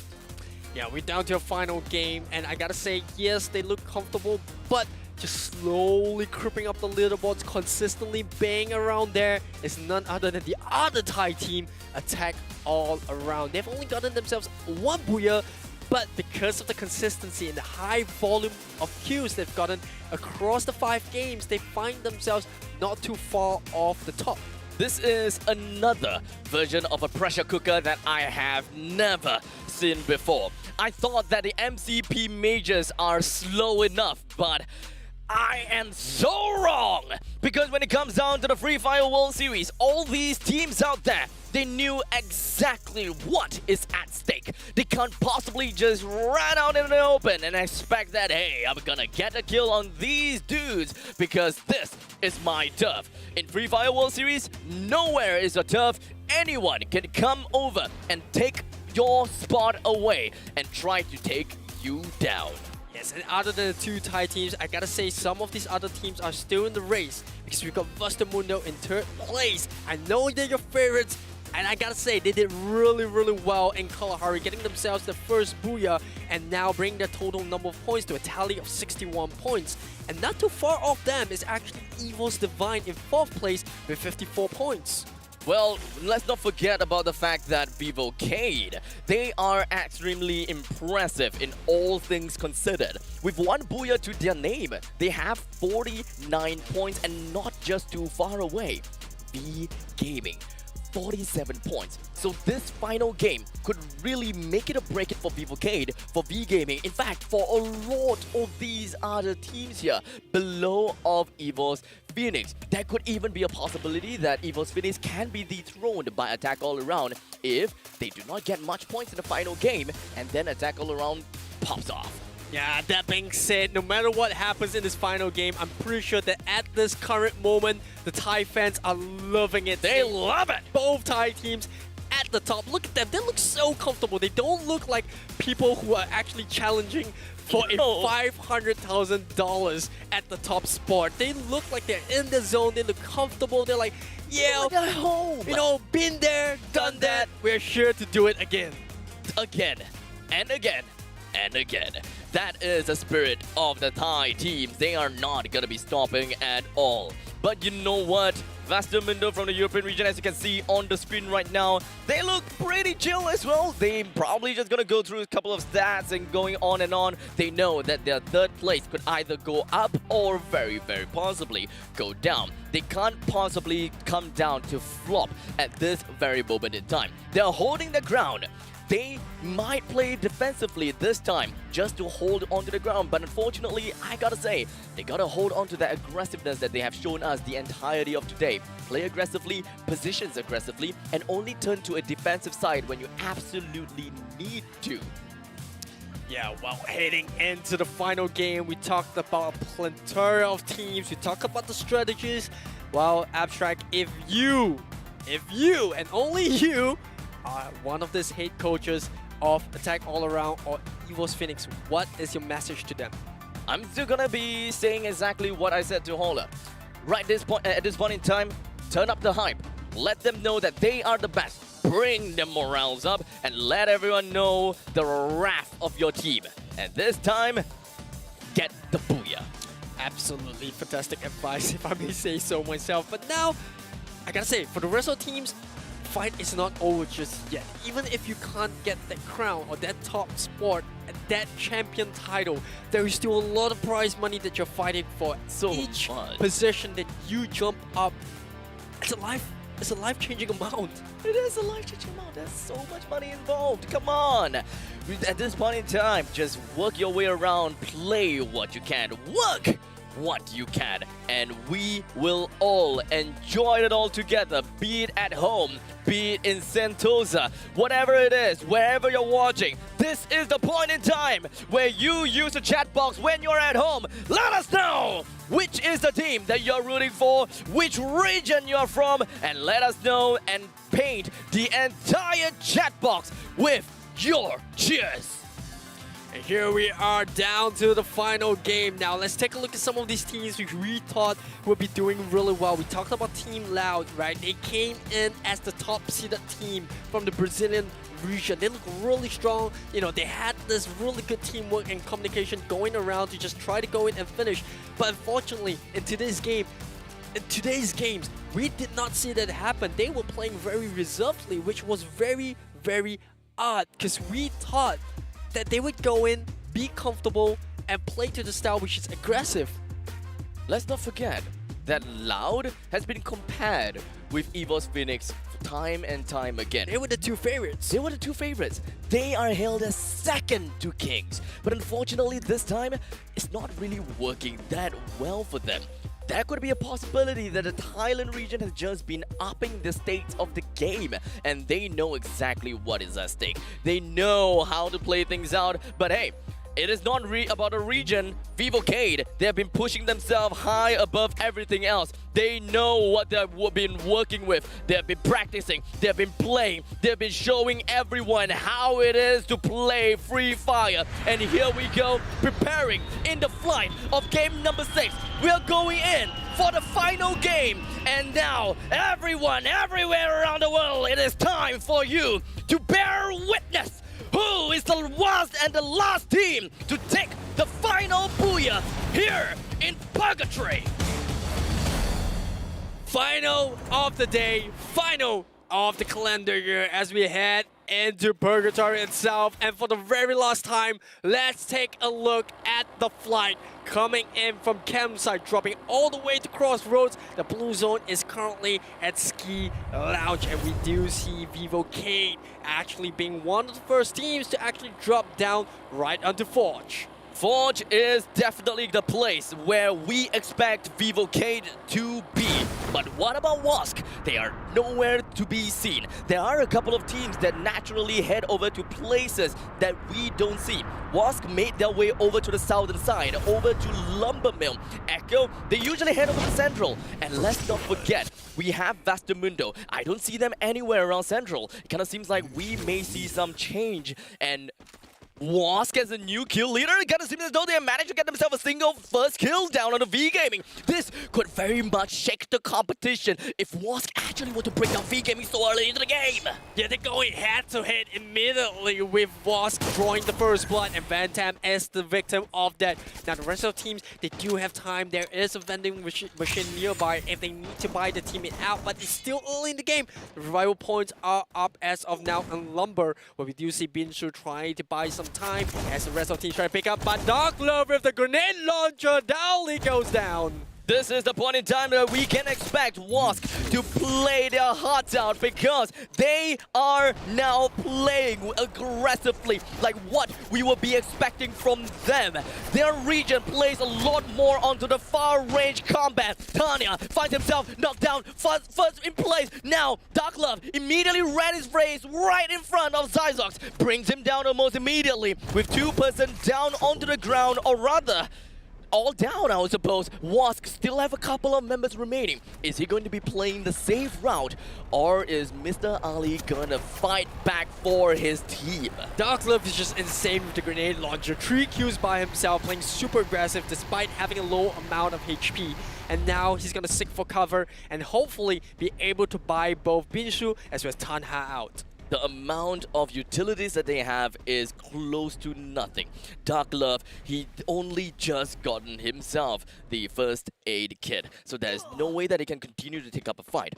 Farang themselves, not exactly in the best situations as well. They are severely handicapped, I would say, with 2 of the members already down. Jambal is pretty darn close to a single one of that revival point, so if he really wants to go over, shouldn't be too big of a problem. But now, the circle, it pops. It's going to be onto the western island where we have Vastamundo, EVOS Phoenix, as well as 2 of the members of Farang hiding in there very aggressively. And on the other edge, we have 2 more teams. Yeah, this could be a defining circle right here because we know that Attack All Around loves to play in the middle of it. And guess what? It's actually EVOS Phoenix that is currently there right now in Marble Works. So if Attack All Around moves in really quickly and runs into EVOS Phoenix, that could be the crowning moment. Whichever teams go out first, the other team is going to have a very huge chance of, crowning, or rather taking the crown and the title of being the best team in the world. And let's not forget, when it comes down to the playstyle of EVOS Phoenix, they are territorial, but they are also a relatively slow team. They will prefer to stay in a single spot unless forced otherwise. So maybe that situation may happen. But for now, we're going to be shifting our sights right onto fields as EVOS Divine, one of the members, Mr. 05, found himself in an unfortunate situation. Sam 13 finds himself all the way at the top of this ridge, raining lead from above. He would want to land a couple of shots of the members from the side of Minerals Esports while Abax completely alone. The only thing that he have is going to be a single shotgun. He did manage to bring Hoda down, but Sam 13, what can you do at this point in time? Only to try to go for an execute, but that's not gonna work, buddy. That's not gonna work. Where's Beyond? That's the question. Well, unfortunately, he will be running away from the fight as EVOS Divine. They know that they have a very bad spot that they are playing for. And unfortunately for them, not the start that they want. But over to the positives, we do see V Gaming here, getting a better position, trying to claw it back up. They need those points, whatever points they can get to improve the positioning. And whereas for Fixer 03, look at the damage he's done so far. 467, nothing to really shout about, but still impressive given how early the game is. It's currently 5 minutes into the game. The first circle is just starting to close out. 12 teams still remains, but when it comes down to number counts, only 43 members remain. When it comes down to how many people can come back into the game, that is going to be the next question, as now the storm slowly envelops the entirety of Purgatory, forcing teams that are not inside a safe area to make their move soon. And within just a short course of time, we're starting to see Attack All Around making their way to the center part of the circle, right as Aris said. And for EVOS Phoenix, they're still somewhere inside of Marble Works, where Loud has now managed to avoid them, at least for now. Yeah, they could play passive if they want, but now onto southern end of the circle. Vastamundo is actually really, really close to Farang, right at the top of Mount Villa. And well, Farang has yet to buy out the remaining 2 members that they lost in the earlier firefight. So if Vastamundo take the fight right now, they are in the advantageous position where they can find themselves 2 valuable kills. Remember, they're in 3rd place with 61 points. That's not too far off Attack All Around. That's the buyback. That's the buyback that we're looking out for. If Vastamundo were to keep their eyes up into the sky, they may very well be able to know that Farang or one of these teams is actually pretty darn close, and they don't have a lot of utilities for one another. And you know what? we do have a devil in the midst. As Farang now finds himself in the midst of the danger zone, it is not going to be good for them. But Vastamundo kind of seems as though they are in for the danger. They would want to get themselves inside of it all. If they were to move any more towards the eastern side, they might very well meet up with Pablo as well as Jambal. And on to the eastern end of the fight, Team Flash fighting it out with Vivo Kate for the control and the rights to enter in the middle of it all. While Minerals, well, they're taking a little bit of a long trip alongside with Evo's Divine coming in from Moodhouse. You know, they got all the time in the world. They got Afterburner effect, so they don't really have to rush in. It's only the second phase where, you know, it's kind of negligible if you have the Afterburner. If only they have Master of All. I've kind of been hyping that up for many times, but unfortunately it's not quite made to meta just yet, but I'm still gonna say it anyways. Well, he's trying his luck. I'm trying my luck. Okay. Like, Yeah, I mean, I love K, okay? I play K, and I really love playing the outsider circle. I'm not a very aggressive player, mind you, so I just like to play in the outsider circle, get myself the EP, and just take the storm. I'm not bleeding in every orifice of my body. My EP is keeping me alive. And now General taking his team on the right. It's Vivo Kate will cover some ground to make the win circle. Lucre is dropping all around the map right now as we do see Vivo Kate finally finding themselves at the edge. I think this is a perfect play for them. I don't think they will be in trouble too soon if they actually know it. But Team Flash moving in, they want to take control of this bridge, which is going to be a key point in time because teams starting to move in from the northern end as well as the east might find themselves getting gatekept by Team Flash. Information has been found. Modestia, they know exactly where their opponents is and they are going to be gatekeeping inside of the bridge. Are they going to be going to the bridge? That is the question. Yeah, Team Loud though, they could mess it up for Evo's Phoenix. Yes, Evo's Phoenix looks really strong, but if they get taken out by Loud, that's going to put Attack all around in a prime position to actually claw those valuable points to try to overtake the reigning kings of Free Fire World Series. And I gotta say, Team Loud, don't count them out. Yes, they haven't been performing so far, but they have the firepower to take this fight. Oh, Wask! They're going to make their way right onto the bridge in the southern side that connects the southern island and the western island. This is not going to be putting Genius in a really good spot. Mr. Ali as well as Dowley is eventually going to be making their way through the bridge as well. But they decided to go another way. They understood that that bridge is going to be a danger zone because there's way too much people that are just going to be guarding this area. Jembal lobbing a little bit of this grenade. Dark Glove understood his mission. He's just going to be working on that. There's the Charge Buster trying to land on top of Jembal, but unfortunately not going to be working that out very well. Big Zoo, he tries to go for a flank. He's trying to get the kill down to Jembal, but this front liner is not going down just yet. The back liners from the side of Farang, they're giving a lot of suppressing fire, and that is how they're being able to bring down Dark Glove because of that Charge Buster. And Fang, Gaming, they are going to be the first team that will be eliminated in game number 6. There was an unexpected fight coming up for Farang. They had one member that was actually isolated from the rest, and that was Jambal, but he bought so much time as V Gaming were lost. They tunneled vision, and they got punished so badly. That was tough for V Gaming. They are having the spot being compromised right now. It is going to be tough, but we'll take a look at that a while later, because in the northern part of this current circle, boy oh boy, things are going to get dicey, as we have quite a couple of teams here. Evo's Phoenix as well as Loud, they are now teetering on a breaking point. Any sound that they make, every lead that they shoot out right out of the barrel of this gun is going to alert the hordes around them, and that is going to be K1 that started the first fight onto Moshi. Well, not exactly the best fight, the Evo's Phoenix, and how important this is for Tech all around. They do not know, but the gods are currently in their favor as Evo's Phoenix finds themselves being pushed the walls behind their backs.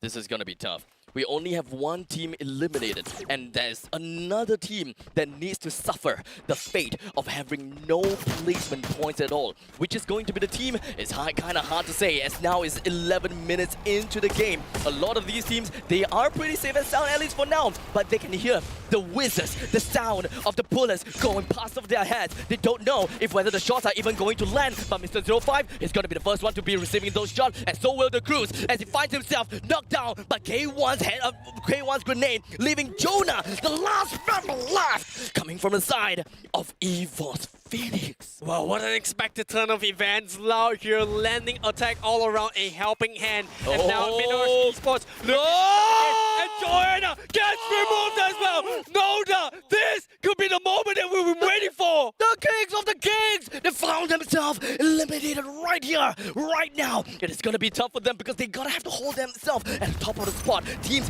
they gotta have to know what exactly is happening here. But do they really know that they are already being eliminated with no place for points at all? Now, Flash finds himself eliminated at the 10th place. And now with each team that bows out, it's even getting better and better and better for Attack all around, who is still surviving really strong. And the second, Luca 04 getting the knockdown, and Farang, oh goodness! The far range fight that we are gonna be seeing from the side of Vastamundo. They're hitting themselves all the way at the southern part. In the meantime, Attack all around, they have also found themselves a couple of shots down onto the members from the side of EVOS Divine. It kind of seems as though the members from EVOS Divine are not gonna be working very well as well. Hoysang finds himself landed one shot, but unfortunately, critical state of health is not gonna be getting himself away at this moment in time. But Apex knocked down, Mr. 05 also gonna be down. It kind of seems as though EVOS Divine is gonna be putting themselves in the very best spot, but before they even go down just yet, it is going to be Minerals that finds themselves eliminated at number 9.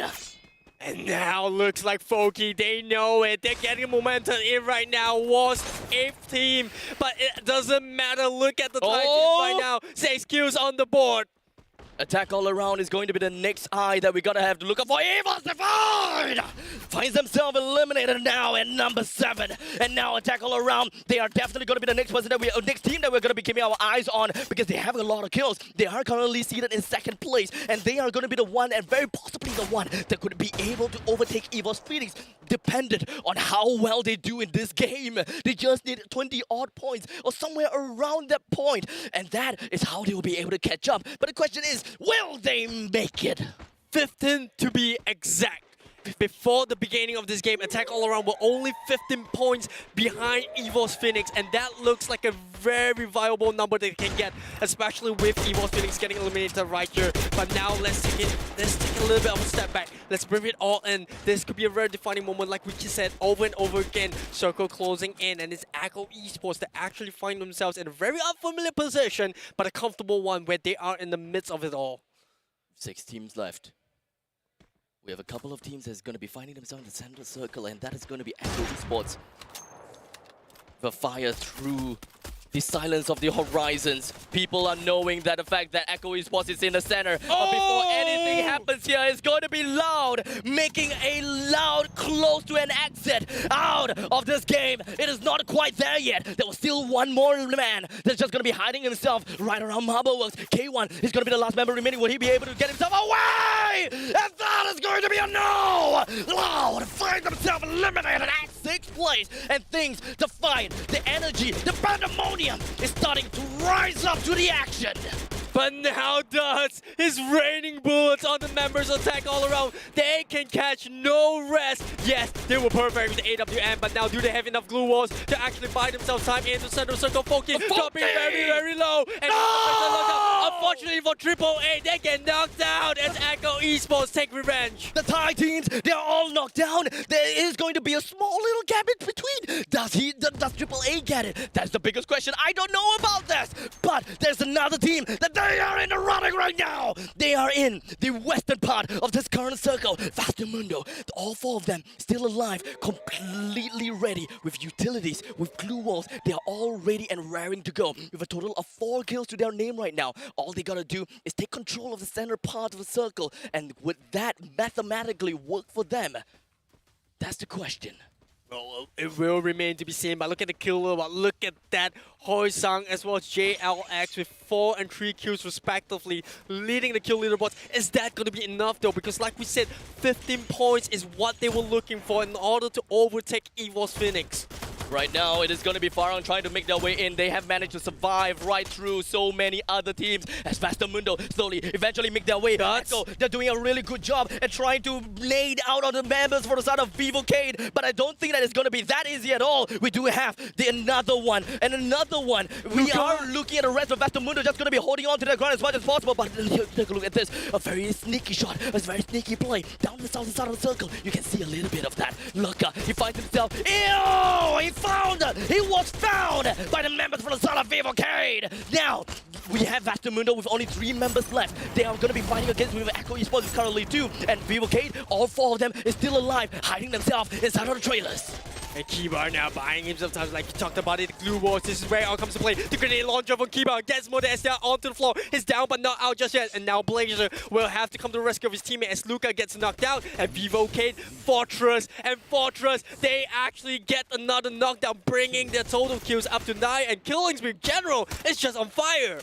And now we have a couple of members that almost, or rather a lot of these teams that will be clashing against one another. This is the clash of the Titans. How is this gonna go? You can't see that shot. They're all gonna be knocked down. But Circle, how is it gonna be like? We only have Vivocade, the last team allowed for the final game. And they went on like a man on a mission, possessed it just like that. Brazil, they have gotten themselves the final game. And that is what we are looking for from Vivocade. 2 booyahs, tying it up with EVO's Phoenix, who share a total of 4 booyahs among themselves. I gotta say, Vivocade, no matter what happens, no matter how the final results still stand, Brazilian fans, be proud, because these are your representatives. They are literally conducting a medley of death. They are not gonna be stopping at all. And Vivocade, they did whatever that they could and made their way all the way from the end to the start. Or rather the other way around, the start to the end. That was insane, I gotta say. That final circle, it could have been anyone's game. You saw Luca from Vastamundo making a very sneaky rotation, but unfortunately he was actually scouted out by none other than General, who took that shot, boom, immediately knocks him down, and eventually it was all but an easy feat as Vivocade looked to close that game out. It is now the moment that we are asking. How is the status like? How is the placements like? Attack all around? Vastamundo? Or perhaps EVO's Phoenix? Or maybe Vivocade? It's tough to really say because the points from 3rd to 5th place were so close, and I'm not gonna count anyone out just yet. Things are looking really spicy, but the job has been done. Now all the players can do is just hope that the numbers work in their favor. They're just gonna sit tight, wait tight, and see how it's gonna be like. But the match standings is gonna tell us 1/2 of that story. So pull up Game 6 standings, where Vivocade finds themselves with 24 points to their name. Attack all around, 16 points. 16 points, and not only that, Vastamundo got forced in as well. Plus the fact that EVO's Phoenix at 0. So there's gonna be a really good possibility that Attack all around could be your new champions, but I'm just Are they really the one? I'm not gonna jinx them. Well, I'm not gonna say anything just yet. Gonna wait for the final tabulations to take place, because we know that the Thai fans are revving up right now. No matter what happens, they have a very high chance that it could be back-to-back Thai champions. I mean, right now it may not be back-to-back EVO's Phoenix, but this will make a stance as to how the Thailand team shapes the entirety of Free Fire Esports. Because if last year is the Thailand team that won, this year the Thailand team won again, that is going to be a massive statement.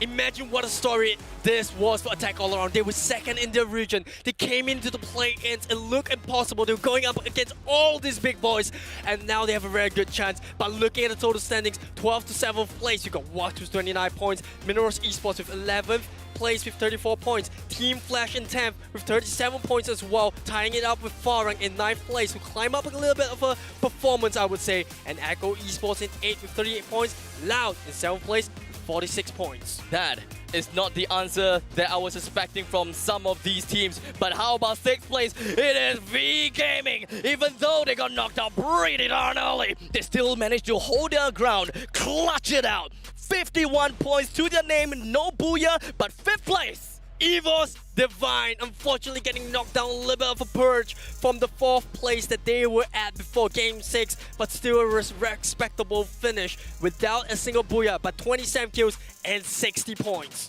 4th place goes over to Vivocade with 2 booyahs to their name. They have a total of 73 points, and they show the competition what it is like. Yes, they may be the 2nd of the Brazilian region, but they beat Loud in the world stage. That's what it matters. That is a respectable finish coming out from the Brazilian teams. But here we go. Drum roll for the podium finish. It's none other than your favorite Vestamundo coming in 3rd with a total of 75 points and a booyah. Now, ladies and gentlemen, this is where the biggest question is in place. Which of the Thailand team is the one that will take the crown here for the Free Fire World Series 2022? It's Attack all around! By just 1 point, they are the champions. They came in. This is a perfect ending. Oh my goodness, Attack all around. Congratulations, Charmaine. Take it away. Thai fans, rejoice. This is your moment. Ladies and gentlemen, your champions of the Free Fire World Series 2022, give it up for Attack All Around! Oh my gosh, the feeling, come on down here, gentlemen. Well deserved, look at that. Giving each other the hugs, oh my goodness. What a moment. These guys are taking it all in. Come on down here, gentlemen. Lift that trophy, it is all yours. Look at that. Come on here, everybody in the arena with us. A warm round of applause. Ladies and gentlemen, Attack all around, your champions, your world champions for 2022. Oh my gosh. 1 booyah and a kill count of 42. Come on down here, gentlemen. Oh, look at that. A warm embrace, amazing, an amazing moment. Taking it all in. $500,000 richer. Well done, please. If I could invite you to take your places. A well-deserved, amazing stuff. Oh my gosh. Are they really? They had 1 booyah, but they were consistent throughout. Look at that. I feel your heart pumping. I can feel it from all the way here. Amazing stuff. We do have an MVP, and the MVP, please step forward, is none other than JLX. Your MVP is JLX. I'd like to invite, of course, we're about to present you with a medal right now. Amazing stuff here. Look at that, so well deserved. I'm feeling the joy here pumping on stage. I feel it, I feel it. Look at that, a beautiful medal that we're going to be presenting to you. Congratulations, it is yours. Wear it with a lot of honor, of course. Come on, a round of applause, ladies and gentlemen. Your MVP, JLX, well deserved, amazing. Amazing stuff. I have so many questions. The fans watching have so many questions. Everybody is here supporting for you. And of course, before we get to that, I do want you to lift your trophy. We'll step aside here. Gentlemen, maybe now is the moment. They are going to be lifting that trophy. I'd like to invite you to the back all together. This is the moment, kissing it. $500,000 bragging rights as the world champions right now. Let's lift that trophy together in 1, 2, 3. Ladies and gentlemen, lift it right up. Your world champions for the Free Fire World Series 2022. Taking on bragging rights, top of their game at the moment. Amazing stuff. Congratulations, well done. So happy, great teamwork. Look at that, lift it up, lift it high. You're the top of the world right now. Show the world what consistency is all about. Amazing stuff. Taking turns to kiss that trophy. Amazing. I have questions for you, so if you don't mind, gentlemen, bear with me. Oh my. Please. Okay, I have some questions right now. Talk to me about how it feels right now to be world champions. มาขอคนหนึ่งรู้สึกไงที่เป็นแชมป์โลกแล้ว มาเอาจูได้มา ดีใจครับอันดับแรกก็คือดีใจแล้วก็ขอบคุณแฟนๆที่ติดตามเชียร์พวกเราครับดีใจมากตำแหน่ง MVP ก็ดีใจครับไม่คิดว่าจะเป็นพวกเราด้วยซ้ำครับเกือบเกมสุดท้ายคือลุ้นมากลุ้นแบบจนเกมสุดท้ายเลย So they're so happy about it, of course, and they're so thankful for the fans that supported them for ages until now. They didn't expect to win until the last game, and yeah, it was like a hay-way ride for them. Talk to me about the strategy going into that last circle, that final circle. แผนตอนวงสุดท้ายนี่เป็นไง ก็คือตอนวงสุดท้ายเมื่อกี้นี้ก็พยายามโฟกัสเล่นแบบเท่าที่เราเล่นได้ครับก็ไม่คิดว่าเราจะเป็นแชมป์ด้วยซ้ำเพราะว่าตัดใจไปแล้วแต่ก็ยังพอมีลุ้นๆอยู่บ้างอะไรอย่างเงี้ยครับลึกๆ So they went through with the strategies they had in the first place, and actually, in their mind, they forfeited the hopes of being a champion because of the gap of the scores. But yeah, in the end, it turned out well for them. Yes, absolutely. And what a moment to be taking all in. Which team surprised you throughout this final? ทีมไหนที่แบบว่าเห็นแล้วแบบเซอร์ไพรส์ที่สุดแบบทำให้เราตกใจได้มากที่สุดอะ ทีมอีโคครับทีมจากอินโดนีเซียเพราะว่าตอนซ้อมเราไม่เคยยิงกันเลยแต่ว่าวันจริงเรามางัดกันอะไรเงี้ยครับแล้วเป็นไงผล ก็ผลก็พวกผมก็ชนะครับก็ได้มายืนอยู่ตรงนี้ So it's Echo Esports from Indonesia because during the test the scrims they did not face off at each other at all but well they meet up now and well they put up a challenge but they still won. Absolutely, and congratulations. Now we've had fans follow from all around the world. What have you got to say to your supporters and to the fans watching us on the live stream right now? ขอประโยคหน่อยให้กับผู้ชมทางบ้าน ก็อย่าทิ้งความฝันเพียงเพราะไม่มีใครไปเป็นเพื่อนครับ It's kind of a saying. So basically, don't give up hope just because no one is there for you, but you can just keep continuing. Don't give up hope. Be consistent. Ladies and gentlemen, they are your champions. Attack all around. Well deserved. Thank you so much for all your energy. A massive congratulations yet again. Going home with bragging rights, $500,000 richer today.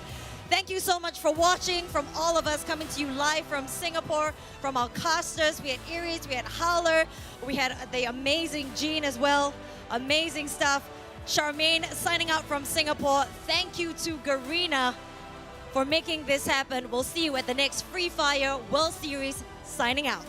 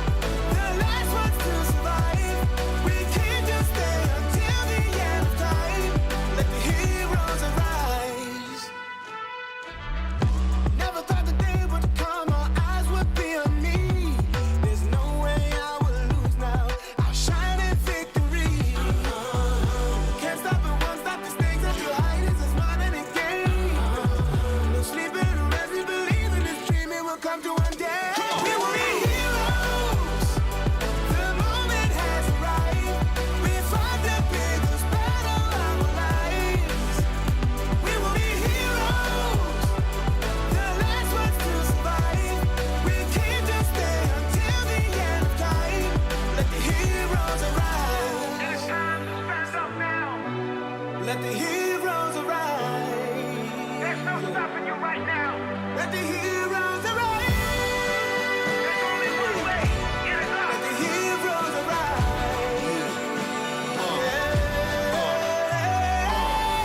It is what it is, I'ma get it. And I'ma push it to the limit.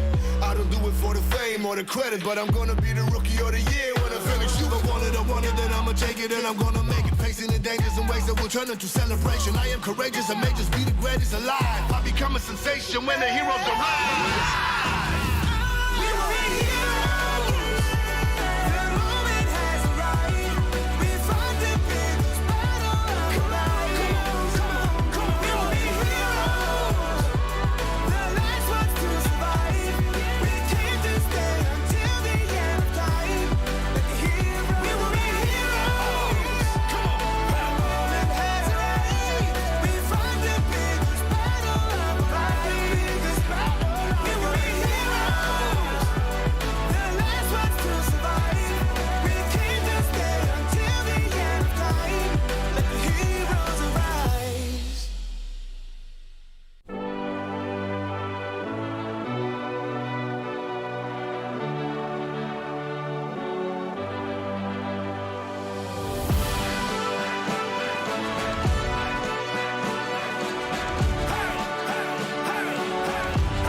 Bring it on!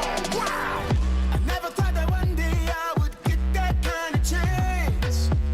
There is no way that I will let it slip out of my hands. Staring at the ceiling fan, remembering the pain. There's so much I could lose now, but so much more to gain. Can't stop it, won't stop. The stakes are too high. This is more than a game. No sleeping, resting, believing this dream it will come true one day. We will be heroes. The moment has arrived. We fought the biggest battle of our lives. We will be heroes. The last ones to survive. We came to stay until the end of time. Let the heroes arise. Never thought the day would come, our eyes would be on me. There's no way I will lose now. I'll shine in victory. Can't stop it, won't stop. The stakes are too high. This is more than a game. No sleeping, resting, believing this dream it will come to one day.